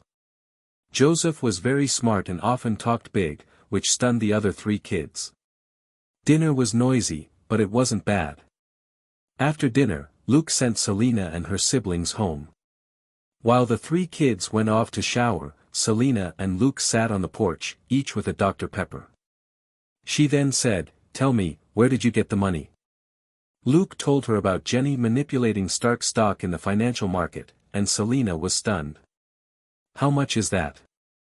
Luke took a big sip of his cold caramel drink and shook his head. I don't know the exact figure. Jenny should still be counting. As he spoke, his phone rang. He picked up the phone and said a few words, before he hung up. He said with a smile, after some initial calculations, we've earned almost $5.8 billion this time. Selina spat out the soda in her mouth. Wiping the corner of her mouth, Selina confirmed it again in case she had misheard. How much? Luke said, about 5.7 billion. She had always known that Luke could make a lot of money. Some time ago, she had read in the newspaper that Titanium Phone Company was valued at almost 2 billion, and Luke owned most of the shares in that company. He was truly a billionaire. But she was still shocked by the scale this time. After all, it had only been 10 days since they last met, and he had already earned 2 to 3 times the value of Titanium Phone Company. This was simply just like a novel. Luke looked at her with a smile. Our handicraft company also has shares in the phone company, so this is also your earnings. Selina had once joked that their Cosmic Cube Technology Company, Limited was like a handicraft company, and her $200,000 had gone down the drain. He was taking revenge on her for her nasty words. Selina thought for a moment, then shook her head decisively. Keep the money for yourself. If you want to buy something, you can build that lab you're always talking about. She had done a simple calculation of how much she had earned this time. Cosmic Cube owned almost 80% of the shares in the phone company, and she had 5% of the shares, which meant that she could get more than $200 million. But she had never made any effort at all, she couldn't just sit back and reap the benefits. Knowing what she was thinking, Luke said with a smile, "Don't worry. This money will be used to buy shares in Stark Industries. We'll be shareholders of Stark Industries in the future." Selina, what? What was going on? Luke shrugged. Even if I give you more than $200 million, you won't be able to use it. When we go to New York in a few days, we'll have to protect ourselves. Becoming shareholders of Stark Industries is a good choice. Of course, Jenny is the one managing these shares. Selina had no objections. A detective's salary was enough to cover her daily expenses. She had also gotten over $1 million from hers and Luke's wild cleanup of LA gangs. She was also responsible for Gold Nugget's portion. After all, the dog had no way of spending the money itself, and Selina was the one who used her credit card to pay for things online. Thus, she still had $2 million which she had yet to use. The money for the ranch came from the dividends from the gold mine in Boom Town. She wasn't in the habit of buying luxury goods, so she had no use for the money. After sharing the good news with Selina, Luke returned home. Robert was sitting on the porch, leisurely drinking cold beer. Seeing Luke return, he pointed next to him and said, "Sit down. Let's talk." Luke did as he was told and picked up the other bottle of beer that was on a small table. He opened it and took a sip. "What are we talking about?" After a brief silence, Robert took another sip of beer before he asked, "Are you in danger?" Luke was stunned. "Huh?" Robert said, "Transferring assets to family is something many people do when they're in trouble." Luke was amused. "You're overthinking it.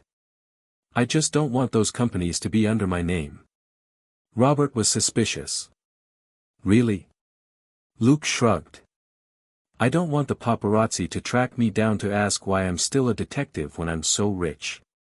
Robert clearly didn't believe him. "Cut the crap. Do you see anyone else handing over most of their assets to their family just because they don't want to be interviewed?" "Humph, I've never seen that. It's more about family turning against each other on the news and becoming enemies because of money." Luke shook his head. "But these shares are only a small portion of my assets."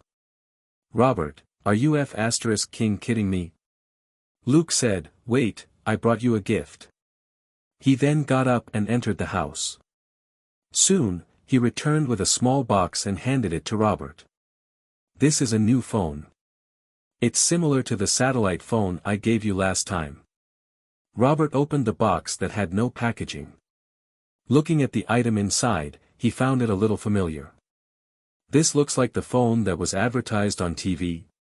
Luke was lost for words. The titanium logo is on the phone, can you not be so outdated? He just said that he was providing technical support to Titanium Phone Company and owned a major portion of its shares. Robert didn't believe him. You weren't very good with craftwork when you were young. The stool you put together collapsed when I sat on it. You can make phones. Luke was lost for words. That small stool was made for Claire. How can it not break if you sit on it? At that time, Claire was less than 5 years old and weighed only 40 kilograms. Robert, on the other hand, was 1.86 meters tall and weighed close to 200 pounds. With Luke's craft skills, there was no way the little stool he made could withstand the burden, and it instantly crumbled. Robert ignored him and picked up the phone. How did you get this? Luke said, Catherine has one as well. Don't let anyone else use it. It's a special model that I modified for you, not the kind that's being sold in bulk. As he spoke, he said, Command 0. Begin host verification. The screen on Robert's phone lit up, and the man exclaimed in surprise. Ignoring him, Luke continued, let's go through facial recognition and voice recognition. With that, he said to Robert, look at the screen and say your name. Stunned, Robert did as he was told. His face appeared on the screen, and a notification popped up, host information confirmed. The screen turned black again. Robert studied the phone again, still suspicious. It's not under remote control, right? He wasn't a professional at setting traps, but he had a few old friends who were. It wasn't like they had never used a fake pager to trick people. Luke rolled his eyes. That's enough. There's an operation support program inside. Try it out if you have nothing to do. It'll help you understand this phone's special functions. After explaining that, he said, you can easily find out online how much Titanium Phone Company is worth. That's why I'm making money faster than you can imagine. Robert looked at him disdainfully.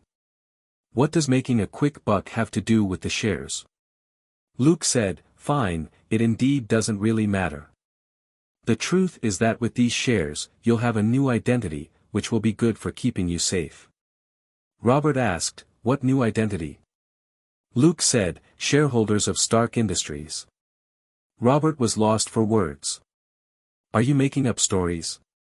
Luke continued, when the time comes, I'll find a representative to enter Stark Industries' board of directors and handle everything. It won't impact your lives. After a brief silence, Robert suddenly said, did you piss off a lot of people? A while ago, you asked me to find someone I trust to set up a small security company to ensure the safety of our family. Luke said, it's not a big problem so far, but it's good to be prepared. I can't be sure if a lunatic won't come looking for you someday. Robert frowned and thought for a long while, before he slowly nodded. All right, I'll look for a few old friends. However, we haven't been in contact for years. I don't know how they're doing. It's fine. You seem to have a lot of old friends. I believe you can find someone suitable. Luke was relieved. If Robert was like Drax, who had never been afraid of anyone in all his decades of fighting, that would be a real headache. Most importantly, this involved the safety of his family, and Robert didn't dare bet on the old and weak, and the woman and children at home. Shall we watch TV? Luke got up. Robert also stood up and said, okay. As they walked into the house, Robert suddenly remembered something and said, no wonder you donated $1 million to the police department when I returned from vacation. That's the money the phone company made, right? Luke chuckled. To improve the police department's environment and make you more comfortable. Robert curled his lip. 100,000 would have been enough. It's a waste to give more. Gonzalez hounded me for money this time to set up a separate deputy sheriff's office. I couldn't refuse him. Luke burst out laughing. All right, Gonzalez has wanted a separate office for 7 to 8 years. It won't be right for you to keep pushing the matter away. You have to be united and harmonious. Gonzalez was the deputy sheriff and Robert's right-hand man. However, this guy and Robert were a little at odds. They weren't bad guys, but they just didn't like each other. Robert had never given in to the guy's request for a private office. Firstly, the police department really didn't have the money. Secondly, in a small-town police department with only a few people, a separate office for the deputy sheriff was more pretentious than practical. Robert himself rarely stayed in his office. He would either be out driving or chatting in the office lounge. But after Luke donated $1 million to the police department, it was only to help Luke save on this money and nothing else that Robert agreed to let the deputy sheriff set up a private office for himself. The money was only used to renovate the police department's current small building, and to replace and add necessary facilities. For example, the leaking pipes and holes in the walls which they usually patched up themselves were finally repaired by professional carpenters and plumbers. Secondly, the less cool air-con units were also replaced. Finally, at the request of all the officers, Robert gave them a new, high-end coffee machine. This way, Robert spent less than $30,000, and he put the rest of the money into the police department's account as maintenance fees. As the one and only donor to the town's police department, Luke's photo was posted on the police department's wall of honor the next day. Under the photo was a description: Donor Luke Carlson, a lifelong honorary officer of Shackelford Police Department. With money, his photo and name could be put up on the wall of honor. In the Shackelford Police Department at least, $1 million was enough to put up 10 people, or put up one person for 10 lifetimes. There had been no specific reason for the donation. Everybody else in the police department also knew that they had gotten this benefit because of the sheriff's connections, so nobody said anything. This money would last Robert as sheriff until he was 70. The next day was Friday. The whole family went out in the afternoon. Even Selena's family headed out to the Carlson Ranch and Hayek Ranch.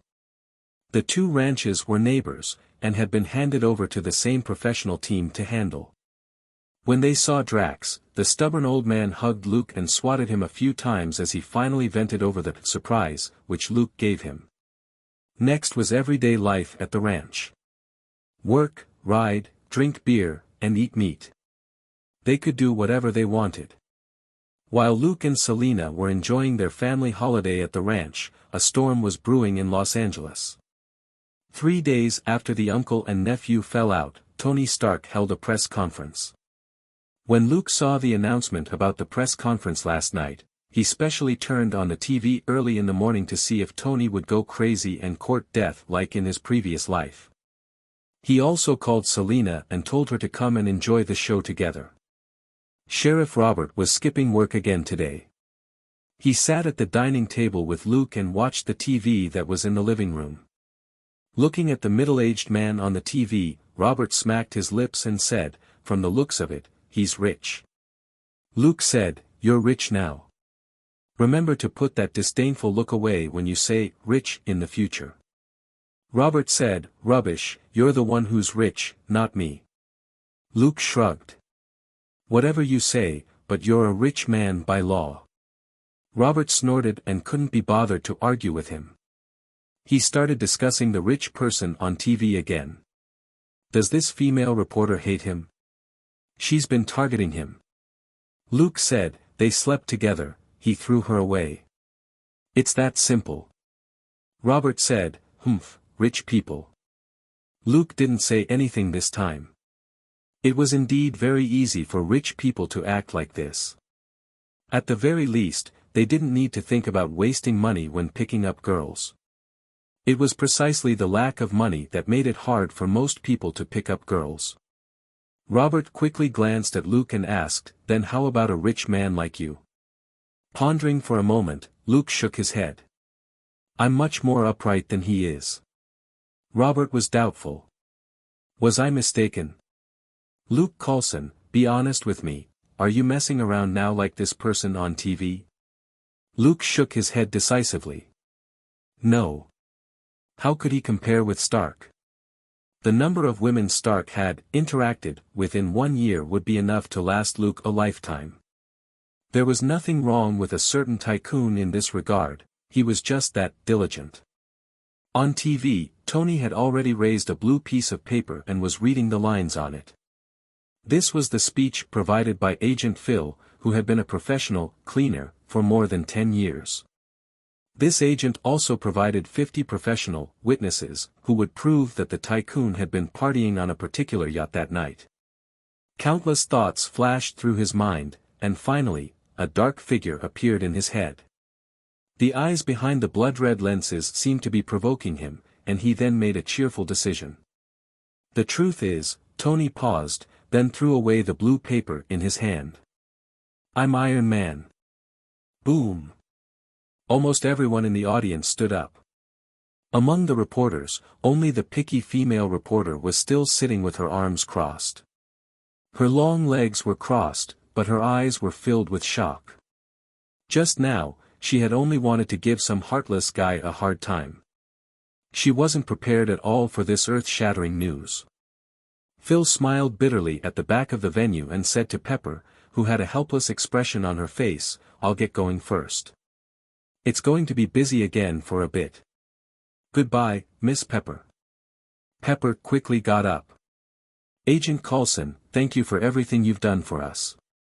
That night, Coulson had stalled Obadiah, despite the danger, which could be considered saving her, and Pepper was very grateful. Phil smiled again.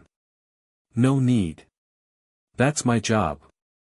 You can contact me if you need anything in the future. Pepper thought for a moment. It's called Strategic Homeland. Just call us S.H.I.E.L.D. Phil smiled and left. On the other side, Robert was pouring milk in front of the TV. When he heard the earth-shattering declaration, his hand shook, and a large amount of milk spilled out. It wasn't that he was excited, but that he had been secretly despising this rich tycoon just now.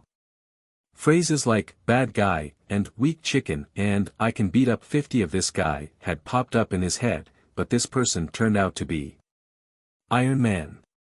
Iron Man was the second superhero to step onto the stage, and Robert had watched the video of Tony saving someone earlier on. He knew that unless he set a trap, he basically had no way to deal with an enemy as powerful as this. In a head-on confrontation, Iron Man could beat up 50 of him. Luke didn't mock Robert. He simply handed him a towel. Of course, if he knew that a certain sheriff was comparing 50 Roberts with Iron Man, he would definitely mock him. Obadiah's Ironmonger was equipped with guided missiles, and Tony's Iron Man armor naturally could do the same. How could a soldier with a flesh and blood body compete with a rich man like Tony, who played with high tech? As the saying went, the rich relied on technology. The cheat was that most technological products could be mass-produced and constantly replenished. The poor, on the other hand, relied on mutations in their own bodies to survive. Tony only needed to move his mouth and he could launch a small missile. Jarvis could even lock onto the target. Most mutants would find it hard to achieve similar results by relying on their own physical capabilities. This was the superhero version of, the rich move their mouths, the poor break their legs. After Robert wiped his hands and the table, Luke said with a smile, so. Don't you think it's a little safer to become a shareholder of superhero Iron Man's company? Robert smiled. Superheroes absolutely aren't as useful as Stark Industries. If it wasn't for Stark Industries, this tycoon might not even dare admit that he's Iron Man. Don't get involved with him in the future. There's no benefit and you might run into bad things. Luke nodded humbly. He naturally thought the same, which was why he rarely interacted with Tony as a detective. Batman, however, didn't have such concerns. Whoever wanted to target Batman could look for him. In any case, this identity would be put to rest in a few months. In Los Angeles, Tony had returned to the Malibu villa to hide. Pepper would take care of things outside, there was no need for him to mess things up.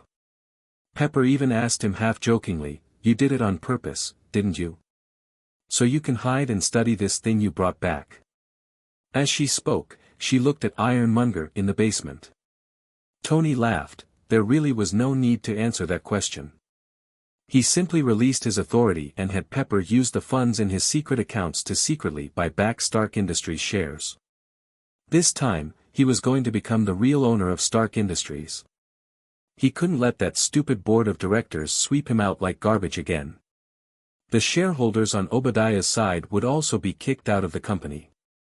In any case, Stark Industries shares were still falling. He didn't believe that these people could tolerate it.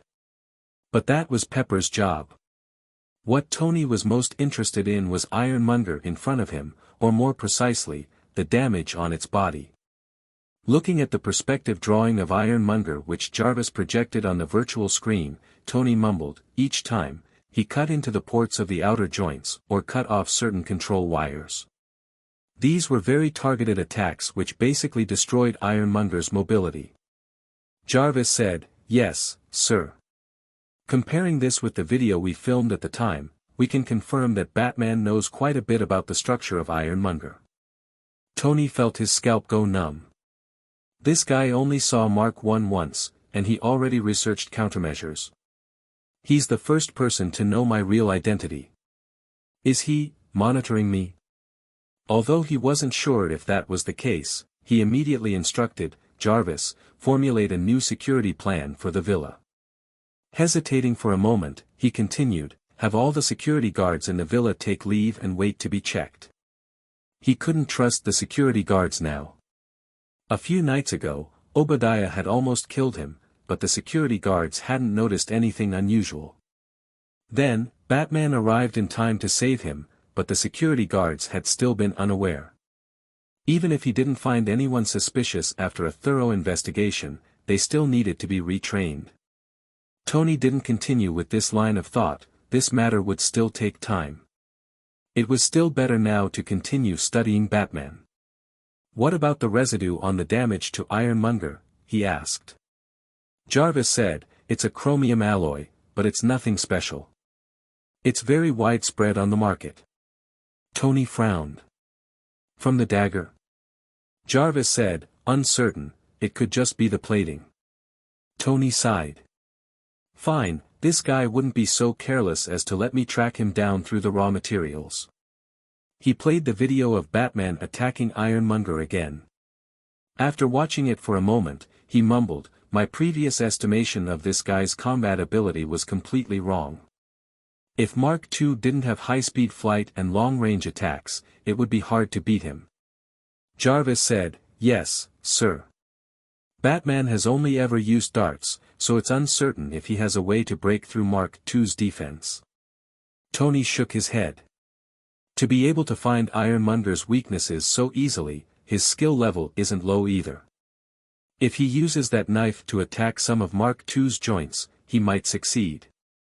It seems that I need to speed up the development of the subsequent models.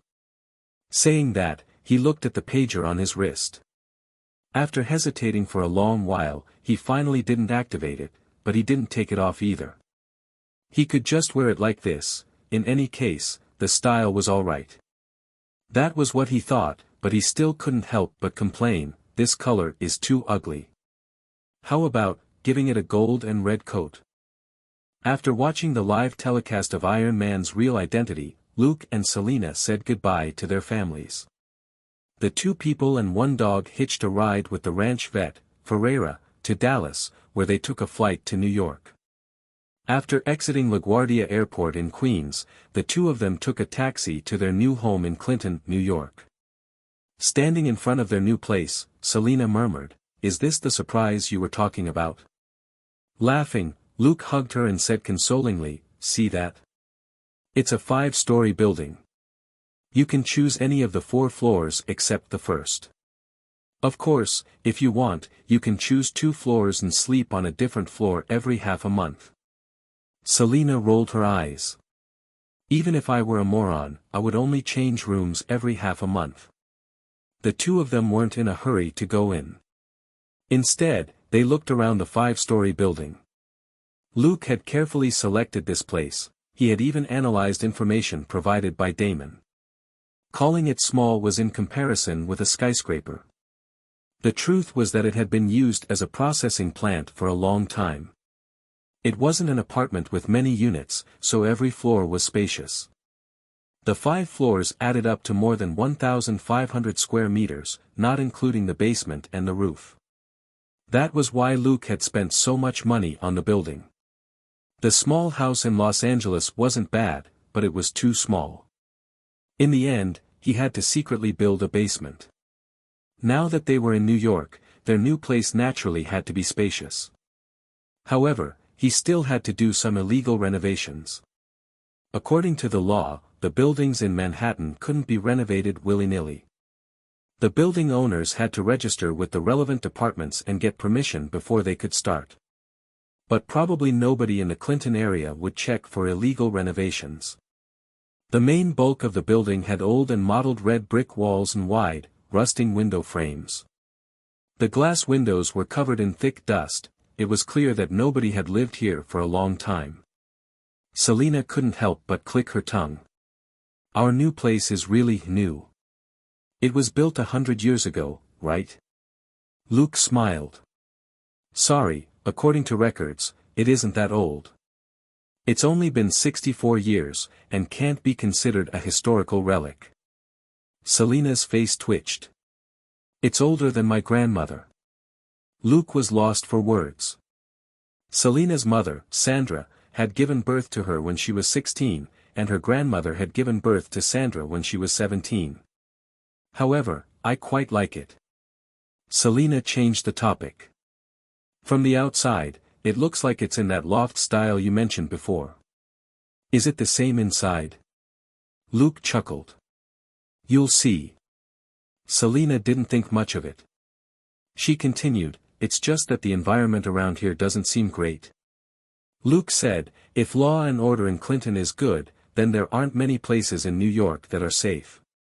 Selina's eyes glittered. Then, we can, he. Looking at her, Luke chuckled as well. At that moment, they returned to the entrance after doing one round of the place. They opened the front door and went in. Looking at the inside, Selina was gobsmacked once again. What the hell? Gold Nugget's jaw almost hit the ground. It was in despair. I don't want to live in a haunted place like this. It was mostly empty inside, but there was junk and rubbish everywhere. A thick layer of dust covered everything and spiderwebs hung in every corner, making the place look eerie and run down. It wouldn't be an exaggeration to say that this place was haunted. It looked a lot like those haunted factories in horror movies. Luke patted Selina's shoulder and the dog head next to him. There are no cleaning or interior decorating services here. Also, we can't leave our place to someone else, so we'll have to do it ourselves. Selina and Gold Nugget immediately understood. Luke had set up a lot of new equipment and defense mechanisms in their LA home, turning it into a completely different place. Even if it was a new place, it would still be a dump if it was installed with only the standard stuff. Thinking that, Selina and the dog put away their shock and continued to examine the building with Luke. After completing their inspection on the 5th floor 20 minutes later, Luke nodded in satisfaction. The basic structure is fine, and there actually isn't much trash in here. We can save on a lot. Let's have lunch first and then get the tools and materials before we get to work. They didn't need to look for a car.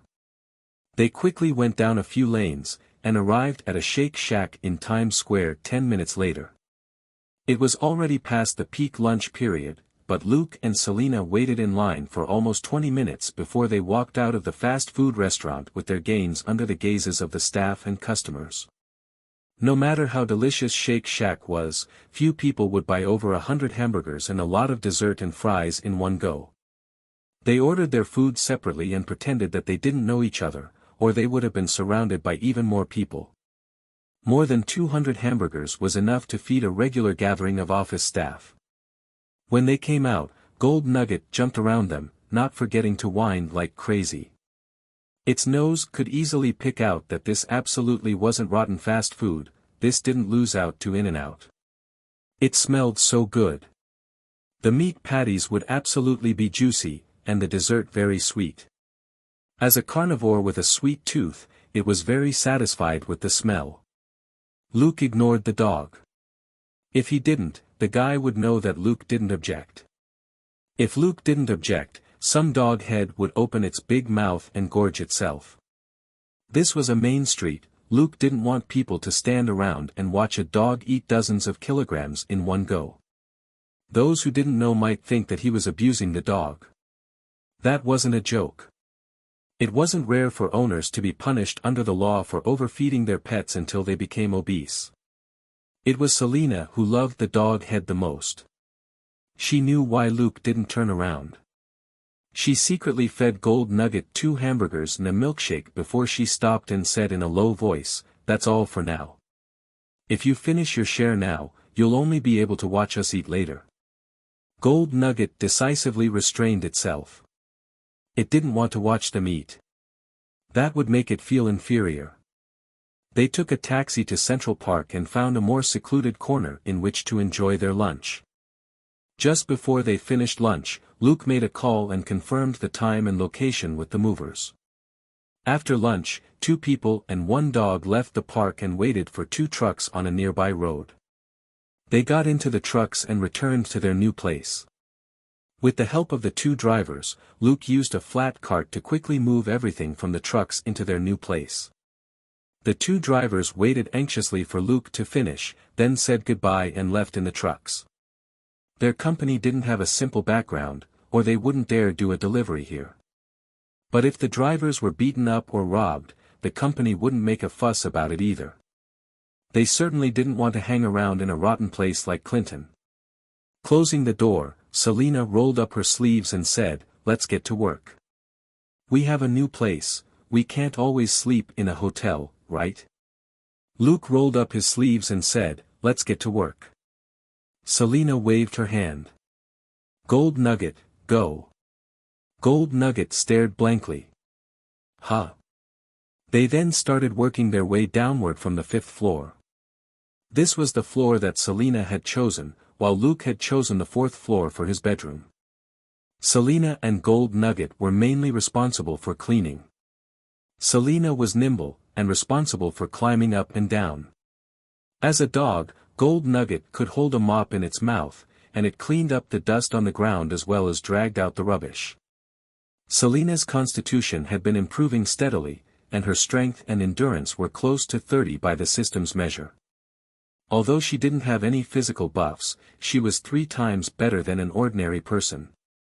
Gold Nugget didn't get tired at all. As long as Dollar didn't find it troublesome, it could run for an entire day with a mop in its mouth. Less needed to be said about Luke.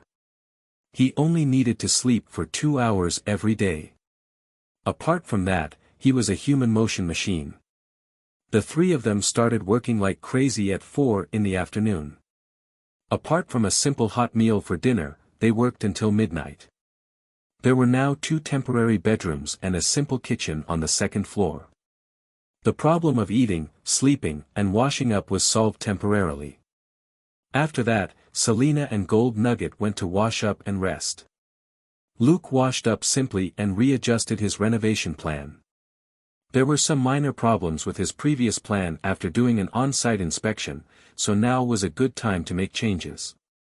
He only slept for 2 hours before he got up again and went downstairs to continue with the renovation works.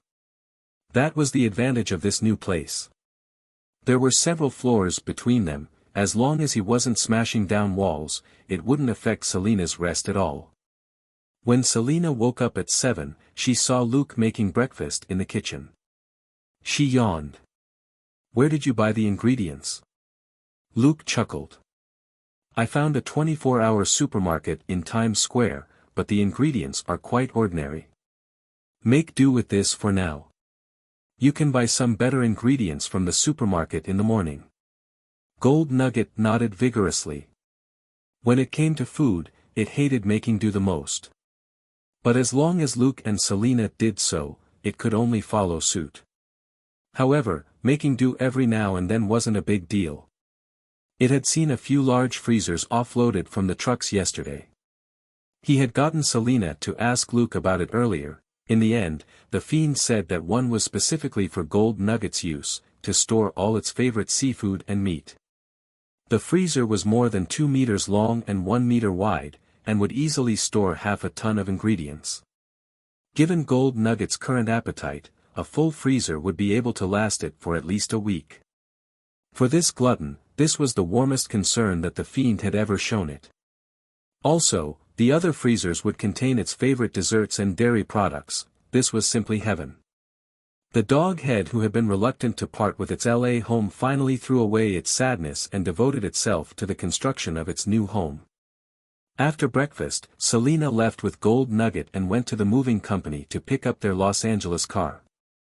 The car would soon become a backup, but currently, it was still the best means of transport for them. After Selena left, Luke started with renovations again. Suddenly, someone knocked on the door. Luke stopped what he was doing. He didn't bother putting down his tool, and simply took it with him to the door. Putting it down next to the door, he opened the door and saw 2 boys standing outside. The 2 of them were grinning and their postures were loose, as if they were here to visit. However, their subsequent greetings and actions didn't seem like that of friendly neighbors. "Dude, are you new? It seems you moved a lot of things in. Let us come in and pick out some gifts," said the shorter one. He stretched out one hand to push at Luke's chest and make it easier for him to enter. Luke didn't want to be touched. Anyone with normal hygiene would be disgusted by their smells. It was a mix of fast food, sh*t and s*x. They smelled like the trash of nerds holed up at home. Fine, the trash of shut-ins probably wouldn't have the scent of women in it. Luke calmly slapped the short man's hand away with his white glove and pushed him away. "Get lost. Don't regret it for the rest of your life." The tall man, who was waiting at the back, was stunned for a moment, before he angrily took out a lethal weapon from his pocket. He raised the weapon and said threateningly, "Do you want more holes in your body, kid?" At that moment, the short man, who had been pushed, regained his balance. He also took out a similar, lethal weapon, and waved it skillfully. "Kid, you better behave yourself, or don't blame my baby for being impolite." Looking at the playthings in their hands, Luke turned slightly and picked up his renovation tool. Holding it with both hands, he stood in the doorway. "Then, this big baby of mine won't be polite either." The 2 men's lips turned pale when they saw the baby in his hands, and the lethal weapons in their hands shook. That was a 14-pound octagonal hammer that was almost 90 centimeters long, frequently used to smash walls and concrete in renovation works. It was a truly grand, lethal weapon. In comparison, the lethal weapons in the hands of the 2 men were butterfly knives. They were 20 centimeters from tip to end and didn't weigh much. Although a knife was lethal, who would dare say that a sledgehammer that could smash through walls wouldn't kill someone? Only then did the 2 men pay attention to the young man who looked like a student. It was mid-October, and the temperature in Los Angeles hovered between 15 to 28 degrees as summer refused to let go. Right now was the height of fall in New York, and the temperature was between 10 to 18 degrees. People went around in thick fall coats, which was the standard in New York. Luke, on the other hand, was only wearing a long-sleeved t-shirt, which clung to his muscles. Looking at the dust on his body, and putting it together with the sound of things being smashed which they had heard earlier, the 2 men couldn't help but swallow. This guy had a soft face, but was someone who did physical work. Most people who did physical labor had bad tempers. Those who worked in the Clinton area had even worse tempers. Looking at Luke's muscles and the sledgehammer, the 2 men were caught in a dilemma. It would be too humiliating if they didn't do anything. Make a move. But their heads felt a little cold at the thought, as if a cool wind was blowing into their brains through the gaps in their skulls. It had to be said that there was a little problem with their thinking. Luke was here to be a police officer, and he hadn't started on the job yet. How could he smash their heads in as soon as he arrived? In fact, he was eyeing their feet. In the face of hoodlums, it absolutely wasn't against the law to casually drop a construction tool and accidentally crush their feet. Suddenly, someone shouted, "Hey, what are you doing?"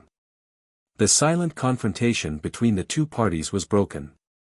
The two men jumped back 2 meters. "Don't come over, don't come." Luke didn't even bother to look at them. He turned around and saw 2 young men walking over. The one who spoke was a short, fat man with long brown hair. Behind him was a tall, slim man in sunglasses. The fat man raised his voice. "Charlie, Rackle, what are you doing here?" The 2 men subconsciously hid the knives behind their backs with pained expressions and scowled. "God, let us go. Don't come over tonight to nag. No, it's best if you never show up again." The fat man turned serious. "But we finally got you out of the detention center a few days ago. Back then, you promised that you would look for official jobs. That was the deal." Listening to their conversation, Luke smiled. This young man was quite interesting. After being a detective for so long, he could easily sense the mental attitudes of most people. The fat young man in front of him had the air of a lawyer. He was calm and collected, and his eyes were clear. He was a typical justice-type player. The fat man looked at Luke and smiled. "Sir, how should I address you?" Luke returned the smile and put the sledgehammer to the side. He took off a glove and stretched out his hand. "Just call me Luke." The fat man glanced at Luke's hand, and realized that this was clearly a refined and educated person. Of course, it wasn't hard to understand why such a refined gentleman would confront 2 hooligans with a sledgehammer. Foggy would defend himself with a baseball bat when he was in danger, but that didn't mean he was a baseball player. He immediately stretched out his hand. "Hello, Luke. My name is Foggy Nelson." They shook hands lightly before politely letting go. Foggy spoke again. "It's like this, Mr. Luke." Luke said, "No need to be polite, just call me Luke. That way, I won't have to call you Mr. Nelson, right?" Foggy nodded firmly. He liked the smiling, gentle young man. "Luke, I'll be honest. These 2 are 16 and 15. They're still minors." Foggy pointed at the 2 boys who were too scared to leave. "I saw them threaten you with knives. I'm sorry for what they did." Luke raised an eyebrow. Wasn't this treating him as too much of a nice guy? Seeing the look on his face, Foggy said with a bitter smile, "It's a little too much, but they don't really have bad intentions. So far, they've only committed theft, not assault, which is why we bailed them out." Luke looked at the 2 boys on the side, and coughed lightly. Foggy immediately focused. He knew that it was very likely that Luke was about to say something. Luke asked, "Are they your little brothers?" The slim young man behind him. The 2 black boys. After an awkward moment, Foggy hurriedly shook his head. "No, I don't have any African American relatives." Luke suddenly felt playful. "Cousins?" Foggy smiled bitterly. "Luke, I'm not a relative. I'm just a lawyer. I only bailed them out after receiving a request from their mother and cousin." Luke glanced at the slim young man behind Foggy. This time, Foggy reacted quickly.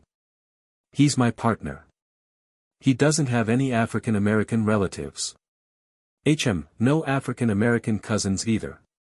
Hearing that, the slim young man's lips couldn't help twitching. "Do I look like an African American at all? What's wrong with your brain?" Luke nodded and looked away. "And your meaning?" Foggy hesitated, then asked tentatively, "Look, I'll have them apologize to you right now and give you some personal compensation if you forgive them. Is that okay?" Seeing that Luke had no expression, he added, "I guarantee that they won't harass you again." The 2 rascals were about to object, when Foggy turned around and glared at them. "If you refuse, I'll print out a copy of the bill for your last lawyer fee. You can think about it for the next 5 or 10 years.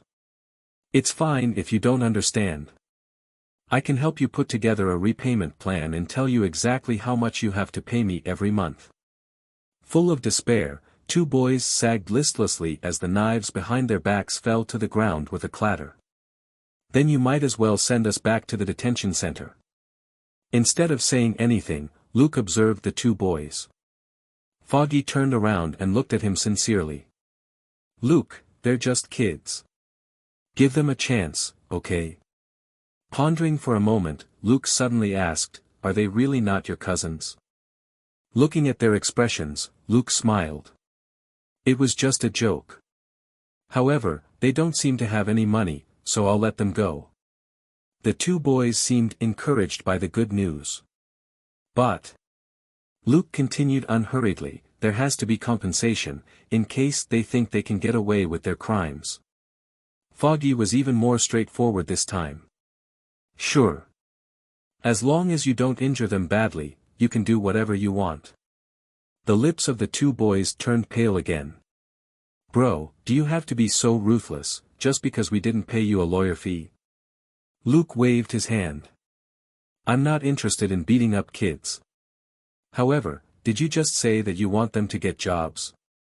Foggy nodded. That's right. Otherwise, if they carry on like this, they'll go to prison in less than 2 years, and wind up dead a few years after that. Luke said, how about this? I'll hire them as manual labor for the time being, consider that their compensation. The four people were stunned. What?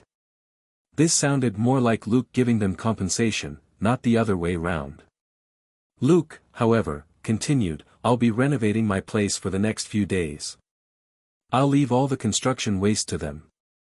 As for pay, $10 an hour. The four of them were stunned again. The lowest hourly rate was just a little over $5, and many low-level workers fought to get their salary raised to $7 or so bucks. $10 really wasn't low for temp workers. Luke looked at the two boys and asked, do any of you have a driver's license?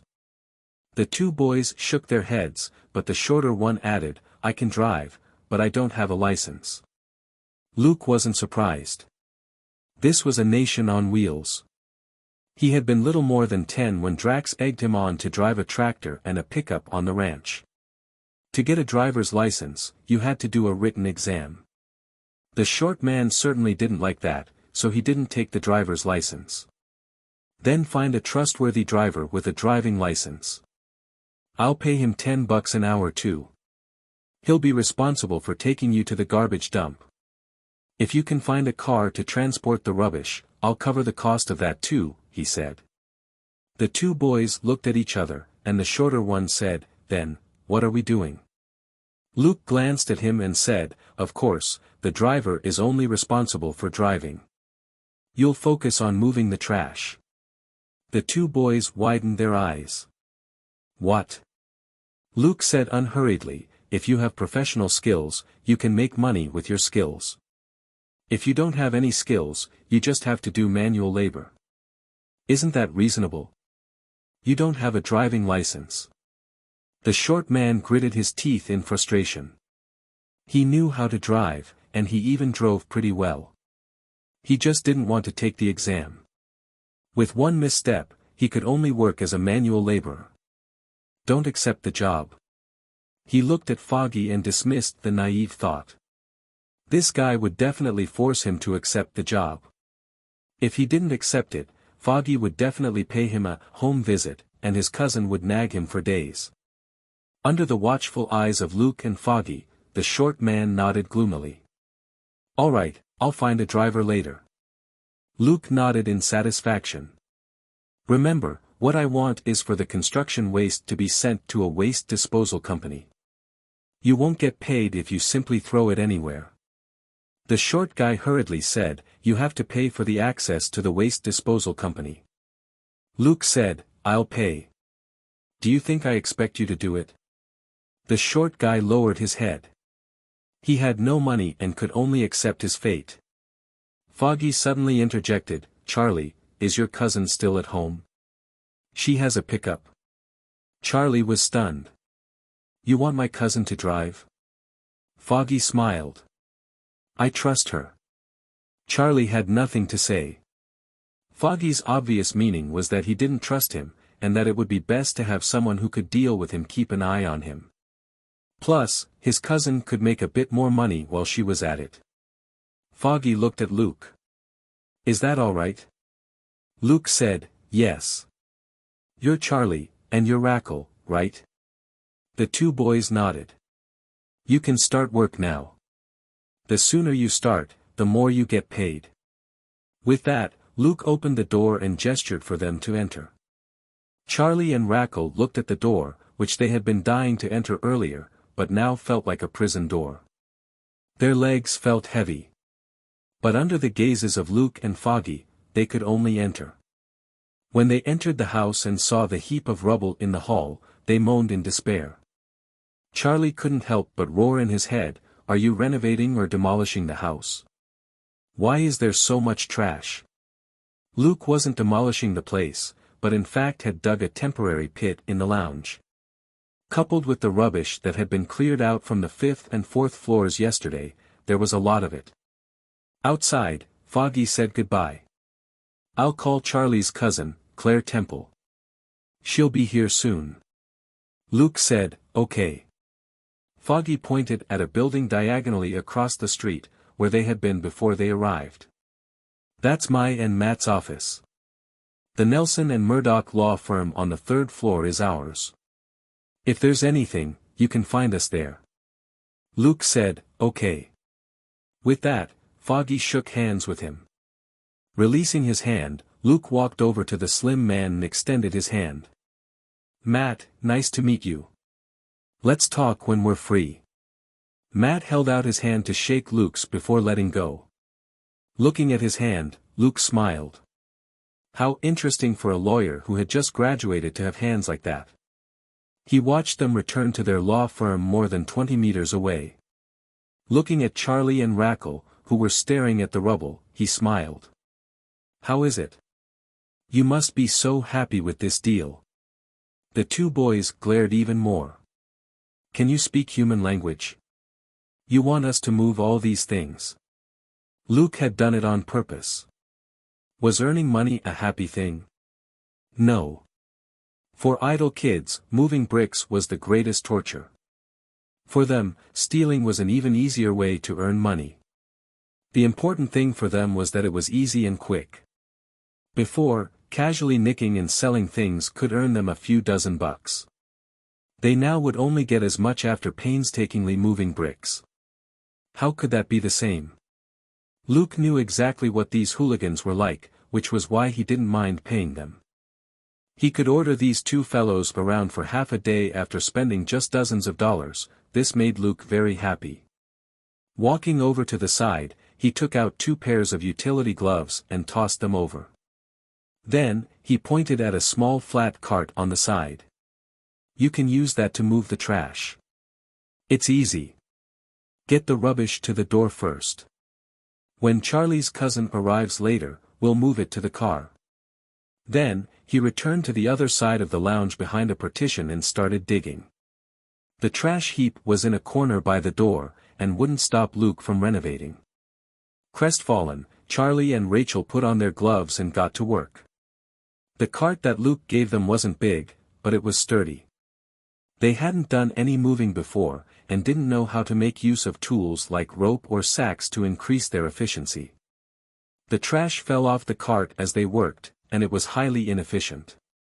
Luke didn't remind them. They were strong, they could do several more trips. They had nobody to blame but themselves for not using their heads. Half an hour later, there was the sound of people talking at the door. Luke stopped working and came out from behind the partition to see a young woman talking to Charlie and Rackle. She was slim, and not tall. She was very pretty. Of course, it was only a passing observation.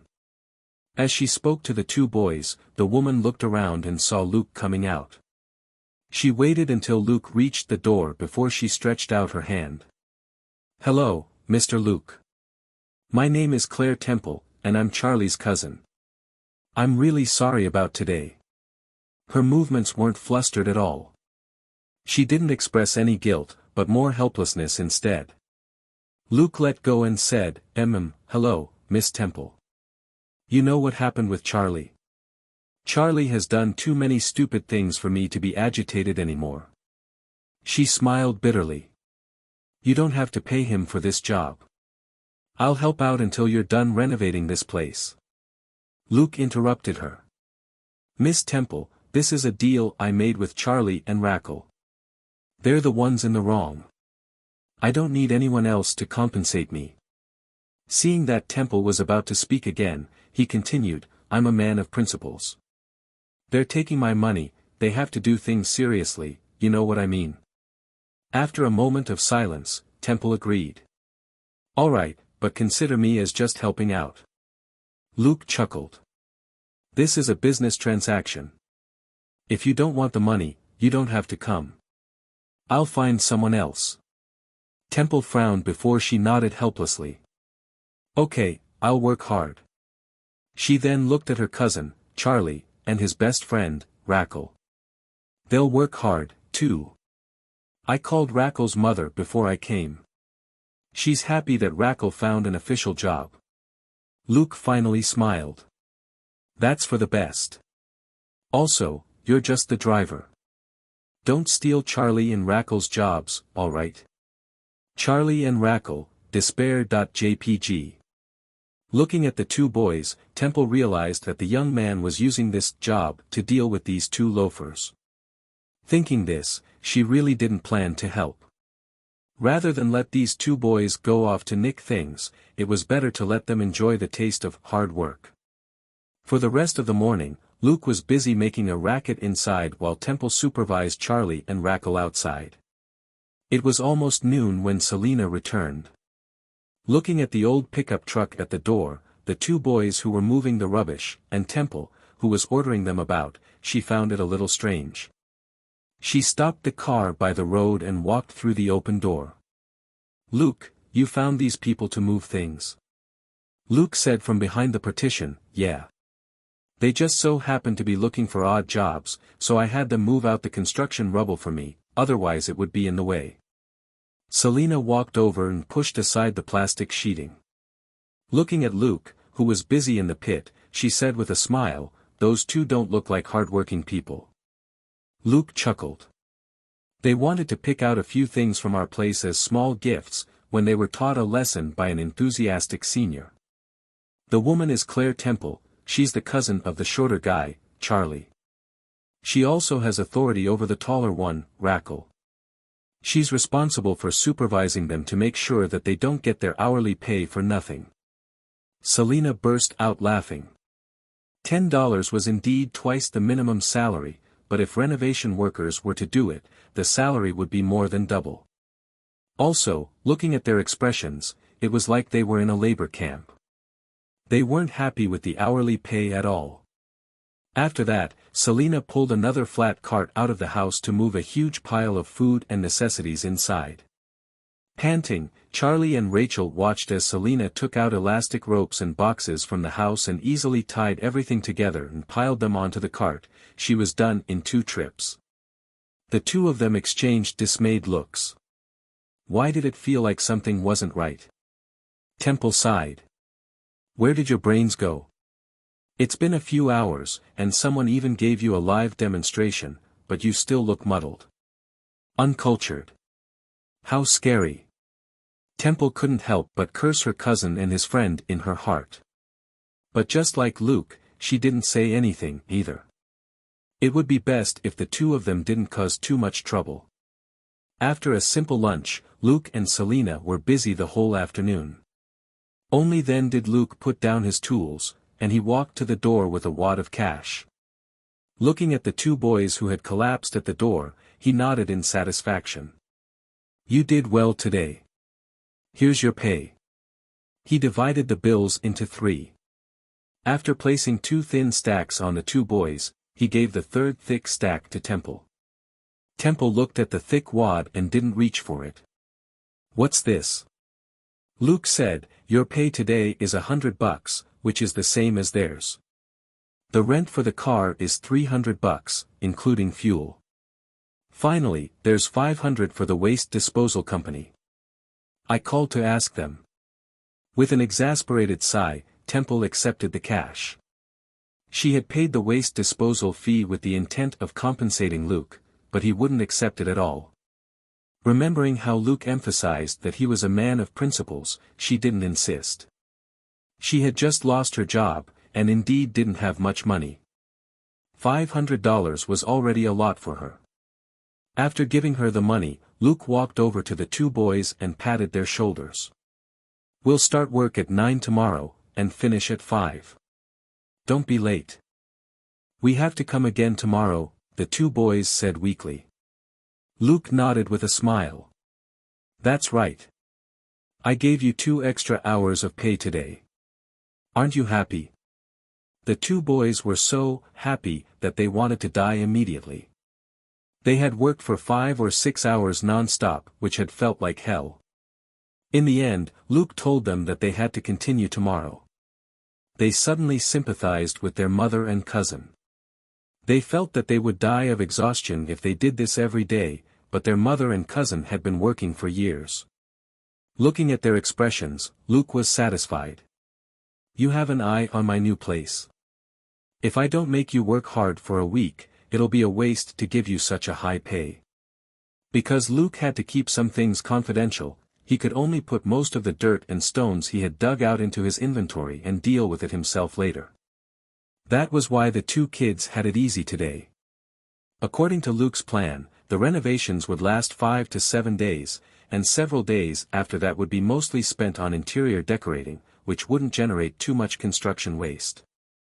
However, he had already thought of a new job for the 2 temp workers. There was no way he would let them off after only a couple of days. After the newly hired temp workers left, Selena and Luke had dinner before going back to decorate their own rooms. Neither of them liked complicated designs. Luke simply followed the minimalist style, and didn't add any embellishments. However, he didn't like cold colors. Instead of choosing the most common black, white and gray, he chose warm colors. Selena chose a simple but elegant light blue for her room. They worked until midnight again before they stopped. However, Selena didn't really want to sleep yet, so she dragged Luke to the roof. There were 2 chairs, a small table, drinks and dessert, and a splendid view of the Hudson River in Manhattan. Biting into a strawberry cream cake, Selena sighed in satisfaction. "Looking at this view, I suddenly feel that this new place actually isn't bad." Luke just smiled. He had chosen this place for a reason. Law and order here wasn't good, but it was convenient for transportation. It would take an ordinary person just 20 minutes to reach Times Square from here. Also, it was only 6 kilometers to NYPD HQ. If the roads weren't too jammed, it would only take 15 to 20 minutes to get there. The Lincoln Tunnel which led to New Jersey also wasn't far away. Because this place was close to the Hudson River, the skyscrapers within a 100-meter range weren't as densely packed together. This was his new base. The bustling city in front of him was the empire he was going to conquer. Looking at the night view, Luke was in a great mood. The next day, Luke called Dustin and Elsa and told them that he and Selena had arrived in New York, but that they wouldn't report into work until next week since they were still settling in. Both of them simply said that they got it, before hanging up. Dustin had already sorted out most of the procedures for Luke's appointment, and was waiting for the 2 of them to start work. But he had already waited for half a month. A few more days wouldn't hurt. They were busy with renovations for the next few days. The 2 boys worked hard for 6 days. From the 3rd day onward, there wasn't that much rubbish in Luke's place.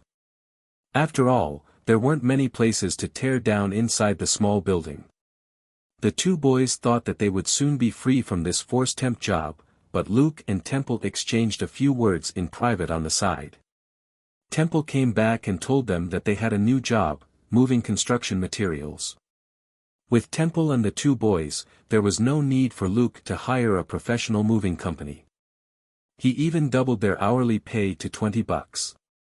The pickup rental plus the total of their pay added up to less than $1,000 a day, while the professional moving company which Luke hired previously had cost him $1,500, plus the drivers hadn't helped him unload either. The building needed far more new facilities installed than removed, so Temple and the two boys were very busy. The two boys had become immune. From the first day of agony, they got used to the labor by the last 2 days, and could even joke around. Luke nodded. That's right. Once you're used to moving bricks, I can provide you with a lot of hard work in the future. Charlie and Rackle working here came with the side benefit of few other hooligans rarely coming over. That was because the hooligans thought that the new residents were their relatives, and they wouldn't make a move against friends and family. This was a rule here. Of course, this rule was only to prevent the hooligans from hurting each other's friends and family. If everyone was constantly hurting each other, no one would be able to live well. If someone stole something and nobody knew who did it, then nothing could be done. There had only been one time during the renovations when 7 or 8 hooligans came knocking. They greeted Charlie, who was moving things, and ignored Temple on the side. Charlie had barely greeted them, when he saw that this bunch wanted to go inside. He hurriedly stopped him. "Hey, Hudson, what do you want?" The chubby Hudson winked and said, "Bro, I've checked. There are 2 whites here. You don't have any white relatives, so you can't monopolize them. Don't worry, we'll leave after we get something. Just point out what's valuable, and we'll be in and out before you know it. We won't ruin this job of yours." Charlie opened his mouth, but suddenly felt that he had nothing to say. Was he going to tell his friends that he had been caught to be manual labor? Rackle couldn't help warning them, "You better not make trouble, or..." Hudson, the leader of this bunch, didn't care at all. He pushed open the door and stepped inside. He didn't forget to smile at Rackle. Or what? Boom. Boom. Boom. Hudson, who had turned to the side in the doorway, heard a burst of noise next to his ear, and dust was kicked up from the wall near his head. His companions, who were a few steps behind him, were all staring at his head in horror. Hudson slowly turned to the right, only to see a hole in the wall next to his head. A heavy octagonal hammer had smashed through the wall.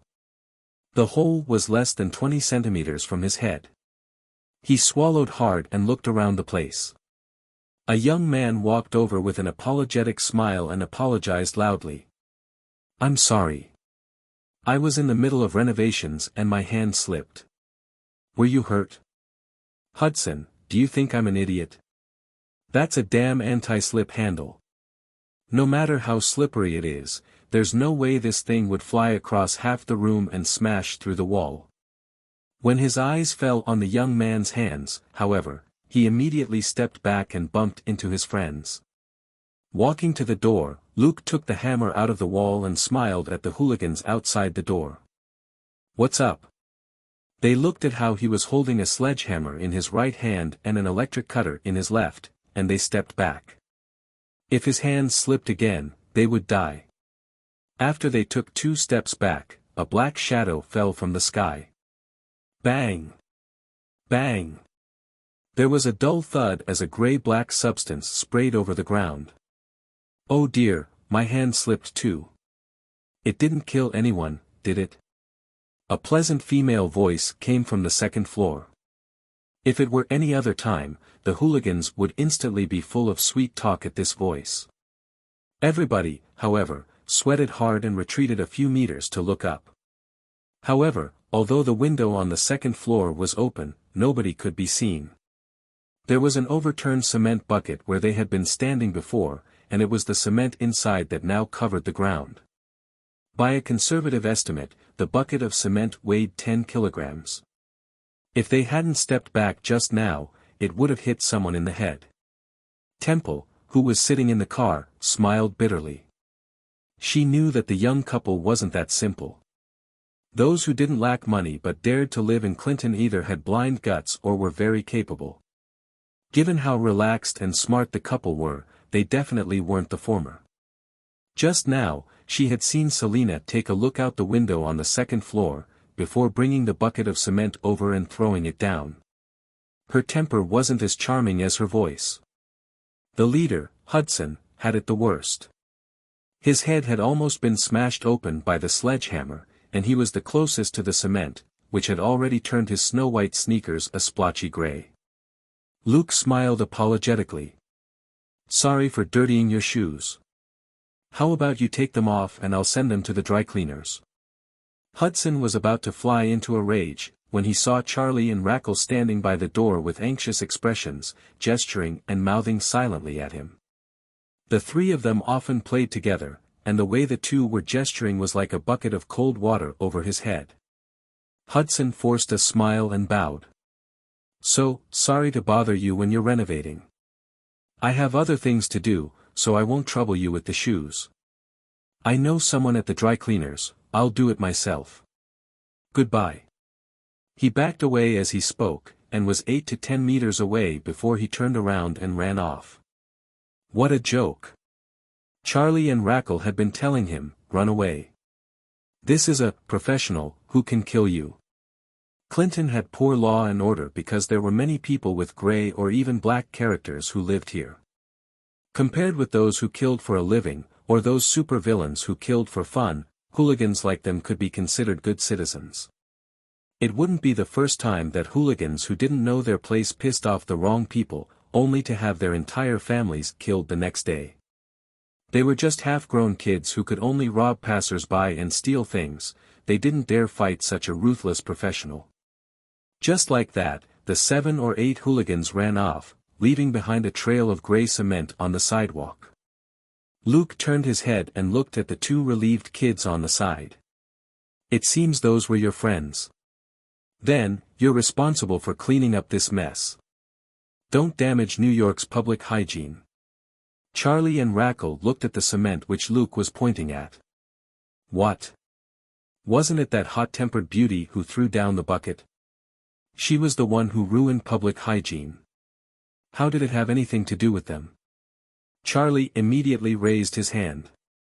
"Boss, they're not our friends." Luke smiled at him. "Really?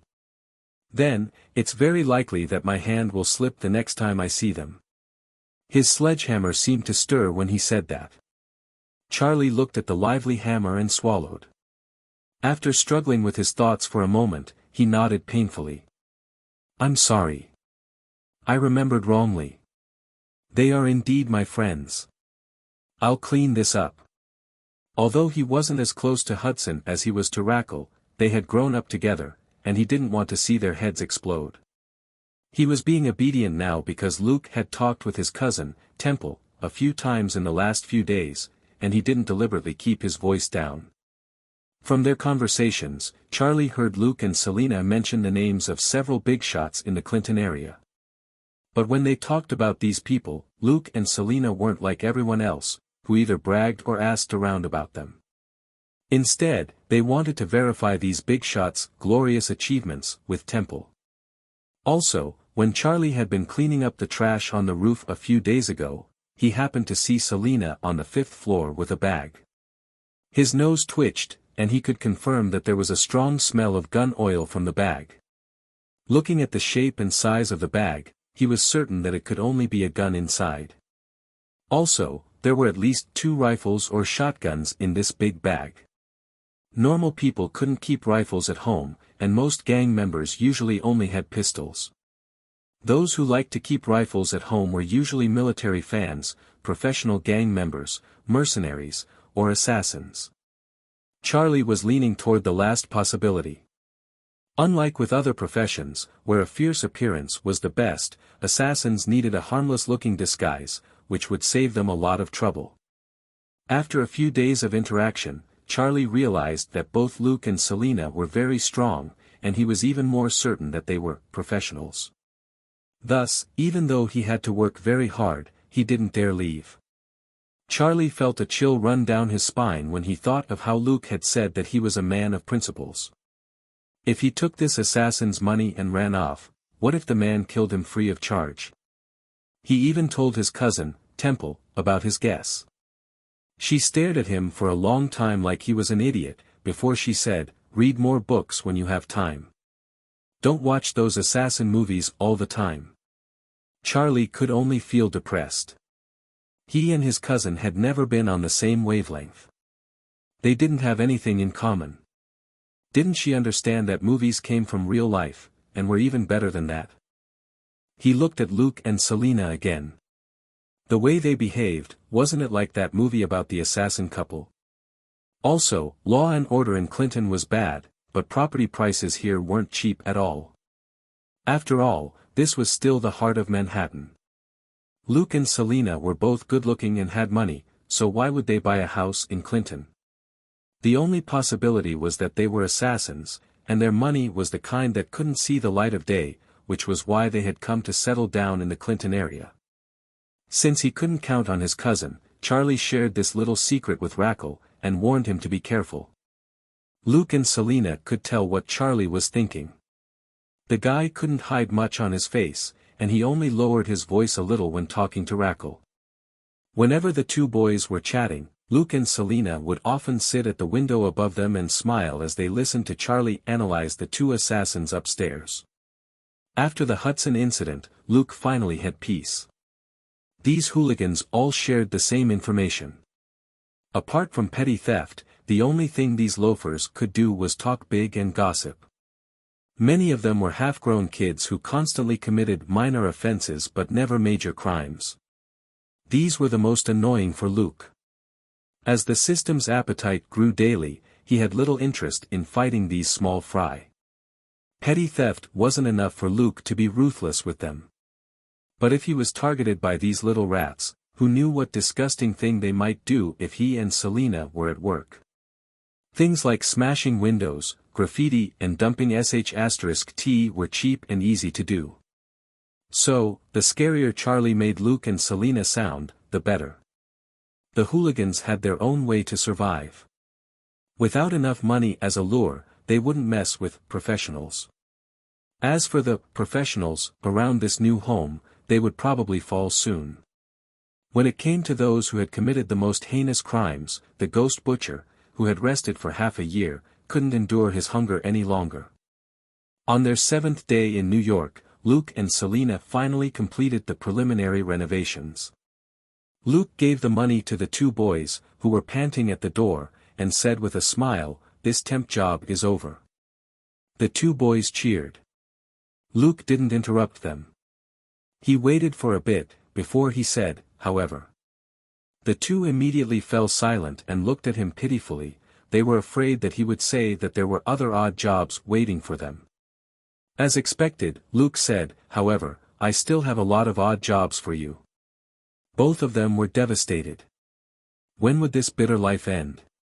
Smiling at the two of them, Luke said, "If I catch you stealing from me again, I'll give you a month's worth of work." They shook their heads. "No, no more. We promise to stay far away from here." Luke nodded. "That's great. Let's go. You're off work today." The two of them ran off. Only then did Luke give Temple her share, and he smiled. "Thank you for your help." Temple accepted the money with a smile. Putting it into her pocket, she bowed slightly. "Thank you, Luke." Luke said, "You're welcome. We're neighbors now. You can come to us if you need anything." Temple said goodbye and left. Luke was right. They were neighbors now. When she had time later, it would be good for her to drop by with a gift. Outside the door, she heard Charlie say excitedly, "I'm going to buy a cell phone, the latest titanium model." Rackle nodded. "That's right. We have to buy matching ones, huh?" Charlie slapped his forehead. "That's right. We're rich." They had earned $100 a day for the first 2 days, and after Luke raised their pay, they earned a whole $1,000 over the next 4 days. For two half-grown kids who never held permanent jobs, this was without doubt a huge amount of money. They had been so exhausted every day after work that they fell asleep right away. They didn't dare slack off while they were on the clock, so they hadn't had the time to spend the money. It was only now that they realized that they were rich. Temple didn't object. Although it wasn't very good to use such a good cell phone in the Clinton area, she wanted the two of them to know that they could earn money through honest work and buy the most fashionable cell phones for themselves. It was better than letting them think about where to go to steal stuff every day. After letting them revel in their happiness for a moment, she said, "Get in. The store will close in an hour. I'll take you there." Charlie and Rackle woke up and looked at her nervously. "No, it's fine." Temple said, "Are you planning to walk there? You'll be robbed on the way." Both of them came back to their senses. In the past, they wandered around here casually since their pockets were cleaner than their faces. Nobody would bother with them. However, if they were going to buy matching titanium phones later, they would need to take out $500 each, which was a lot of money. Thinking this, the two of them hurriedly got into the pickup. Right now, they each had $200 in hand, and could be easily robbed. Charlie hesitated for a long while before he asked in a low voice, "You're not going to scold me?" In the past, Temple would nag him for a long time if he spent $20 or $30 on a game, but he now wanted to spend $500. Temple didn't look at him as she said casually, "That's your money. As long as you don't buy weed, you can spend it however you want." "Rackle, I'll explain it to your mother." Both of them were stunned. They had never seen Temple face them so calmly. In the past, whenever she talked to them, she always sounded disappointed, which made them feel uncomfortable. Now, however, Temple was treating them like equals. Temple continued driving. "After you buy your phones, don't take them out here. If you want to show them off, take your girlfriends to the Upper East Side to play. In any case, you earned this money this time." Still dazed, the two of them nodded dumbly. Luke didn't know that a certain cousin was calmly teaching the two boys a lesson on the glories of one's own hard work. Pleased with themselves, he and Selena took Gold Nugget with them on a tour around their new home. There was only a small hall behind the front door on the first floor and a flight of stairs to the second floor. Apart from a back door, Luke had sealed up most of the first floor. Along with the illegal basement he had set up, this was his new workshop. The first floor also doubled as a garage and a place to modify various large objects. The basement was used to process items that had to be kept confidential, such as armor, flight devices and firearms. The second floor had a living room, a dining room, and an open kitchen. The third floor had a study, and the fourth floor had Luke's room. The fifth floor had Selena's room. But only the main layout of the house was done. Luke would have to slowly install the various security measures himself. Selena couldn't help him. She wasn't that skilled. After enjoying the fruits of their labor from the past week, the two of them returned to the second floor. They opened the oven and took out the roast chicken and steak which they had prepared beforehand. Luke even took out beer in a rare move, and raised a bottle. "A dinner party to celebrate the completion of our new house. Cheers. Cheers." Woof. The 3 bottles of beer clinked together. The next day, the two of them went to work, and Gold Nugget stayed at home. Luke had already given it control over some of the new defense mechanisms, via a tablet. As long as it chose the corresponding defense mechanism on the tablet, it would be able to deal with anyone trying to break in. For now, there were only 2 simple defense measures, electric shocks and tear gas. Gold Nugget was reluctant to stay home alone and watch the place. However, Luke said that if their new place was ruined, it would ruin everybody's mood. The dog could only stay at home for a few days. At 8:30, Luke and Selena arrived at NYPD HQ. It was the classic square and red building that was old and dull. As the oldest administrative institution in the United States, however, NYPD was actually very advanced. In fact, Luke really wanted his business to run out of an old historical building, but that was just a dream. After finding Dustin's office, Luke knocked on the door. Dustin said, "Come in." "The door isn't locked." He raised his head. Looking at the 2 familiar figures, he dropped his pen and stood up with a smile, indicating for them to close the door. He shook hands with them and asked, "Do you want coffee?" Luke and Selena shook their heads. It was Selena who put the cake on the table. "We just had breakfast." "You haven't had breakfast yet, have you?" Dustin sighed and deftly took out the cake from the paper bag and had a bite. "This isn't Los Angeles. I haven't gotten any snacks in days." Luke raised an eyebrow. "Are all your new subordinates so arrogant? Or petty?" Dustin waved his hand. "That's not it. They've been too busy to eat." Luke asked, "A major case?" Dustin nodded, then shook his head. "It's a big case, it's just that it was the 15th precinct which asked us to investigate." Saying that, he slapped his forehead and said, "I'm so damn busy it's made me stupid." He took out 2 documents from a drawer on his right. "I've helped you sort out most of the procedures. You'll have to handle the rest yourselves," he said. Luke smiled and gave the documents to Selena. "Thank you, boss." Dustin said, "You report directly to me here. As long as you don't make any mistakes, I guarantee that nobody will come after you." Luke nodded. "That's great. Boss, do we need to take part in the big case?" Pondering for a moment, Dustin said, "Technically speaking, this matter isn't part of our responsibility. You don't need to follow up on it, just keep it in mind. We'll talk about it when we find out more." Luke understood. Dustin, Luke and Selena were now part of the Detective Bureau, which was directly under NYPD HQ. All the cases in New York could be handed over to the Bureau. But these cases were either tricky or joint investigations, and the situation was a lot more complicated compared with LA. Dustin briefly described the case and told the 2 of them that they could check the relevant information in the police database after they settled their appointments. Luke and Selena then tactfully left. Dustin was a workaholic, and he never liked small talk with his subordinates. However, he tried his best to take care of his people. He had a high EQ, and was indeed suitable to be the director of an operation department. Before he left, Luke asked, "Boss, which department did Elsa go to?"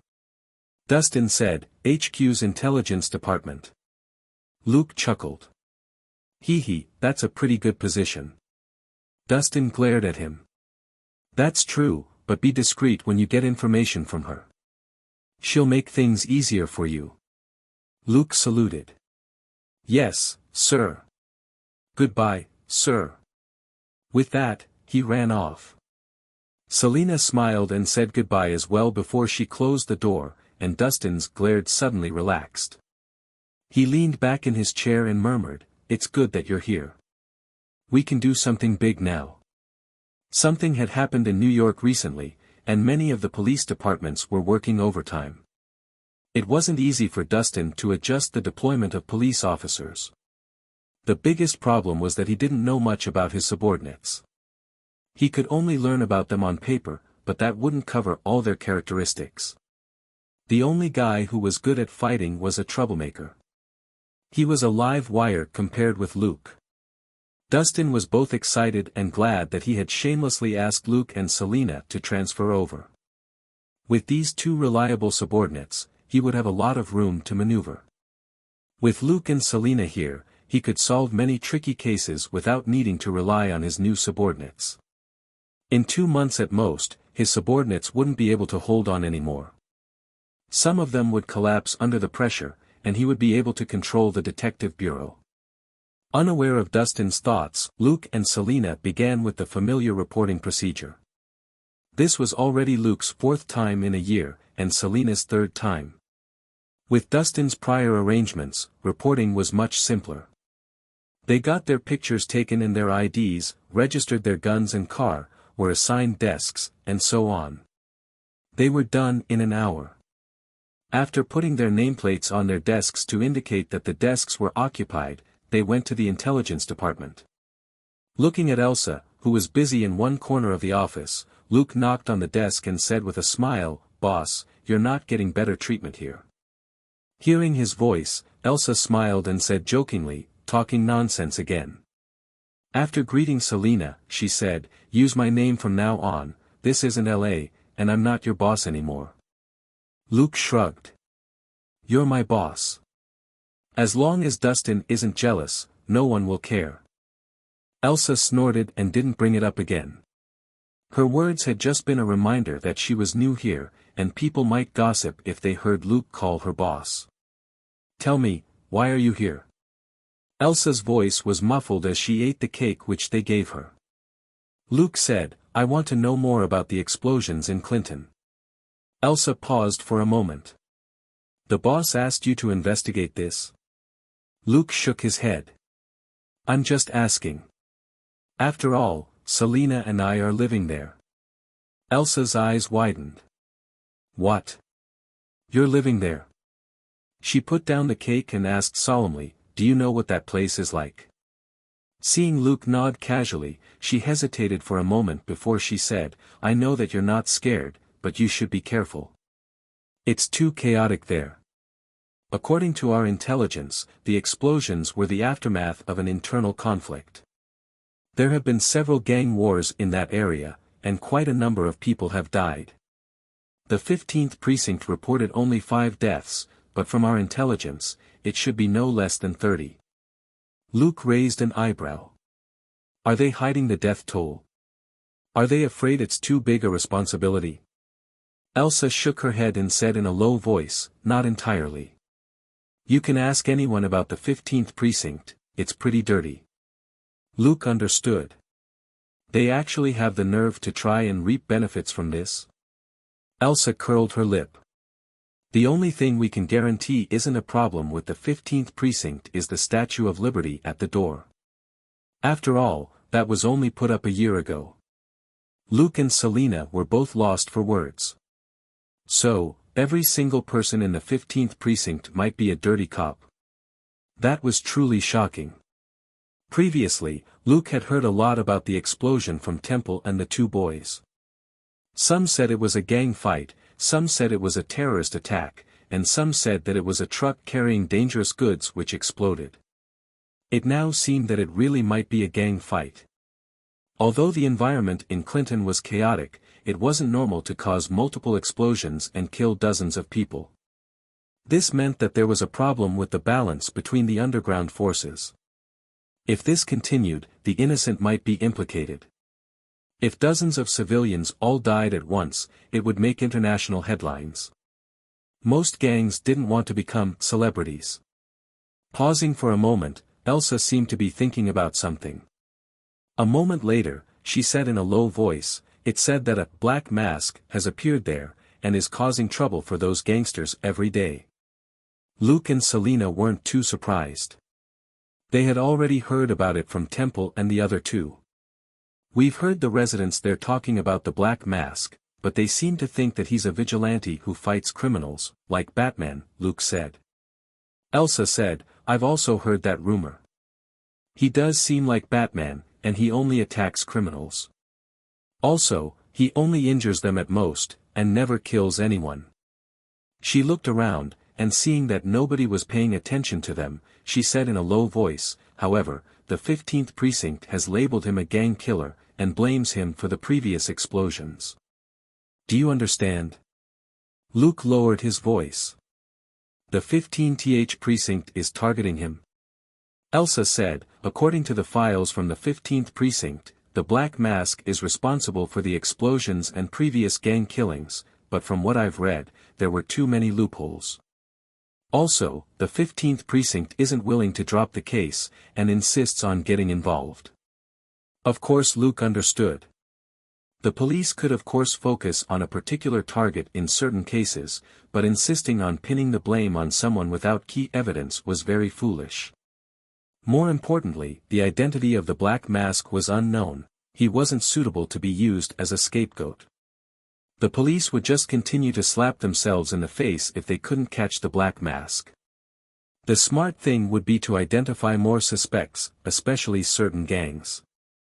This was the most reasonable and easiest way to shift the blame. It was common for gang members to die every few days in New York. The media wouldn't care much, and the public was even more used to it. As long as it didn't involve too many people, nobody cared how many gang members died. As for the Black Mask, he had already caught the attention of a few tabloids in the last 2 months.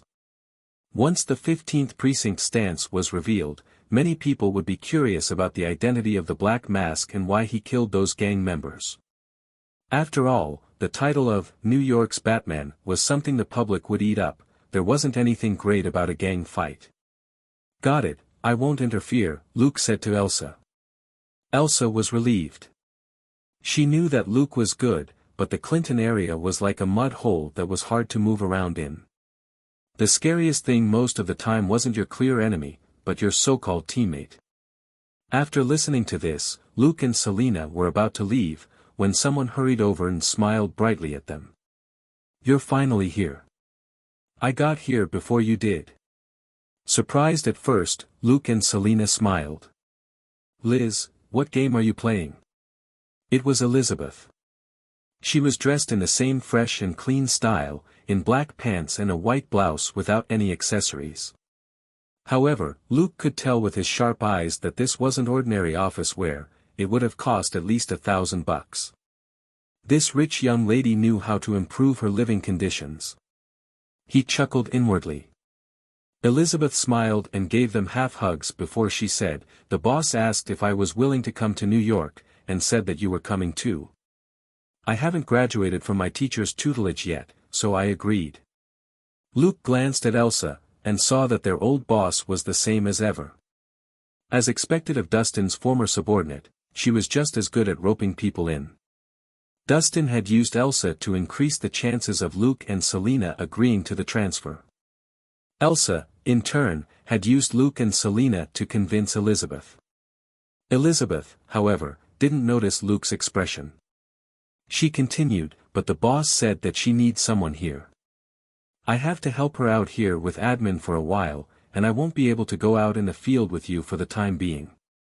Luke said with a smile, "That's fine. It's better for you to understand the situation before you make any sort of decision. You don't necessarily have to be out in the field." Elizabeth nodded and suddenly asked, "Are you settled in? Should we have a small party to celebrate your move?" Luke sweated. He had forgotten about that. Thinking for a moment, Luke said, "Maybe in a few days. We still have some things to sort out with our new place. I'll let you know when we're done. The boss and Dustin will come over too. How does that sound?" He looked at Elsa. Elsa nodded. This really was necessary. Director Brad of Westside LAPD had become NYPD's first deputy commissioner. This big boss was even further above them now. But these people all formed Dustin's backbone. In a new environment, there were some things that could only be shared in private, and the occasional private gathering could improve their relationship. Elsa certainly had no objections. After confirming that, Luke and Selena returned to the police department's office hall. It was still empty. It was similar to when Luke was in the Major Crimes Division in Los Angeles. Most of the time, the detectives would come to the police station to handle several tasks before going out. Apart from the clerks and logistics support, nobody else spent much time in the office. Luke and Selena returned to their desks and started cleaning. But Dustin had already reserved these desks for them beforehand, so it didn't take long to clean them. After a few minutes, they stopped and started to search the computers for information on the explosions. Since they were new here, they had a lot to learn. Before they knew it, it was already noon. Luke's notification beeped, and he and Selena went out for lunch. If nothing happened, they wouldn't be coming back to the police station in the afternoon. Luke had already scanned the recent files that might be of use for a look later. He wasn't in a hurry to meet his colleagues, either. There was no need for him to hang around in the office. Otherwise, some people would think that he and Selena were pretending to be hardworking in front of Dustin. They got up, put on their coats, and were walking out of the hall, when the doors burst open and 5 or 6 people rushed in. Almost everyone was shouting, as if they were competing to see who was louder. The quiet hall immediately became noisy. When Luke saw a certain person's memorable hairline, he paused to take a look. "John, what the hell were you doing? Why were you in the sewers?" "Walter, the suspect wanted to go in, so of course I followed. He had a bomb, you should have been more careful." "I didn't have asterisk king know he was carrying that thing." "John, you smell like sh*t right now. You should wash up first." "Ricky, you weren't in the sewers, but you still stink like half a sh*t. Amidst the noisy crowd, a middle-aged man sat in his chair and relaxed, as if he didn't care at all. Suddenly, he saw two strangers, a man and a woman, with outstanding appearances. Were they here to make a report? He looked at Luke in confusion. Why did this young man look familiar? Suddenly, he stood up and shouted, "Luke! Luke Coulson!" His colleagues, who were still complaining, all turned around. Luke sighed, turned off sharp nose, and walked over with a smile. "Detective McLean, long time no see. Did you run into another tricky suspect?" Stunned for a moment, John McLean then strode over and stretched out his hand. "It's been a long time. I've always wanted to thank you, but I didn't have the time." Grumbling inwardly, Luke could only shake John's hand. In the end, John didn't loosen his grip as he shook Luke's hand repeatedly with a very sincere expression. "Thank you, Luke. Thank you." "Detective McLean," said Luke. "Just call me John," John interrupted.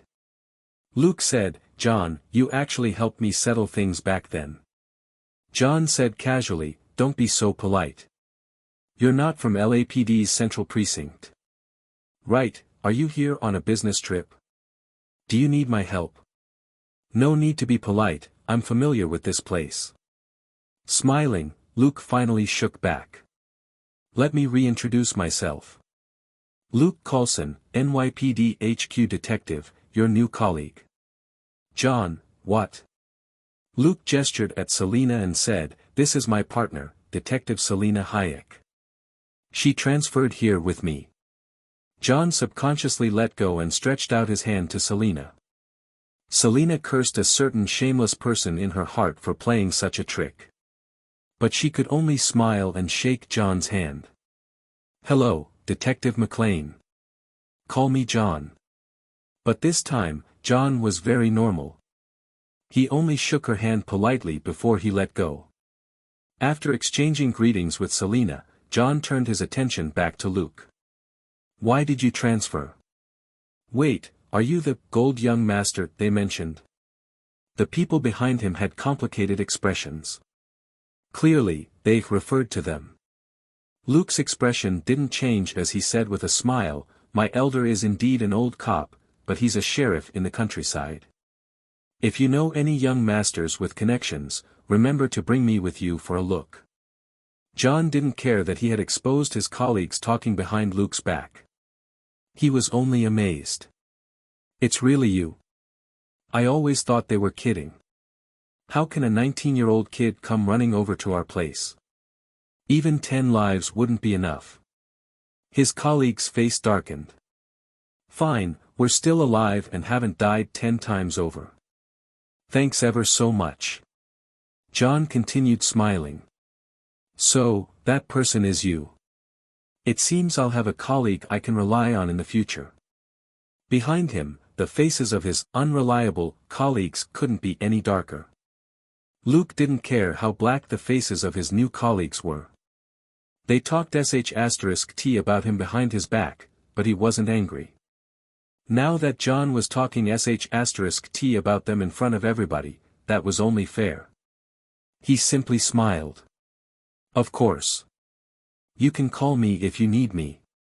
Given Detective McLean's capability, the cases he was in charge of wouldn't be easy, and would probably be worth a lot of experience and credit.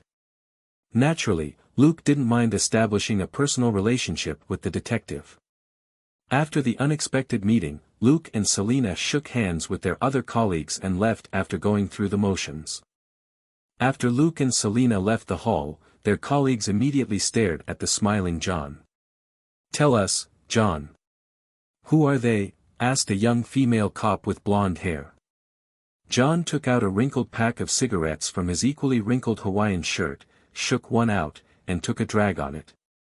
Just a minute, it seems I had a bet with all of you.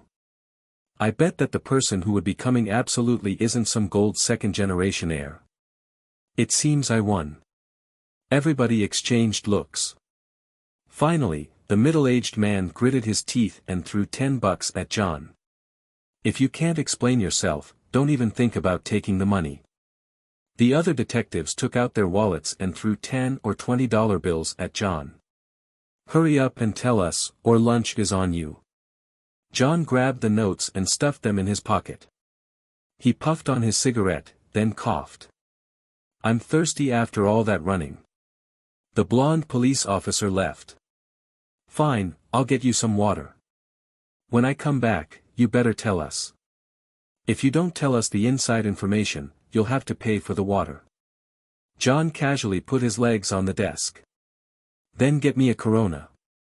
Mineral water won't quench my thirst.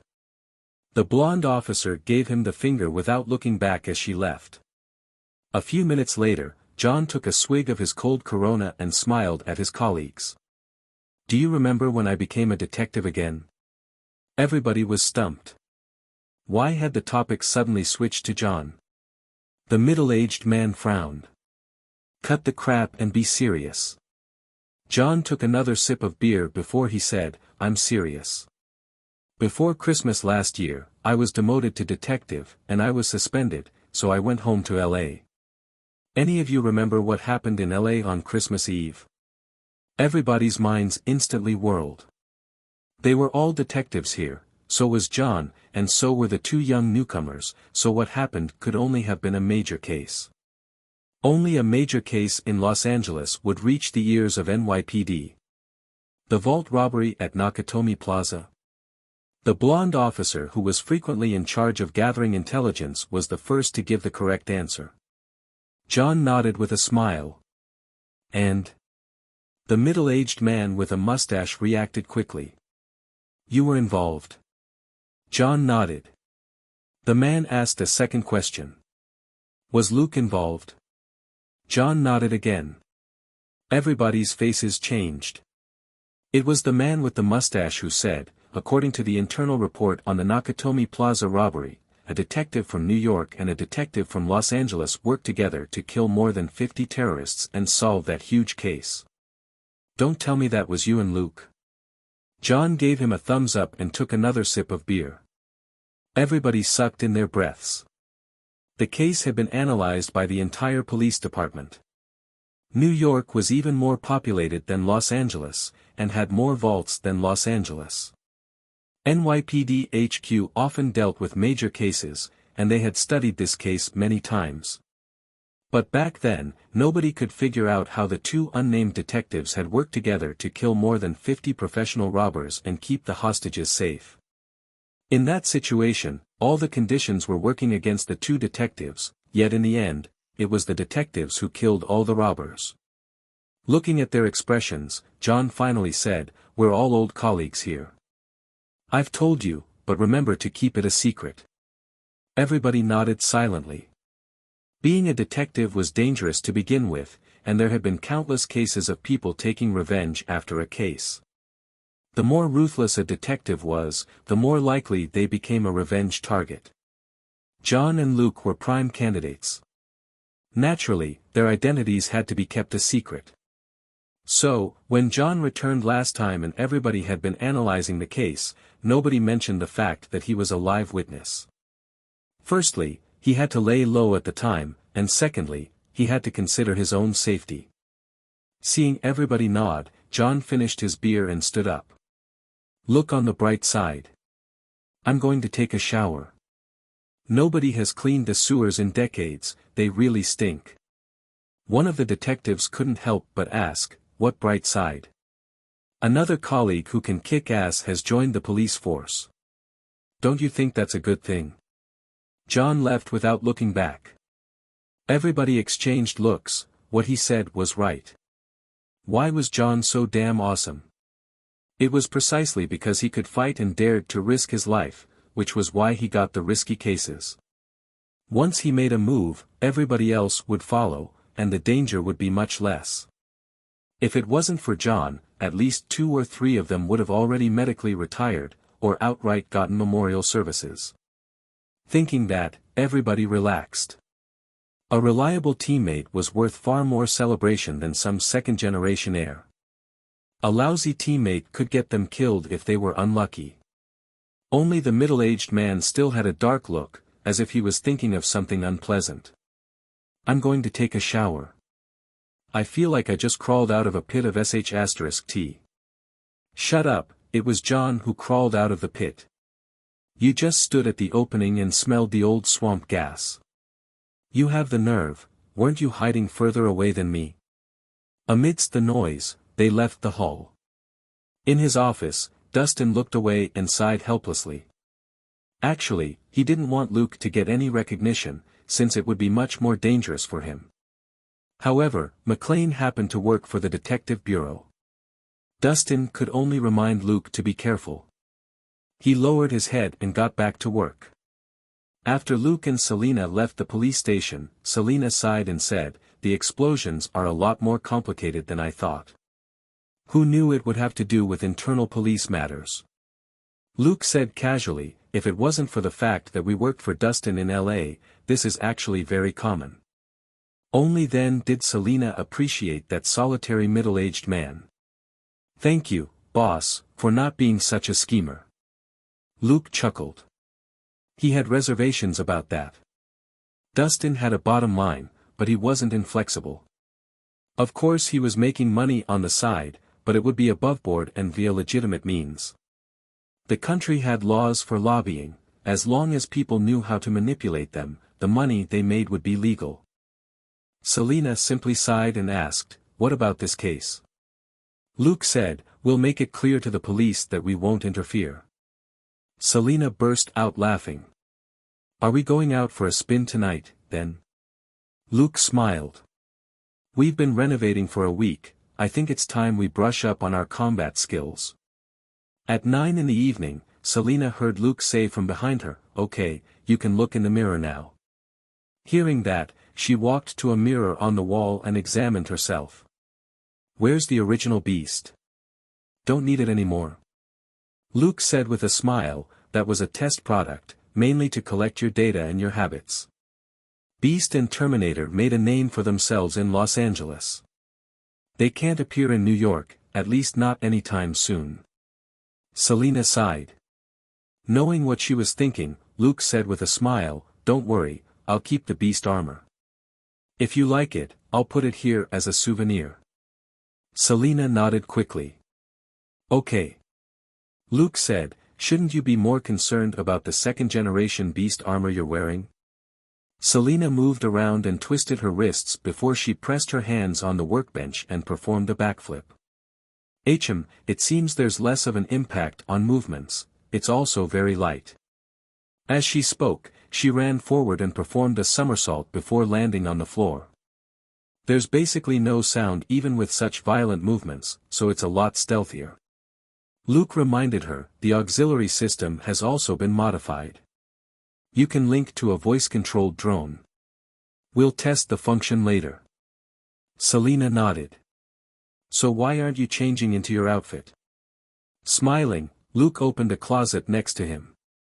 Looking at the equipment, Selena was stunned. "What's this?" Wearing the ordinary-looking equipment, Luke said with a smile, "Do you remember Bullseye?" Of course Selena remembered that man. He was one of the few extraordinary human beings who had still been able to escape after Luke shot him.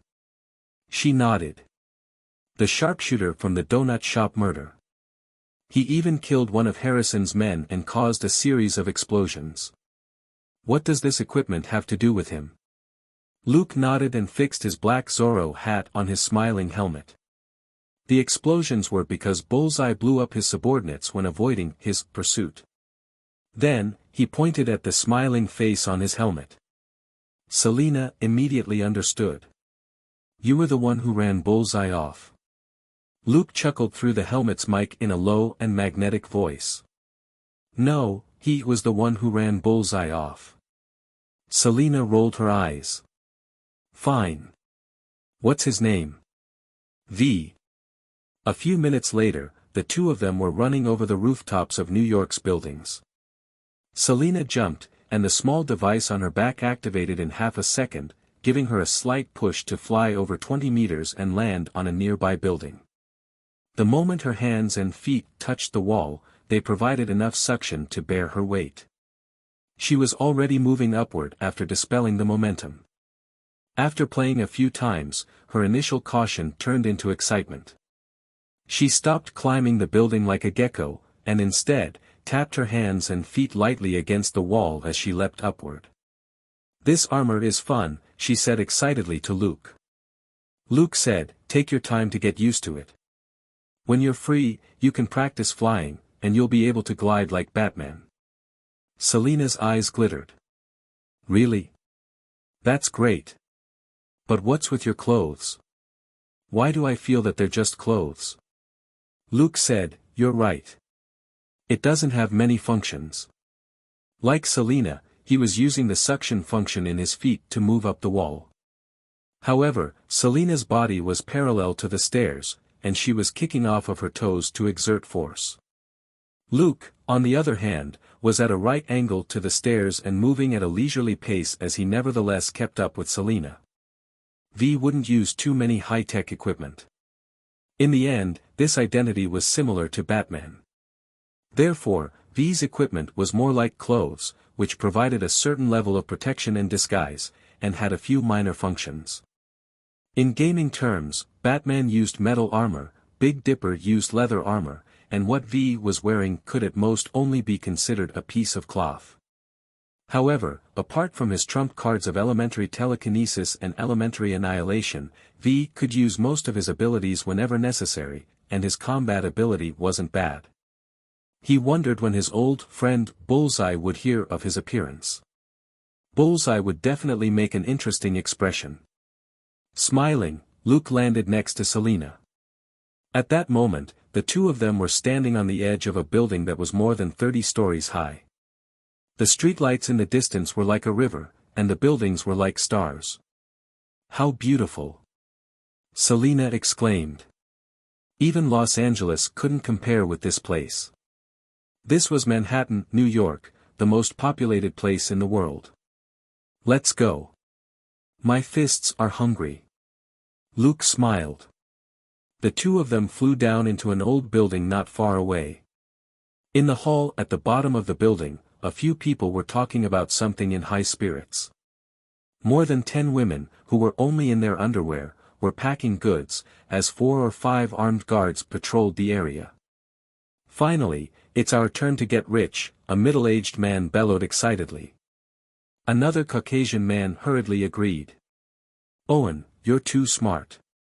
That black mask looks for trouble with the Asians and Russians almost every day. He's swallowed several batches of their goods. Now that supply in this area is tight, this batch of goods will earn at least 30%. The middle-aged man named Owen said angrily, "This was supposed to be our territory, but we were too careless and let Kingpin and the Asians barge in. It's time for us to take back our territory." His subordinates subconsciously shut up. It was a good thing to make a fortune while Kingpin and the Asians were in trouble. But fighting Kingpin and taking back their lost territory? That was a joke. Even when they were at their strongest, they weren't as terrifying as Kingpin was now.